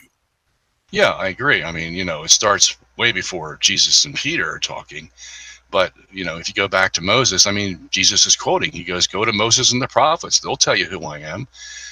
But they were prophesying that Jesus would come, of course, and finally he had to come. And what did he do when he came? Well, he established the Christian church that was different now from what Moses had started. Moses was bringing the law, and Jesus says, well, now the law is going to be set aside, and that's what Hebrews tells us, and the whole New Testament, in order to make room for the new covenant. They had an old covenant, and they have a new covenant now, and Jesus started that. And Peter was the first leader of that new covenant after Jesus. Yeah, I'm really wrestling in my mind with which direction to take the show at this point. I'm going, oh my gosh. I mean, we could have a Catholic versus Baptist, like an entire 2-hour broadcast, probably just. Sure, we could. Yeah. And you know, that might be interesting to do. I didn't want to go that direction with this particular show, but I would be interested in probably having that discussion maybe at a. Yeah, I would too. Yeah, sometime. Maybe tonight's not the night, but. Yeah, well, just because I think, you know, obviously the paradigm from which we both come from is going to determine how we view pretty much everything from that point forward. Yeah. You know, I would have a very, very different take on all of what you're saying. And I don't consider myself a Baptist today. I was raised Baptist. I grew up Baptist and was Baptist for over 30 years of my life. I wouldn't claim that title for myself today. But I think let's kind of maybe circle it back around. Well, I do still have some questions, though, as far as it sounds. You're a rare Catholic, first of all. You are a rare breed. I grew up in New England, and like I'm in Texas now. There's a Baptist church on every corner down here. Yeah. In Massachusetts, there's a Catholic church on every corner. So, right. Like all my relatives and friends. It used to be the other way around, you know. Yeah, it did switch. More Catholics in the South and in the North. That's what the whole Civil War was about. It is interesting how things have kind of flip-flopped. And my dad was raised. You know why? Because Catholics have become more liberal now, and Massachusetts is a place for liberals to go. And the Baptists have become more conservative, and Texas is the place to go. Probably true. Yeah, I can accept that. So, you know, I was exposed to it. I was around it my whole time. My father's whole side of the family is Catholic. All my friends were Catholic. So we've had lots of these discussions for sure growing up. Yeah. Yeah, I am different than most Catholics. I have to. I've never met a Catholic as well read in the scriptures as I perceive you to be. Yeah. And that may be because of the journey that you took before you ended up Catholic. Sure. Yeah. Well, you know what? I said to myself when I had that experience in college, I said, if the Bible can do this to me, just reading words about God, and he says, come unto me, if it can change my life this drastically, I said, this is the book that I'm going to study the rest of my life. There's power in these words. Mm-hmm. Because that's all. Nobody talked to me. I mean, I've just read the Word of God, for Pete's sake, you know? And my life changed. And that was 40 years ago. And I remember that day as if it happened yesterday. So that's why I went into it, you know? Yeah, right on. So at what point then did you start thinking about geocentricity? Is it just because of reading the Bible, or was it? That wasn't until many years later, and that just by coincidence, by happenstance. I was one Sunday afternoon. Nobody was around. I was by myself. Very, very rare occurrence. And I was on the computer, and I wanted to go out and play some basketball, but things just weren't ready. But I'm on my computer and I'm touching my keys and looking for something interesting to look at, and I come across this guy talking about, and I call it geocentrism, by the way. First of all, geocentricity is too hard to say, and geocentrism, I think, wraps it up pretty well. It's weird, every time I type in geocentrism on Facebook or anyplace else, it's always wanting to correct it for some reason, or it doesn't know it. It doesn't recognize it as a word. Oh, well, that's interesting. I haven't had that experience. Anyway, so I found this guy with a PhD in astronomy talking about the fact that the Earth is in the center of the universe. And, he knows his physics, because I went in to read his stuff. Well, let me just say, I had to make a decision. Am I going to push the next key that says, click here for more information, or am I going to go out and play basketball, Things like that in life happen, So I decided, all right, let me just click here, and I clicked there, and that was the fateful key push that changed my life dramatically. Because as I went in to read his stuff, I knew he knew what he was talking about, and because I was a physics major in college for a time before I became a religion major. All right, hold that thought. We're going to a commercial break right now, and we'll pick up where we left off as soon as we come back from the commercial break.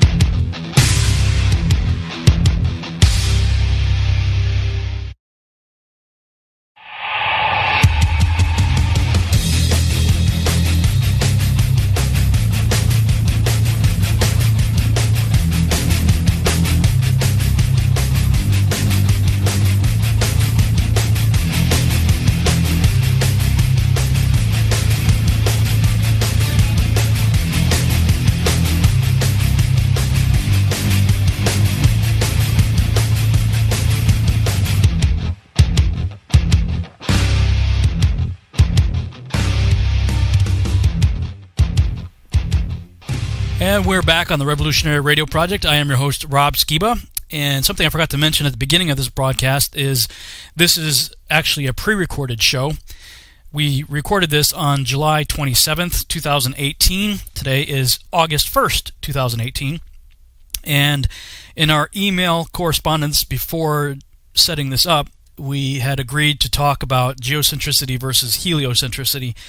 And that's why I kept deflecting when it came to the issues of religion, because it was very tempting for me to go down that path and spend the whole show talking about things that I perceive him to be wrong in. And of course, he would disagree with me on regarding religion and the scriptures. I am not pro-Catholic in the sense of the institution. I am pro anybody who has a relationship with Yeshua, aka Jesus Christ. I will consider them a brother and sister in the faith, regardless of the label that they've attached to themselves. For more on my take on Catholicism and the Jesuits and all that kind of stuff, and the differences that I would have with what they teach, I would refer people to my Ephraim Awakening series. If you go to robschannel.com, and in the main menu, click on Facebook Notes and Ephraim Awakening, click on that tab. And there are plenty of Facebook notes there for you to check out, as well as the video that I did on it. And I've talked about it extensively on the Virtual House Church at virtualhousechurch.com. So if you are wondering what my take is on all of that, that's where I would direct your attention. In the meantime, let's go ahead and get back to the broadcast and Dr. Syngenes' take on geocentricity versus heliocentricity. Okay, so right before the break, you were talking about, well, am I going to play basketball or am I going to click here for more information on geocentricity? So, continue. So I clicked it, and like I said, I read the stuff, and it all made sense to me. And I said, wow, can you imagine if he's right, and we've let this go for 500 years, thinking that Copernicus was right, and all along that time he was wrong. And we've all been brainwashed to believe that the Earth goes around the sun. And then I began to think of the implications of that. That very day when I saw it, I said, what are the implications of this? Well, that means the church was right when it condemned Galileo. That means that we are the apple of God's eye, because we're right in smack in the center of the universe. Everything revolves around us. That means there's no Big Bang. There's no, us living out in the remote recesses of space where nobody knows us and we're insignificant, we're nothing. Boy, if that's all true, this could change the world. I just knew the implications right there. And I said, oh my gosh, I've got to go into this to study it, to see if this, first of all, really is true. And if it is, what am I going to do about it?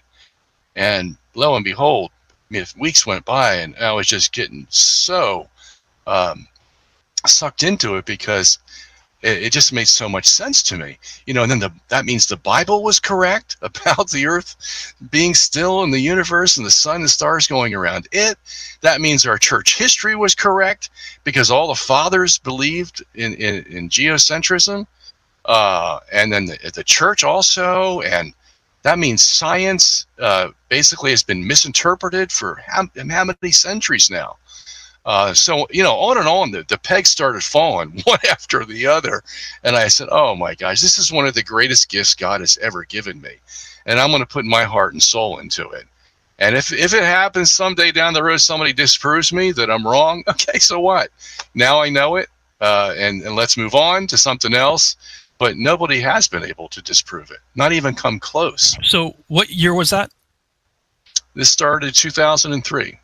Oh, okay. So fairly recent in your life. Yeah. 2003. And I've heard you say, look, I didn't come up with this. I'm basically compiling the work of other people, and you put it together in a really nice presentation that became the documentary, The Principle.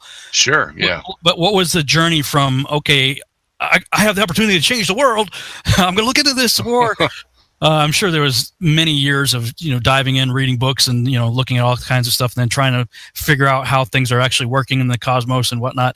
So sort of walk us through that journey, and then what led to the creation of the documentary. How did that come about? Yeah. So, that's what I had to do. I had to start from scratch. I did, I had some physics, I had some astronomy. I was, a science buff when I was young, as a teenager. I used to work in my dad's laboratory doing blood tests for him. I was into science, so I had an aptitude for it. But I started reading books, and I have over 1,000 books, literally, that I read to prepare for this issue. And then I thought I knew enough that I could start writing a book about it. And that happened. I started that my PhD was on this topic, and that's when I first started it. And then I made a book from that PhD, and that was published in 2006. And that was called Galileo Was Wrong, The Church Was Right. And that's been through, how many editions now? 13 editions, because I just learned more stuff, and I put more stuff into it. And so now it's like 2,200 pages long in 3 volumes of all the stuff that I've learned. And anyway, 2,200 pages. Yeah. And that's not counting the papers that I did, the debates that I had, and all the other stuff that led to writing the stuff in the book. All the lectures I listened to, everything. I just inundated myself with anything that I could find on this subject, and I had to learn a lot too in order to do this. But at any rate, so then I took on a partner. His name's Rick Delano. And that was the way he got into the picture was I had put up a challenge on my website that said anybody can disprove geocentrism, I'll give you $1,000. And I had a couple takers. They didn't manage to do it. And Rick saw that on the website and said, "Oh gosh," he started laughing. He said to himself, and figured, yeah, this guy's going to go down in 1 or 2 days or so, because somebody's going to come up with a proof against geocentrism, and it's going to be over. But the more he watched, the more he saw that I knew what I was talking about, and nobody could disprove geocentrism. And so he called me up one day, I think it was, or got on email or whatever, and started kibitzing about it, and we became friends. And And one time I said to Rick, this is about 2010, Rick, I want to make a movie about this. And Rick had worked in Hollywood for a while. He was first in the music business and then got into Hollywood, and he knew a lot of people in Hollywood, but he actually lives there. So he had a lot of connections. And I got a grant from somebody to make the movie. We were going to make it a small movie at first. And then Rick said to me on the phone one day, he said, how big do you want to make this thing? And I said, I want to blow up the world, basically. And I mean, I want to just start from scratch and say, look, man, we need to go back here because we've been going down the wrong path for a long time. And he goes, all right.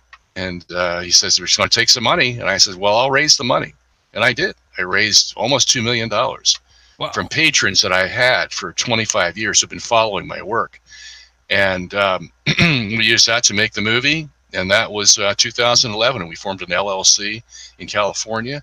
And we went to visit all the actors, Michio Kaku and Max Tegmark and Kate Mulgrew, our narrator, and blah, blah, blah. And before you know it, about 3 years later, we were done the movie and put it out in 2014, October. At first in Chicago, then LA, and then about another 15 cities in the United States. And then we ran out of money. And then we made it into a DVD, and we're selling a DVD, and that's selling pretty good. But not to make us millionaires, but it's surviving, and you know how those things go. Mm-hmm. Anyway, so that's how it got started. Wow. Well, of course, the flat Earth community really got behind it, and you didn't really like that too much, but it is. I never saw that coming. I got to say, I never saw that coming. Oh yeah, I couldn't imagine. There's no way to predict that. Yeah. But I would say it's not. It was definitely. I am not one that believes it's a psyop. In fact, I go out and tell people if it's a psyop, it started with Moses. And I know you disagree with that, and that may be a subject for a debate in the future, but it is interesting to me that the two subjects sort of hit the mainstream pretty close to the same time. Yeah. For most of us in the flat Earth research community, we would peg it to early 2015, probably maybe late 2014, when there's a few people out there, but the explosion, I think, happened in 2015. That's just when lots of people all of a sudden were into it. Yeah. But it is people want to say it's a cult, it's a this, it's that. I'm like, and first thing I would say is, first of all, none of us belong to the Flat Earth Society. Mm-hmm. We all view that organization as a controlled opposition or just a joke. Nobody even references it. It is a leaderless movement, and nobody belongs to any organization. It's just a bunch of guys like me sitting here going, having sort of the same type of, I'd imagine, feelings you had when you clicked on that more info button. And we're going, what? And we start looking into stuff. So they both, you guys have your release. When was it released? October 2014. That's about right. Yeah, 2014.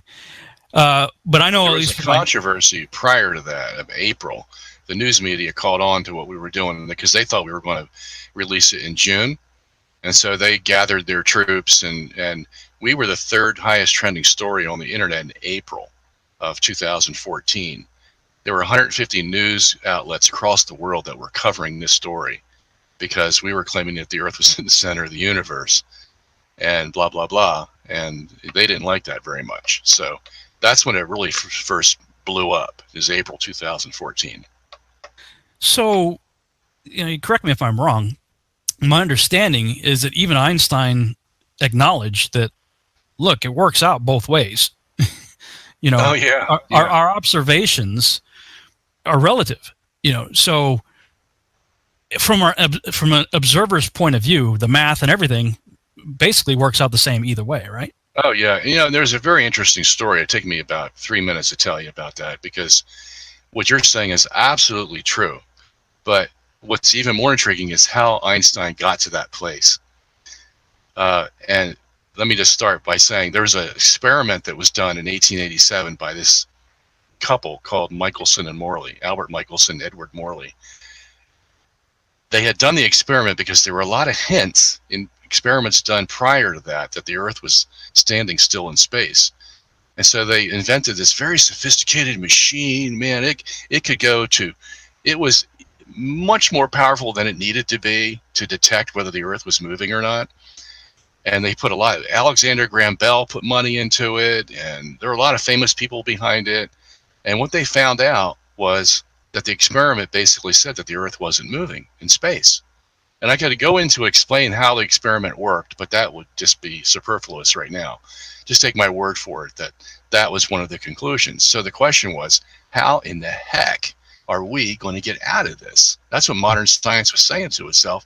And everybody's scratching their head saying, we just don't know how to answer this because we expected a totally different answer. And so Hendrik Lorentz in 1892, 5 years after the experiment, came up with a solution. Oh, I know. Let's just say that the experimental apparatus shrunk while they were doing the experiment. Talk about ad hoc. Yeah, talk about ad hoc.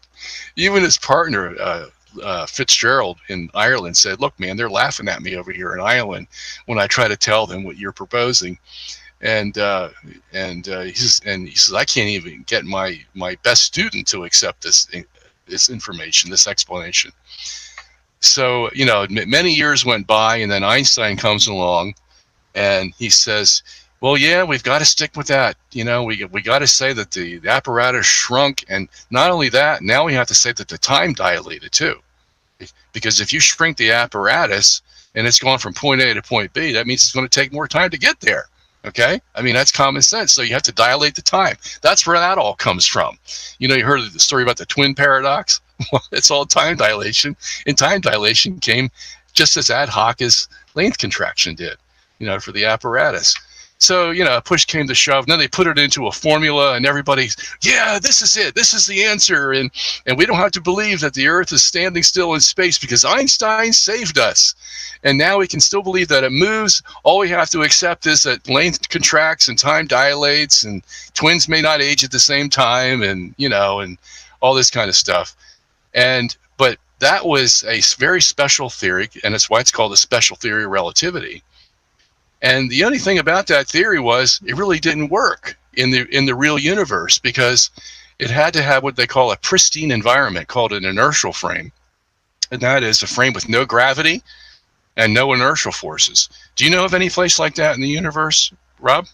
A place where no inertial... It has no gravity and no or centrifugal or Coriolis forces, things like that. There is no such place.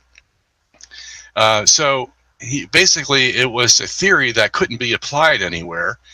And then 10 years later, he finally figured out, hey, you know what? That theory I invented to keep the Earth moving when the experiment said it was standing still, well, I have to revamp that. And that's when he made the general theory of relativity.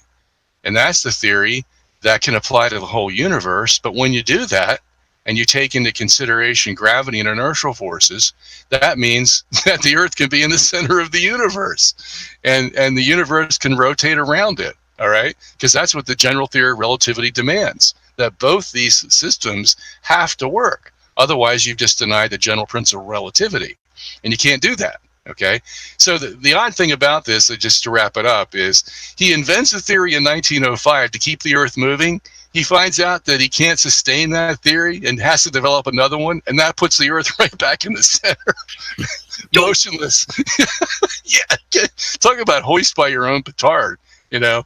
But of course, the rest of the world wasn't catching up to this because everybody wanted to believe that the Earth was moving around the sun. I mean, we can't say that we were wrong for 500 years. Are you kidding? Come on. I mean, this is modern science. You know, this is the age of Newton and of Leeuwenhoek and Poincaré and all these famous scientists. You can see their names on the Eiffel Tower if you ever been to Paris. Most of them were French, by the way. So you know, we couldn't do that, and so that's why Einstein's so famous, because he saved us from believing that the Earth was moving around, that the Earth was standing still in space. But then he got caught by his own theory and had to reverse himself. Now there were. You subscribe, I would say, probably to the Tycho. How do you say his last name? Brahe? Brahe, yeah. Actually, it would be the neo-Tychonic model.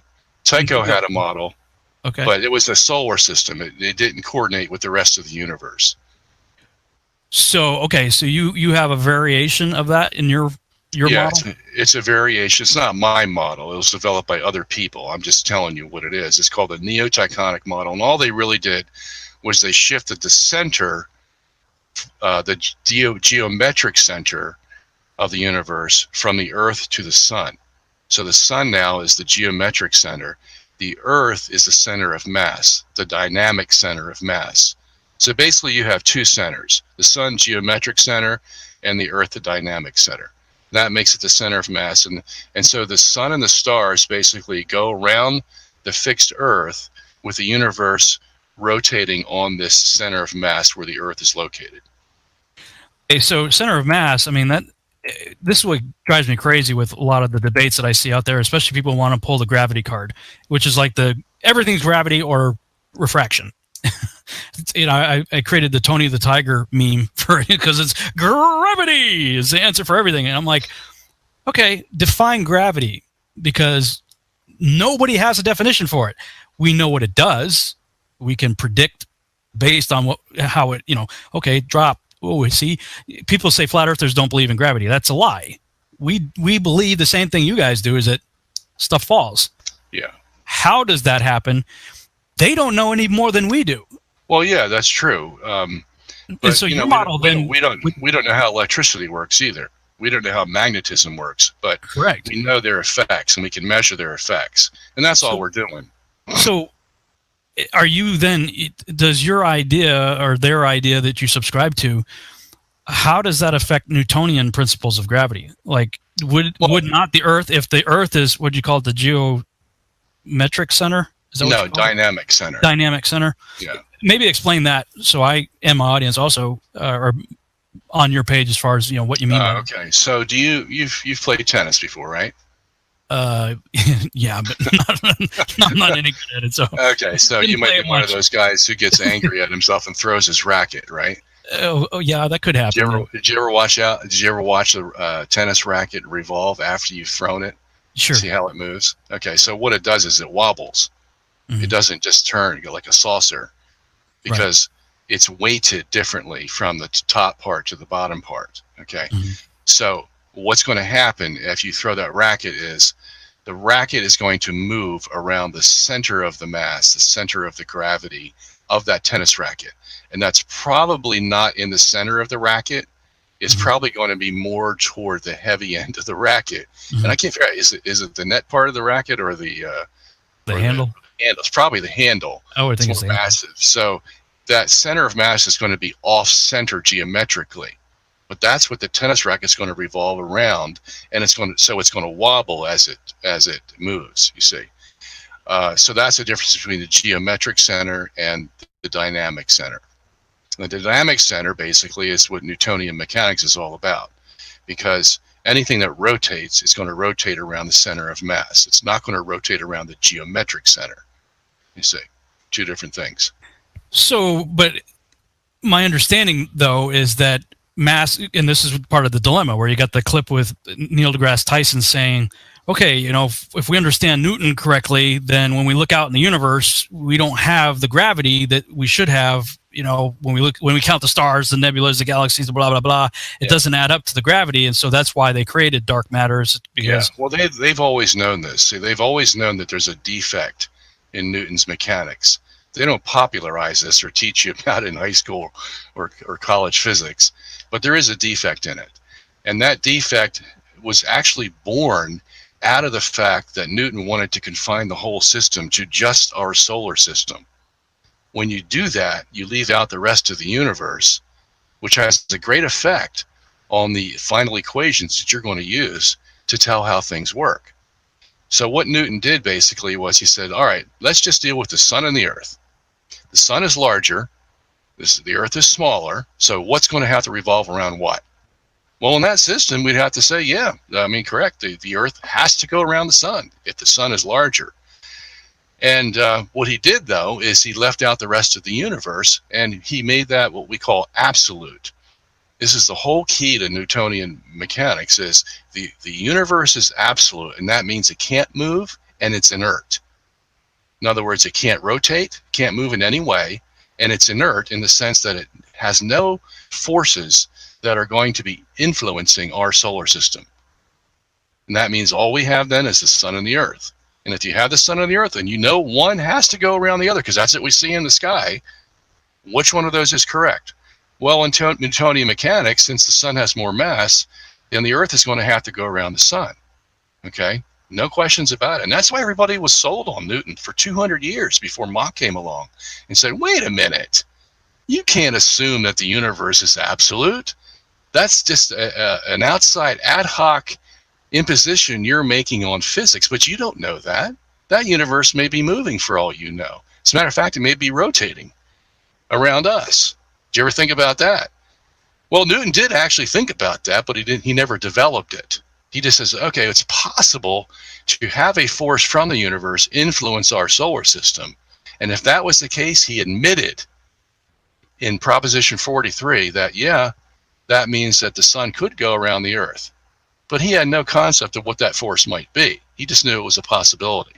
So, but that wouldn't, in your idea then, the sun being allegedly so much larger would have way more mass than the earth and therefore have more gravity, right? So when you're saying the earth is the center, would that not have to imply that the earth has more mass than the sun, even though it's supposed to be? Because once you include the universe and you make the universe rotate, then what happens is the angular momentum of the universe causes three forces: centrifugal, Coriolis, and Euler forces. And these, Einstein himself admitted, are basically gravity. They're akin to gravity. And so what happens is you have the universe rotating, and the bodies in the universe will feel a centrifugal force, and that will make them go outward. But then there's the Coriolis force, which is twice as strong as the centrifugal force, and it goes orthogonal to the centrifugal force. And so it keeps those bodies in complete rotation around the universe's center of mass. You see, so you have both, and you can go find this on Wikipedia. It's nothing that I'm making up. Wikipedia will say if you have a rotating universe, you'll have centrifugal and Coriolis forces combining to make a centripetal force, which causes all the stars and the sun to go around the center of mass of the universe. And guess where the Earth is? Hold that thought. We're going to break. We'll pick up when we come back. And actually, I was off by about a minute or so on my timer. So for some reason, I don't know what happened. That recording, the pre-recording, was cut off a little bit early. That's why I said let's go to break, but we still got a minute left or so. So I'll take this time right now to mention that today is August 1st, and there was a deadline that I put on the counter challenge. Dr. Hovind put up a challenge for debate, and I gave a counter challenge saying, hey, listen, yeah, I'll debate, but I want you to debate Dr. Sungenis first, and please respond by the 1st. And as of 9 p.m. Central Standard Time right now, he has yet to respond. I don't actually believe that he will, but I did encourage Dr. Sungenis to go ahead and resubmit to Dr. Hovind all of the demands that Hovind is looking for, because he could actually meet all of those demands and see if Hovind will debate him. So I might extend the deadline maybe a day or two just to see if Hovind will actually take him up on it. But just so you guys know, Dr. Sungenis does meet all of Hovind's demands, and so there should be no excuse for Hovind not to accept it. And I guess we'll have to wait and see what happens. So stay tuned for more on that.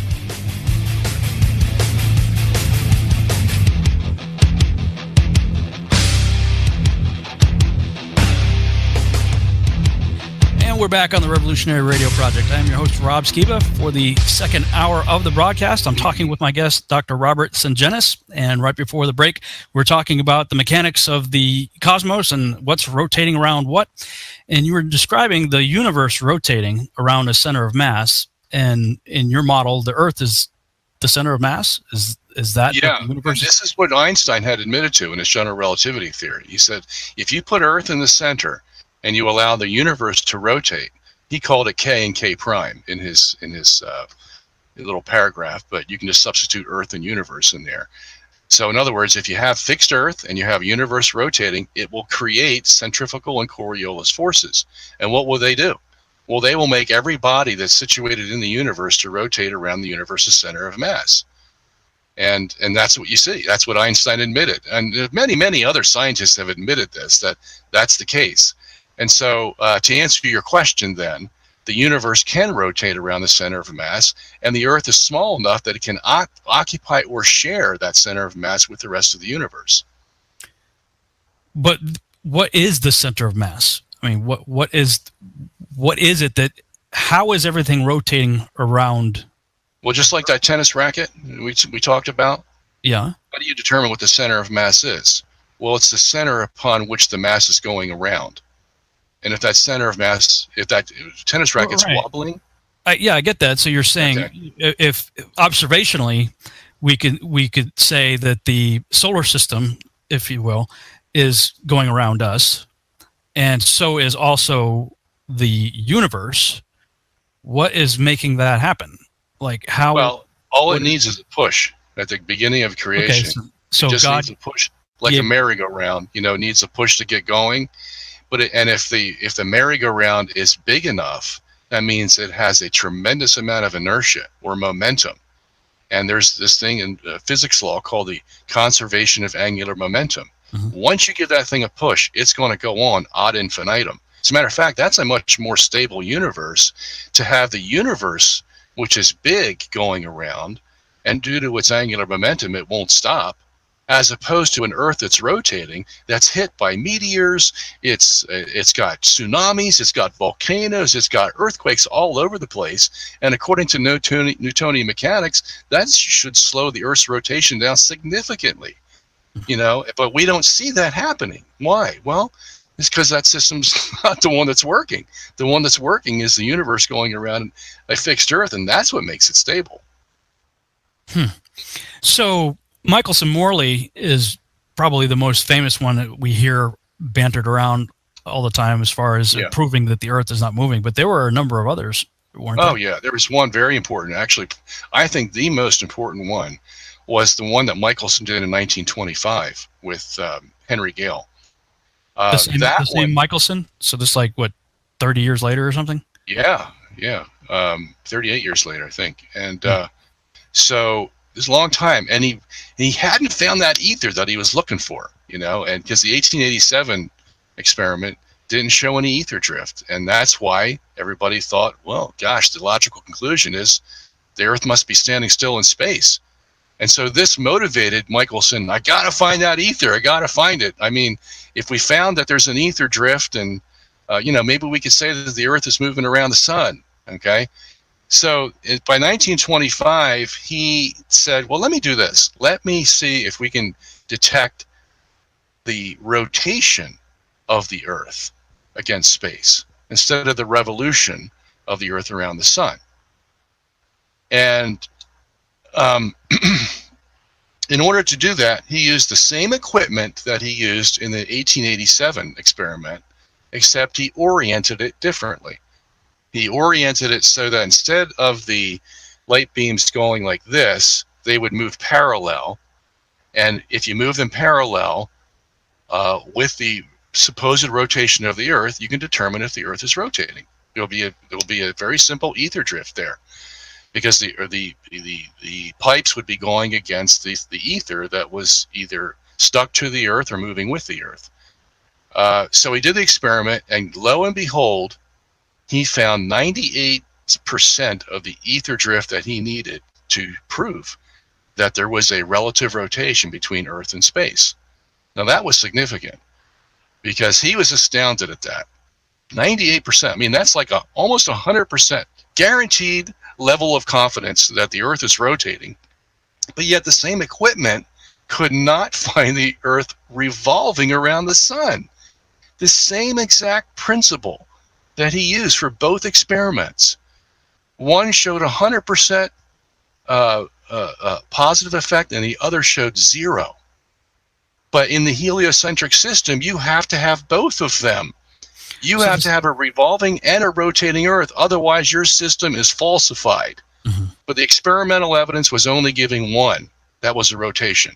So he had two different tests, and one says it's not rotating, and the other says it is rotating. Or the other says it's not revolving. Okay?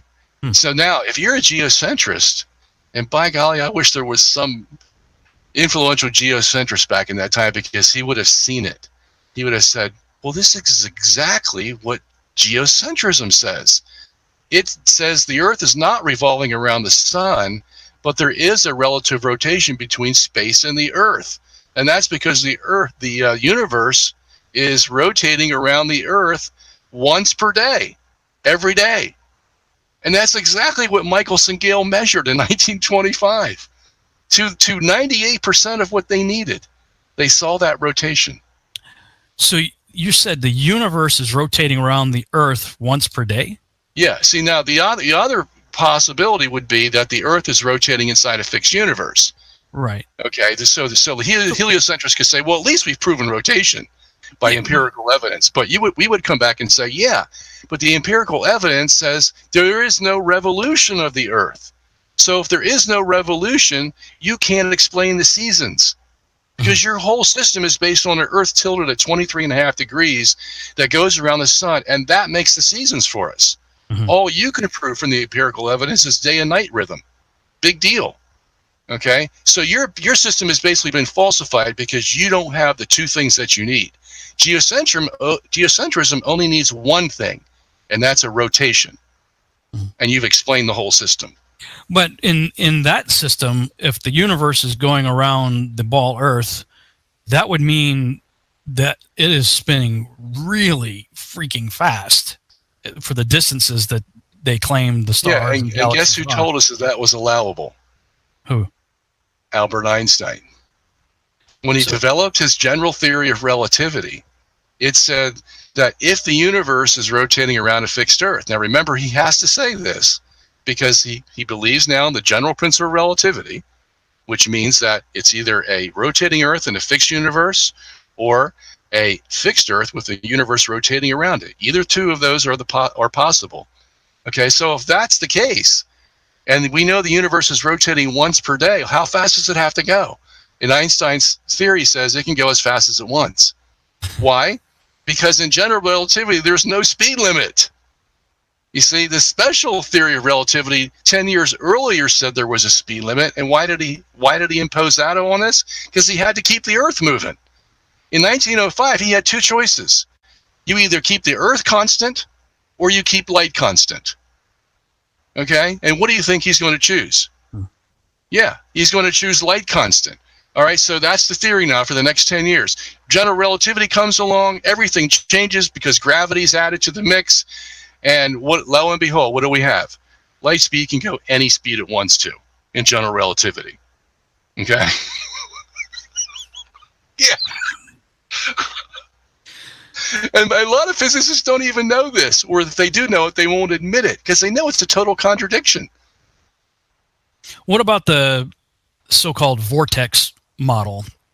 You're probably going to have to write that off too, because that is based on a heliocentric model showing the sun shooting through the universe with the solar system going around it, and it's kind of doing loops through the galactic plane. Yeah. You must think that's all garbage too. You'd have to, I'd imagine. Well, yeah, of course. Yeah. I mean, our universe is very simple. You got a fixed Earth with the universe rotating, so basically you only got one moving part. And all the other parts that are moving inside it are all because of the angular momentum of the universe rotating. So it's very simple.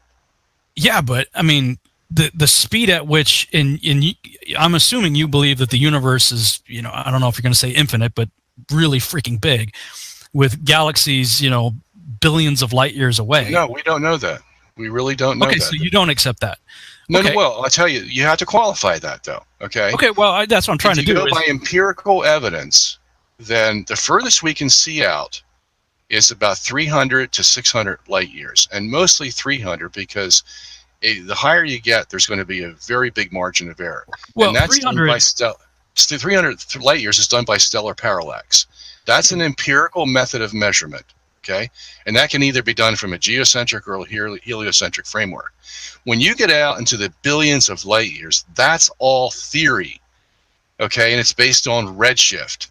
Mm-hmm. They had no idea what redshift was, and so they made it up. Well, it has to be because the universe is expanding, and that's a big story there, too. You need to know, because Hubble saw that all the galaxies that were supposedly long ways away from us had this thing called redshift. and that is that the light that was coming to us was shifted to the red end of the spectrum, and he wondered why.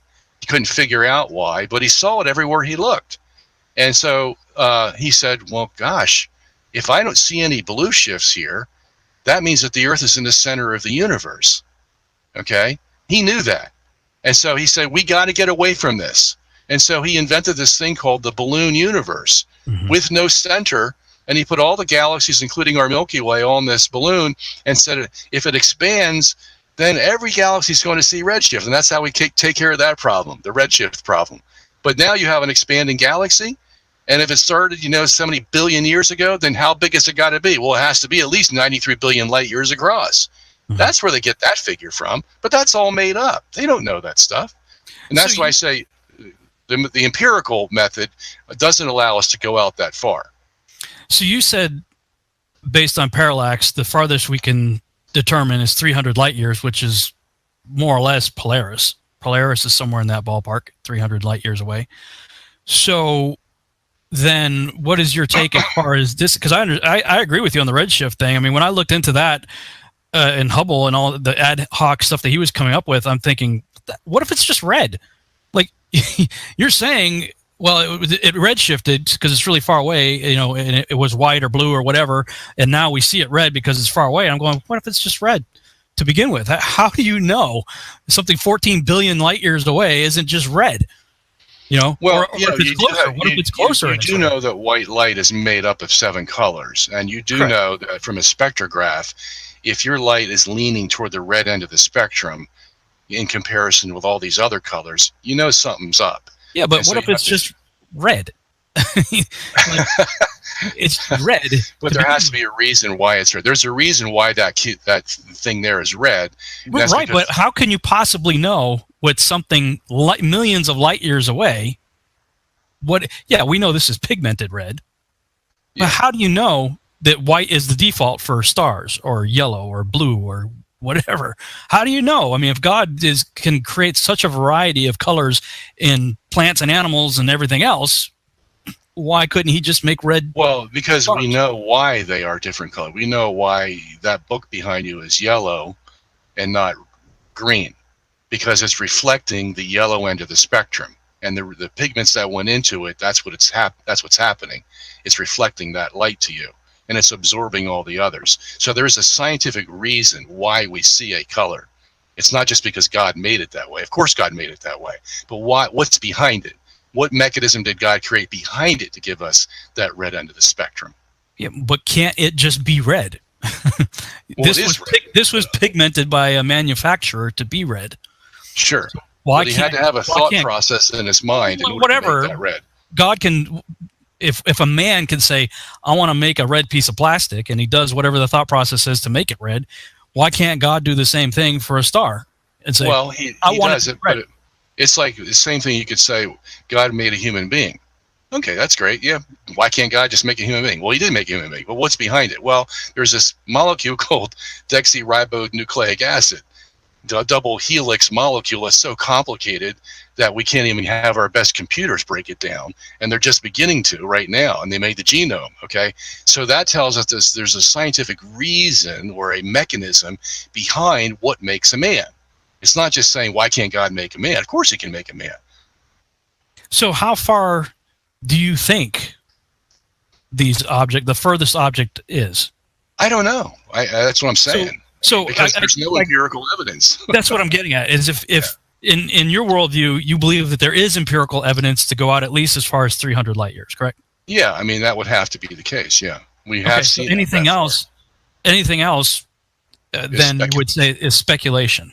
Yeah. So then, do you or do you not believe that there are galaxies the way we are told galaxies exist? Andromeda, for example. Do you believe Andromeda is another version of a Milky Way with gazillions of stars with planets going around it? Well, they do see Andromeda in their telescopes. I'll have to go that far with them, okay? Well, we see a spiral with dots in it. Does that have to ipso facto mean it is a galaxy the way we understand it in the Star Trek, Star Wars. No, but then that's where you do your tests. That's when you do your parallax tests. That's when you do your spectra. I always had a problem saying that word. Spectroscopy. They have a lot of different methods that they can measure what that light is that's coming to them, and they can pretty much guesstimate, how far away. But Andromeda is a local galaxy, so you're not going to have any problems there with the redshift stuff. Our local galaxies actually have a blue shift, which means something's moving around somewhere. We don't know exactly what, but we can make educated guesses about this stuff. And we can't really say, well, because we don't know the ultimate answer, that means we don't know anything. You can't go that route, because science does build on itself. Unfortunately, there's a lot of people in science that have agendas. They have biases. They have prejudices. They don't believe in God, and they don't want to believe in God because they don't want to account for their sins. So they have every motivation to look at this stuff out in the skies and say, yeah, well, it's from a Big Bang or a multiverse and all this stuff, and we know what that's all for because they've all admitted it to us. Mm-hmm. They all said we make these interpretations because we don't believe there is God and we don't want a God.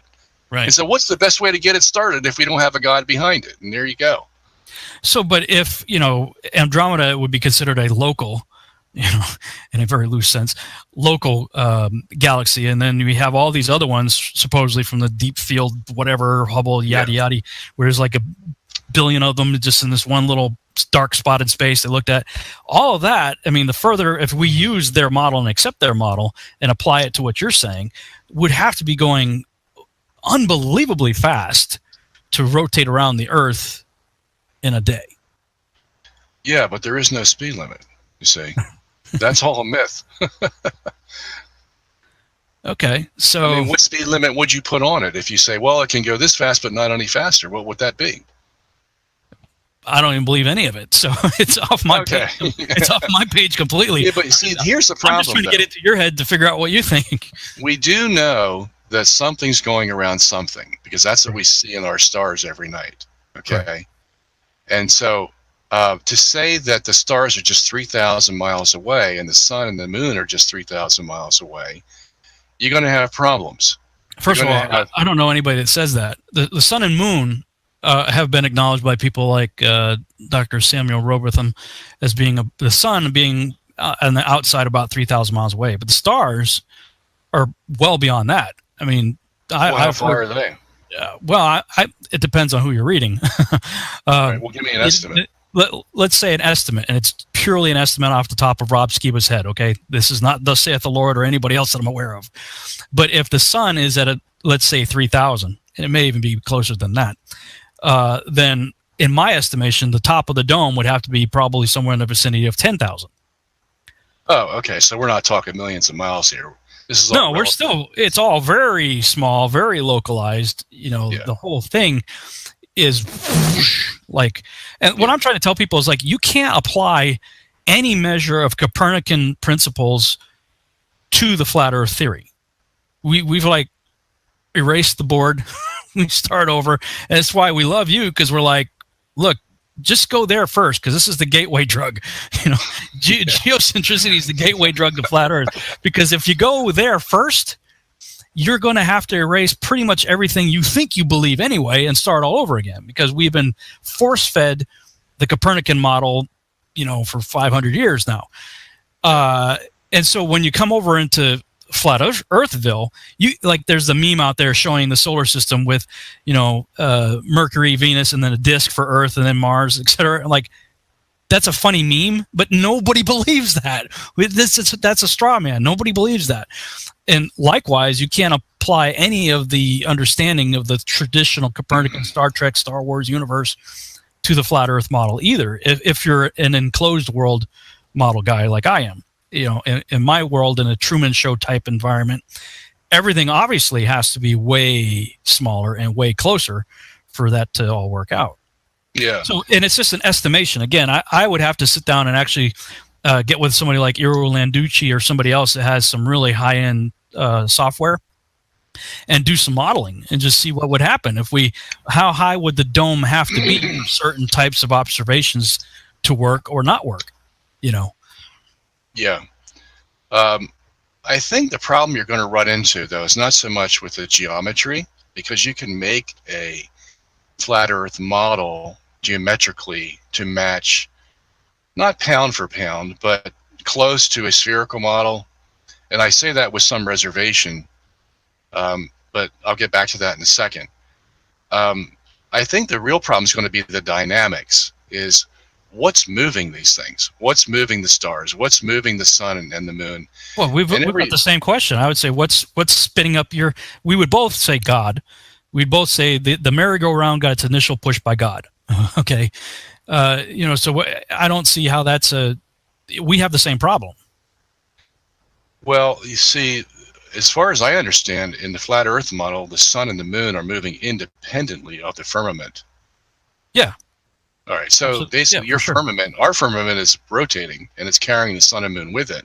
Yours is stationary. No, somehow the sun and moon. No, I'm not going to speak for the entire flat Earth community. I would say, from my own perspective, yes, the sun and moon are clearly moving. Is the firmament dome itself moving? I have had some questions about that myself, and have run through some ideas in my head both ways, actually. And it seems like it could be. I mean, why not? Why should I put a limit on God? I mean, why couldn't he spin the dome? Why not? I know you guys are young in your science, but if that's the other thing, dude. You'd have to have some kind of dynamic system to explain. Okay. Here's why this is happening, because this is pushing the matter. Sure. I've heard you on a few debates, and I'm like, dude, really? Like, we've had 3 years. You and Ken Hovind all like, we need a map. We need a dynamic model. We need everything working out right. How does this question work? All this thing. Like, dude, we've had 3 years, man. Like, give us, the kind of money that the heliocentrists have had, or even the geocentrists. We've got no money, and there's a bunch of guys just trying to figure stuff out. So to expect us to have the answers to all of these questions. Okay, so you do admit you don't have those dynamic answers, but we're working on them. We've had 3 years to undo numerous paradigms. It's an unrealistic expectation to say, okay, great, then how does all this other stuff work? How many years did it take you from 2003 to finally making the principle? And now, as I understand it, you got another project where you're going to try to explain the dynamics of how the universe is working. Well, you've had since 2003 to develop the thought processes that you have to that end. Yeah, we're in 2006 in your world. Right. We've got a lot more to figure out, so that's an unfair and unrealistic expectation, and that's part of the reason why I want to limit the debate, if and when we have one, to what does the Bible say. We can take it from there, and that's also why I haven't heard anything from Kent Hovind yet. He has not yet responded. I am going to send out another reminder. Hey, dude, you got a few more days. All you need to do is type it yes or no. I just need a word, yes or no. I actually fully predict that he's going to decline, but if he does by some miracle decide to do it, I also predict that you're going to clobber him. Yeah.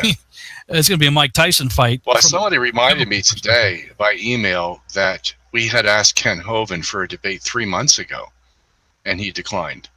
Yeah. The guy that sets up our debates, he said, let me remind you, because you said it was a couple years ago. And he goes, no, we just asked him this year. So. Well, see, he might be able to wage some sort of quote-unquote scientific argument from textbook understandings, but by limiting it to a biblical framework, you're going to clobber him. And, I love Ken Hovind. He's had a profound influence on my life. I mean, I love the guy, but, he's perceived by many to be sort of the undefeated debate champion, 180 or something debates or something like that. Yeah, that's because you're going up against atheists and you have the Word of God on your side. Of course you're going to win. You have the Word of God on your side. The problem is whether we go geo and I would say flat Earth, biblically speaking, he doesn't have the Bible on his side. But let's take baby steps. Let's just tackle geo versus helio first and see how you do with that. All right, well, let me just say this. The challenges you have are, first of all, you have to tell us what keeps the sun and moon in their orbit without going to the firmament and hitting it, because the centrifugal force alone is going to cause that. And but what if the sun and moon are going? What if this is an electromagnetic universe and it's responding to Rupus Negra or Mount Meru or some sort of anomaly in the center that people like even Mercator depicted on his map, and actually wrote a letter to, is it John D? I think he wrote a letter to John D. Describing this whole thing. All right, so basically what you're doing, though, is what you have a model that you believe is correct. And when somebody challenges you to a dynamic explanation of why these things are moving the way they do, what you will say is, well, it could be this, it could be that. Okay, I'll grant you that. 3 years. The fact is, you don't know. I understand that. The thing is, what I'm trying to point out is that you've already settled on the model. And by hook or crook, or by accident or deliberation or whatever it is, you believe you're going to find the dynamic mechanism, the geometric mechanism that really makes this thing hum. Well, but we're starting, well, at least I can't speak for the entire community because I know there's lots of different views. For me, I'm starting with the biblical premise. Well, that's what I'm saying. Building the case. You're getting this idea from the Bible, and you think the Bible teaches this, so you are committed to finding the solutions to this flat earth model because you believe that the Bible has already told you this is the model that is working. There's no other. And on that note, we're going to go to break. Perfect timing.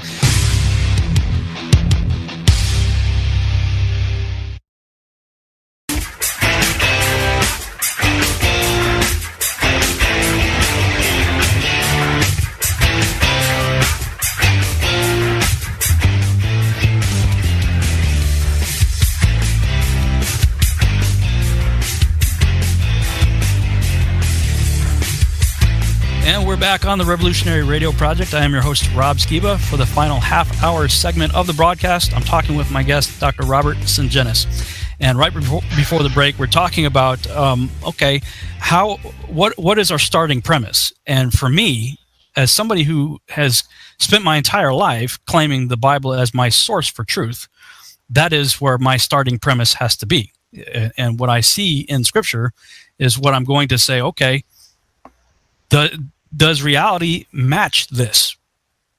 I mean, that's ultimately what it comes down to. I'd imagine you had to do the same thing with geocentricity because you started talking about it earlier saying, wow, well, that means that, the Bible was right after all. The church was right. The fathers are right.